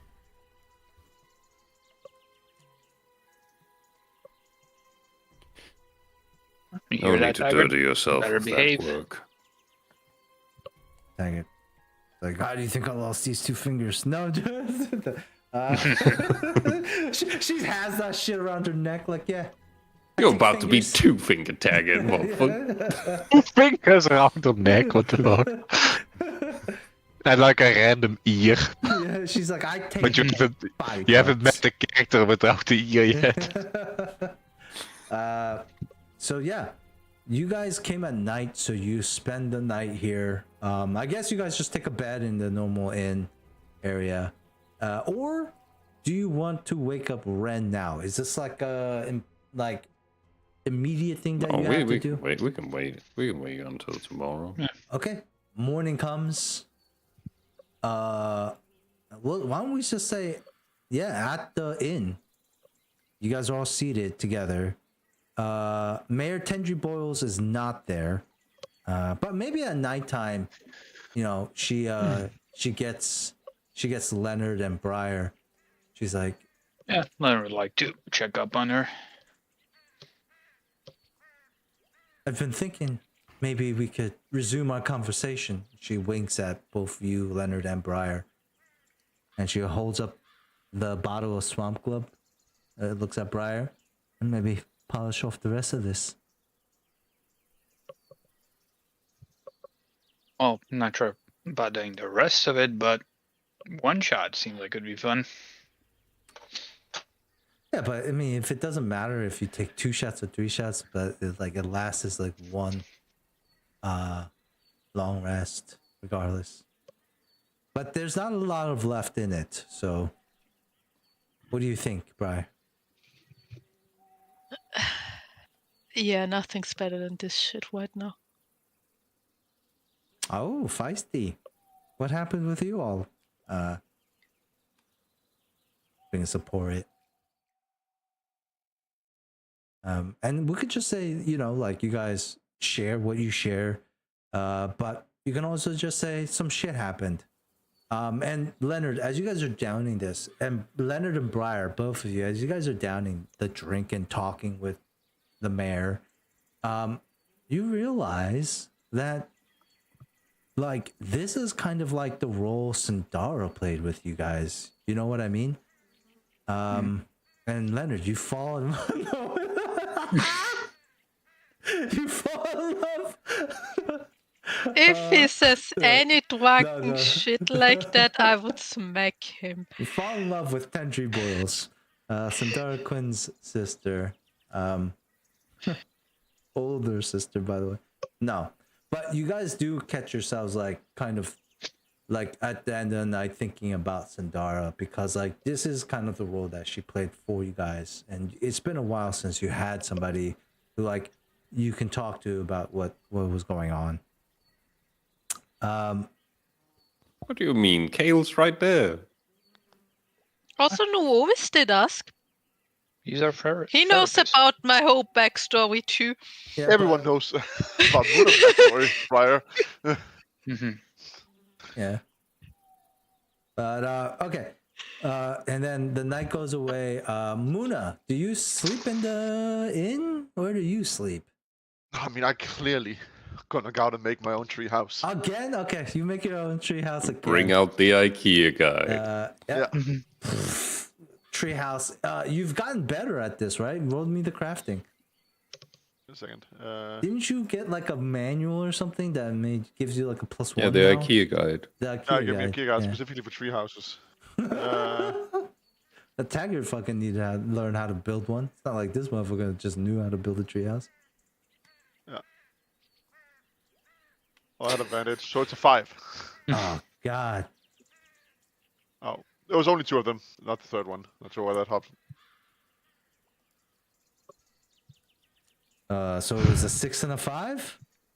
Yeah, after the first, I'm making a new one after that one turns out so shit. It is dark. It is dark. It is dark. I have dark vision. He just stole some random wood that was lying around, and it was the worst wood. It was like Oh, moldy I'm and naked. stuff. Your eyes are closed, Yeah. so it's still dark. Yeah, it's dark vision, but dark vision ain't the same as light vision, you know. And what's the feat? What's your feat of dark vision? 90. 90. I have, That's like, a long. That is long. But I know imagine- it's. what's your limit in light, in sunlight? I right, mean, like, infinite, like infinite. like vision, like. Yeah, vision. So that's why, you know, it's still dark, but it's still like you can still see, but it's not as clear. And you make your tree house. You know, if you want, you could just take Taggart's treehouse if you want. I mean, that's up to you. I'm not gonna invade his treehouse. Why not? Taggart comes home, Muna lying on the bed. Yeah. This is another Yowie. Muna Taggart X. Moon X Taggart. All right. So yeah, you make like a little shack that you sleep in for the night, and you probably just tear it down in the morning. Muna. No, I leave it up, man. If you want to get into that death trap, that's up to them. And you guys wake up to the morning sound of Rosie Toad going cock-a-doodle-doo as she crows into the morning. You guys all get out of bed and meet Ren in the morning to discuss next plans. Mayor Tendry Bowles is not there, would you guys bring Taggart to this meeting? No. No? Oh, well, actually, he's Probably, gone. He's yeah. probably gonna introduce us, but Okay, yeah. He's probably also gonna need to explain the checkpoints to Ren on Yep. the way. You know? So, Three Finger Taggart gathers you all at the inn. It's like, I hope you all slept well tonight or last night. Everyone, meet Ren. And, Taggart in the morning collected you, Ren, and brought you into the inn. And why don't we all... What does all your characters look like? What does Ren look like? What setting are we in? We're in the inn, right? You're at the inn. Pathfinder. The Shackles. Yeah. Boxbridge. No. Fucking hell. We're in the inn. Who wants to go first? Should we have Drake go first since he's new? Yeah, I'll Yeah. go first. Yeah. That's fine. Drake, who walks through the doors? So Ren walks through the door of the inn, and you see. Tall is relative. I think is 6 feet tall. Meh. Yeah. Not Yeah, short. It's not short. I'll tell you that. Yeah, it's a semi-tall man walking in with. He's wearing battered plate armor. average height. It's like No, It's like, average is less than that. streaked with a bit of mud and old scratches. Like it looks fairly used.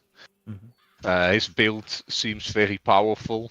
He has a lot of muscle, definitely. It's almost intimidating, actually.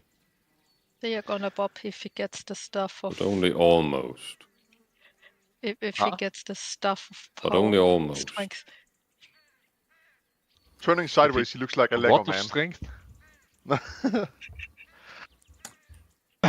What is your intimidate though? Like it wouldn't be high because that's charisma based, right?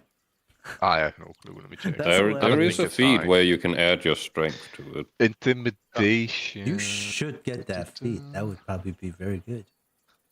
That'd be funny. My intimidation is -2. But he Uh, does look it- very it is sweet in the -2. face, you know? He looks like a really, I'm gonna recommend you 2 feats.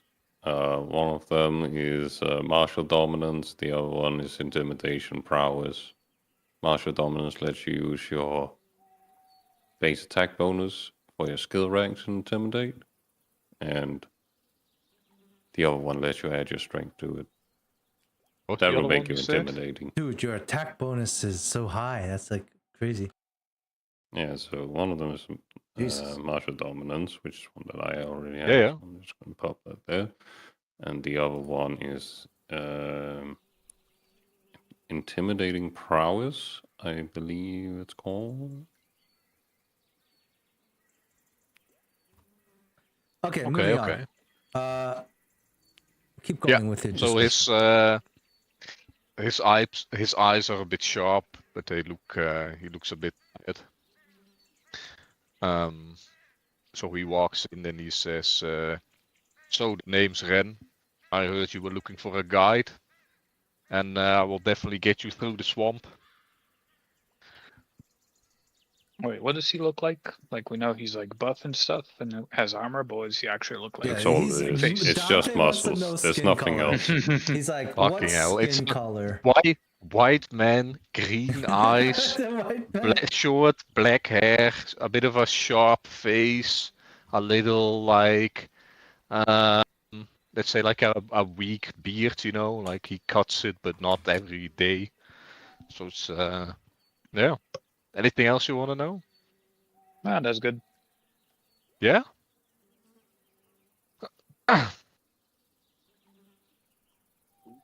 Okay. Alright, Well, I Ren guess I comes will. in. What you see? Leonard steps up, like to shake his hand. Okay. Says, "Nice to meet you, Ren. I'm Leonard." He And, takes his hand and he like takes his hand, if you know what I mean. Yeah. Like you're getting a good firm hand kick. Huh? But Leonard's go on. gonna reciprocate. Like if Ren squeezes, Leonard's gonna squeeze. He's not getting out First squeezed. check. First check. First check. Let's get some shrimp checks. PvP. Do I still have the bonus? Yeah, you do. Morale bonus? Yeah, Leonard's having some good Wasn't stuff. that yesterday? Yeah, I'm gonna let them roll over until something happens. But So straight up No. strength or? Yeah. You can also use Ah, metaphorical God strength. damn it. What did you roll? A 7. A 7. You have a. I'm You rolled a mad 3 free. plus 4. Yeah. Roll a strength check there. I roll a strength check. Yeah, you. I mean, it's a contested strength check. Both of you guys are squeezing each other's hands. I you, think. you specifically said you take his Yeah, hand. yeah, that's fine. That's fine. That's fine. That's fine. I was just thinking if I roll a 1, it's You still take higher. his hand clean off. Fucking rip that shit off. Jesus, dude, that's a 23 there. Yeah, that's now your hand. That's now your hand. Roll for Put damage. a little necklace around my. No. I mean, he's not purposely crushing his hand and taking it off, but it's a good anchored handshake, you know. Mm-hmm. He will feel some pain probably. as a dominance. Assertive dominance. Briar loves it probably. Briar's like, Oh, it's hell one- yeah. it's one of those Briar's It's one of those smiling. handshakes where he like turns the other hand and keeps his on top. Oh no, he won't let That him back guy- out of it. Mm. Does Leonard like reveal the pain? Does he grimace at all? No, I he mean- tries to keep like a very neutral face, like with a slight smile. That's a bluff check. That is a bluff check, and your DC would be 16 because that is the difference in the scores. Alright. No, I would say wait for that, freak. That shit will come at a time. It's time. Wait, do I do the bluff check or no? Yeah, do the bluff check. It's I mean, the difference between 23 and 7 is 16. Take that as the DC. All right. Oh, fuck. Close. Oh, fuck. Do I you think- want I think a with +2 luck bonus? no, For not this? No, I have save that.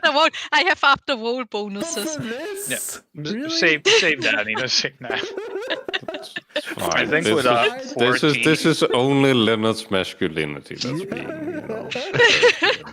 I think with I a think it could be 14 fair. because It's so close nothing to a important. 16, like he's smiling, but like his face is like kind of like twitching. He's trying to keep the smile, but like the mask is cracking a bit. Yeah.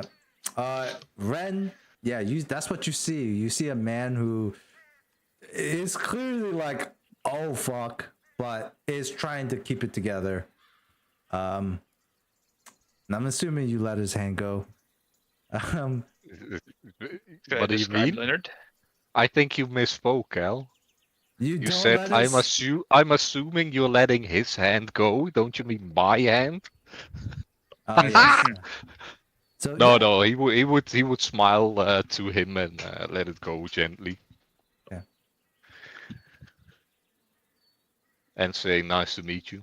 But I think Dante was talking before I squeezed his hand, I guess. Like describing Leonard, he's like a white guy. He's like 6'1", so maybe I think that's a bit Oh my taller, god, he's right? taller. Yeah. White male.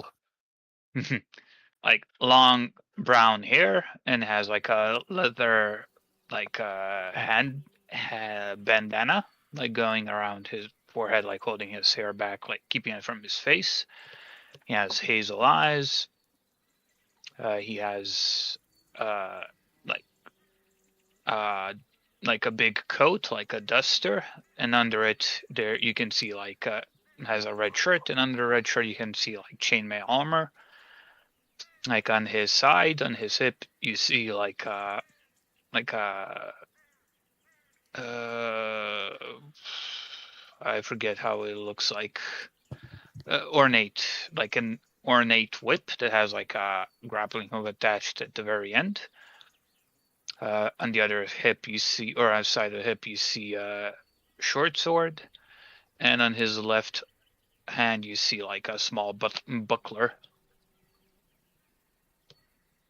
Seem like a bit of a gentleman to me, like a duelist or something. How do I perceive him? No, like more raggedy, more rugged. It's like has kind of like the beard you described, kind of like that, like hasn't shaved in a Okay, bit, okay. but he like keeps it short, Actually, but just not very looks tight, just like you, except for the gear and the muscles. and the long Really. hair. But yeah, so not like like this fancy duelist kind of person, or yeah. No, it doesn't give you like a duelist vibe. Yeah, sounds good. More like slave trader vibe. Yeah. A pimp. Well, he does use a whip. Yeah. Okay, I'll stand up and I give a nod to you. Name's Muna. And what you see is also exactly 6 feet tall. Ha! He's a 6 pale foot gang. he's a fairly pale human, but not completely human. You see some outer world in him. He's a fetchling. He has black hair. Again. It's kind of human stock on the shadow plane, and then kind of returned after a while. Ah, okay. So you missed the sun, basically. Yeah, not a fan. He's a really white guy. I think I'm affecting IRL. No, okay. Yeah. Yeah, but I mean, he has black hair. I can't even recall what eyes it gave him. Dynasty green. I don't know. Probably He's black. Don't you have it on your character sheet? Yeah, it's blank. It's the black Well, eyes. then he Fuck it. doesn't have eyes. It's Eyes. not- Blind, yeah. He's blind. Ah. I have So black that means eyes. he doesn't have dark vision. I see only dark vision. He's fairly fit. He looks handsome and charismatic. He has but also pretty well built all around. He seems to be light on his feet, and his clothing is he has a kind of a wizard rope Oh, and okay. a bag on his side, and he doesn't seem to have much more exterior. Oh, he's wearing a big ass stupid hat. A helmet. Yeah, helmet. No, that shit's not stupid, man. Kind of straight. Well, it looks Awesome. stupid. There's a lot of different interpretations of how the Helm of Telepathy looks like. But what did we decide on? Wait, is it the Galactus looking shit? Wait, what? With the thing that sticks out and shit? No. I thought it was a Magneto helm. Oh, Yeah, it's it's the Magneto helmet, yeah. Okay, so it's not. Well, I guess it is. Depends on what you. It is kind of extra. It is- okay. All right, it's a stupid helmet he's wearing. Underneath, he has black hair, fairly short, well trimmed. Yeah, that's about it. Name's Muna. Tattoos, red tattoos as well. Yeah, black tattoos of veins and thorns. Okay.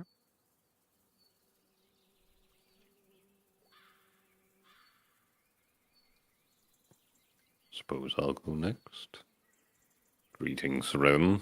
I am Kale, once known as Malseth, sworn as the consequence to the Order of Regathiel, and I have taken a temporary leave as Marshal of the Pacticius. You see a red tiefling with big black horns. He stands at 5'9" high. It's a bit hard to gauge how strong he is because he's covered in armor, but he looks like he has a strong build regardless. His tail is split in two at the end. He's got these fire golden eyes, bald on the top, has a little goatee going on. Looks like a mean motherfucker. Doesn't look happy most of the time. I don't think My he's looked kinda happy man. yet, actually. Doesn't know how to smile. Yeah. Oh, he knows how to do it, but you wouldn't Never known like it friendship. if you I doubt he knows it. did. As I said, he wears like full plate armor that is adorned with red all over it, as well as symbols of Ragafiel, the General of Vengeance. He carries with him a Nodachi, which is like a two-handed katana, as well as an Nodachi. Earthbreaker, As well as what? which is as well as an Earthbreaker, which is a big-ass hammer with big-ass spikes on the end of the head. Nice. A two-handed or one-handed hammer? Two-handed. Both of them two-handed. Nice. Yeah, that's the vibe you get from him. Question: Yeah, You say so, he's 5'9". Is that with him. or without the horns? That's without the horns. The horns make him look taller. If you knew, if he was 5'9" with the horns, It is then It'd be tiny. Like the Short horns man. add No wonder like he's so fucking add angry. like almost another foot. Like the angry ass short dude. Why do you think he's so angry? Yeah, because of Napoleon. short. Yeah, so Ren looks at Jacob and he says, "It's good to meet you. I've heard from... Wait, I need to look up the name again. I've heard from Terra that you were in need of a guide through the swamp." That's right. He tells me you're capable. Yeah, very much so. I've basically done nothing else the past 2 years than guiding parties through the swamp. So you could say I'm familiar with the layout. Well, that's Great, good. you're hired. By the way, there's a Are you- Briar. Briar, say hi. Introduce yourself. Sorry, I fell asleep. I'm so fucking sorry. That's what Briar says. No. Oh God. Where were we? Introduce You are yourself introducing to the yourself man, to Briar. Ren. Kel's like, God, I I've- kicked the wrong player.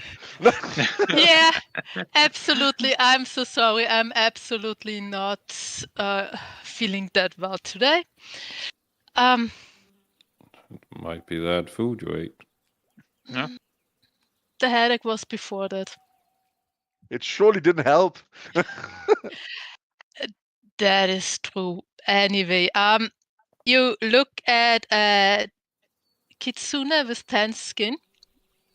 I guess I'm probably the shortest of the bunch. I cannot tell. My height is 1.68 meters. No, 86. 86. Yeah, no, you're also Oh. like 6 feet. Ah, then you're 6'1". Nah, that's Yeah. that's bigger. Nah, that's Is- 6'1", yeah. But isn't 2 meters 6'1"? Is that with no. or without No. ears? 2 2 meters. meters Or- You're 6? crazy. That's a giant. 2 meters, Yeah, like 7 I feet, thought- I think. Yeah. Is that? Yeah, Yeah, I think anyway, so. I have the height in centimeters and meters because I couldn't bother doing that in feet, so I'm just assuming. Just tell us how It's tall only you been- are. Just tell us how I tall only- you Yeah, are I in told that any already. system. Okay. 6 I only feet did one. it in feet I want because the other the six. DM is American. Or 680. I can And use the everyone metric system, it's followed. fine. Everyone followed except me because I was well, we I do it in didn't have feet Google because the game uses the imperial system. Yeah. Mhm. I do have another game where I have to do calculate the feet in meters all the time, and it's annoying. Tan skin, light colored hair. You also see 3 tails.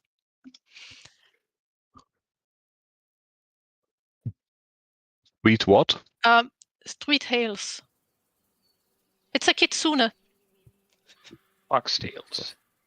Oh, And Yeah, fox yeah, yeah, yeah. ears too. Fox ears too. On one side you see on one side of the hips you see that there's a short sword hanging, and on the other side there's That was the last time you will ever hear of the short sword. I hope. I That's not- probably here. Unless we I meet some probably paralyzed don't have it enemies. anymore. Yeah. I started grappling people though. Briar is known Yeah, as the still headhunter. don't use it. I grappled one I person. do. I've been grappled No, once. I grappled. No, I he's grappled more grappled more. people. Yeah, Briar is known as the headhunter. Because for some reason the grappling works when, even though I'm not strong. Yeah. On the other side, you see a little box that looks like there's an instrument in there. Like it looks long and yeah, it just has a flute. I'm gonna assume there's a large finger in there. I What? mean, I had arms in my backpack once. But I mean, you can never be too sure. Yeah. That is true. I mean, it's not that far off. I carried zombie Did arms carry in my body parts backpack. around for snacks. Oh my god. At one point, yeah. that is Briar was that a is a very vampire. I wasn't a vampire. I was a zombie eating monster. Pure vet. But yeah, the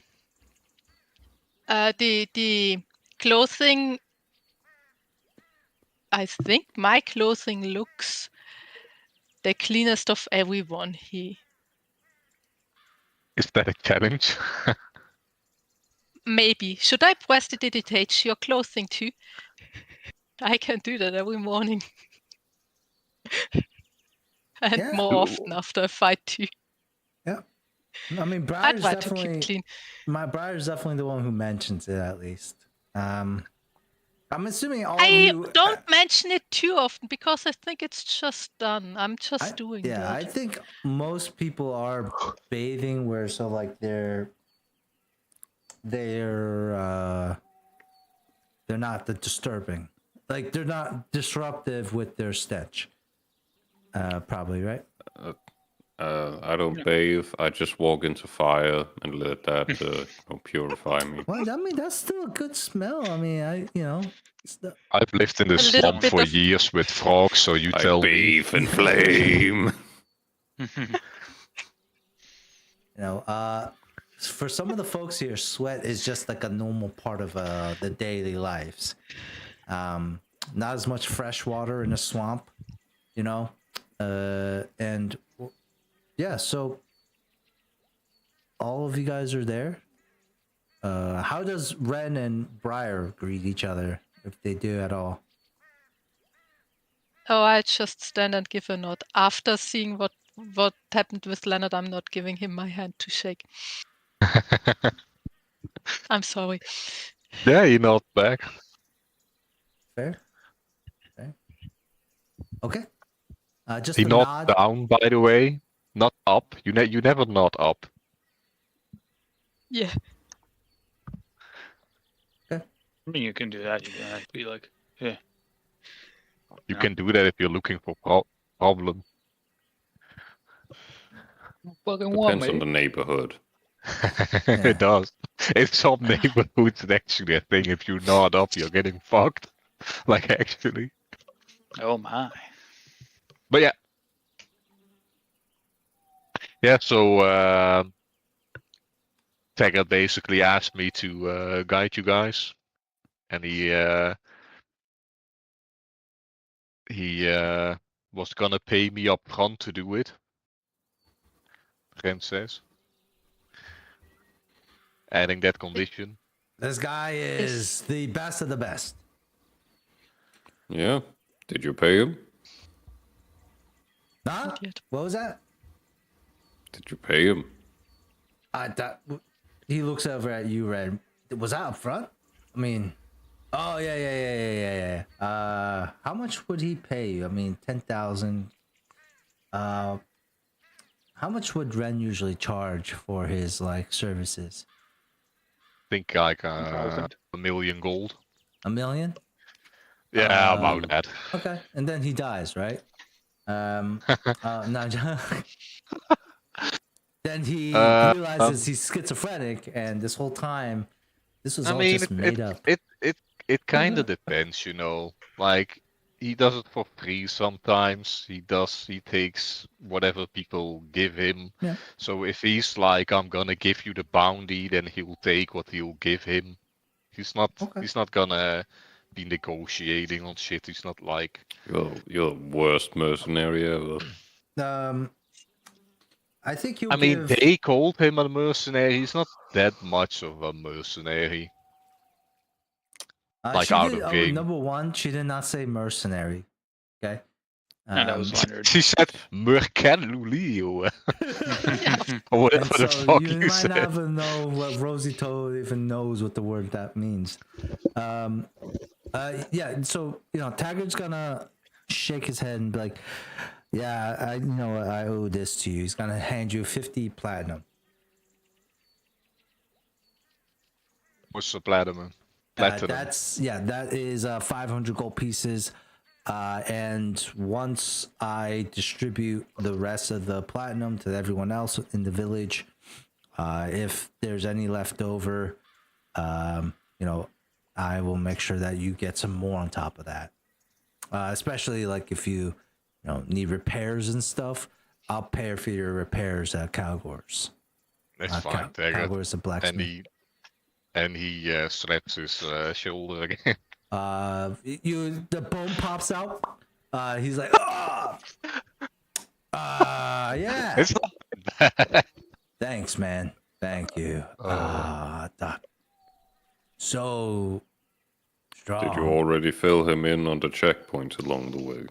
Yes, that's right. Taggart gets a map. So, Ren, you probably know that there are some areas here in the Carceral Swamplands that are of interest. The main first half of it, from Bogsbridge to the Glittering Lake, is just terrain, hazards. We got 3 checkpoints. From Glittering Lake, there's 2 villages, 2 boggart villages, small one, medium-sized one, and then there's the big one, which I think is the one that we need to get to. That's around checkpoint 6. Checkpoint 5 is where I sent a squad, and that's where stuff started to get really dangerous. There is and you know what, like, I'm just gonna say you guys like gather information, because like Taggart has done that for you guys. Okay, we'll just like, to make things quicker. Yeah. Ren wants to ask if they need to go to all of these points of interest. No, this is the route. This is the route. 1, 2, 3, 4, 5, 6 is, I think that's where you guys can go up to the big village. Wouldn't it be faster to take a ship than go around, go south to the coast? So roleplay wise, I think Ren would be like, at this point we should avoid. It's way too dangerous, and then like change the route a bit up so it ends up in the same spot. But weren't we told that the way to the Glittering Lake would be dangerous though with the boat? Well, what Dante's saying is that we go around, like we go out of Box but Bridge, like this. and then... Yeah, but this is also the way to the Glittering Lake, so I was assuming that the danger was talking about like the coast area. Yeah, you could definitely go this way. There's a theme saying like, you're gonna fucking fight a monster. The Kraken's gonna come. Yeah. You could definitely go this way. I mean, Like it could be just a map, but like this seems like it's not connected by water, so we would have to like leave the boat behind. Mm-hmm. Maybe it's just a smaller river that's not on the map. What Yeah. he's saying is that the checkpoints are all places where you can safely rest if you need to. Ah, And then yeah, just yeah. mark the next that's it. Like that's all that these checkpoints are. However way you guys want to get around this, it's all up to you. But they're Uh, like between the checkpoints, there's like I'm guessing like a day, right? No. If we look at the map, you guys, fuck. I had all this stuff up, but here it is. You guys can walk. So swamp is shit though. So you guys get It's mud, not shit. Yep, that's true. So what happens is when you guys walk through terrain, you guys can walk through what was it? I think 80 kilometers a day. All right, hold on. Damn it. Where did I? Depends on your speed. What's a kilometer? He's looking at the kilometer. No. I love that meme in app 1. Whenever there's an American in there. What the fuck is a kilometer? About 40 Great. kilometers a day is like a normal thing. However, we have to have that because walking through difficult terrain costs twice your movement speed. So that's going to be 16 miles because we have to go by the lowest person in your group, which is Leonard. So it's 16. Wouldn't it be all the toad people, or do they ignore like watery terrain? No, the why toad me? people can They walk. swim in the. Yeah, the toad people can walk much better in the swamp terrain than you guys can. My speed is 30. Why am I the slowest? Oh wait, don't you have heavy armor on? No, I have Oh. light armor. I was encumbered before, Well, but I'm the put some slowest. stuff in I have 20 bag of holding. speed. 20 full plate. So Yeah. you have to go by Yeah. 16. So it's 25 kilometers per day. I also have a speed of 20. 25 But if we kilometers. take the steamboat, our speed should be irrelevant. 25 kilometers is going to shorten to 13 to 6. Because there's no track. Now from checkpoint 1 to 2, we might be able to. So if you guys just like beeline it, 25 kilometers, it would take you about. If you guys go on like a fast pace,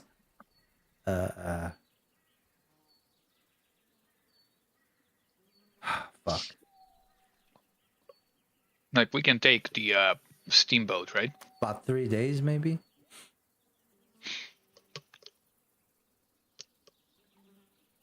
Yep, you definitely can.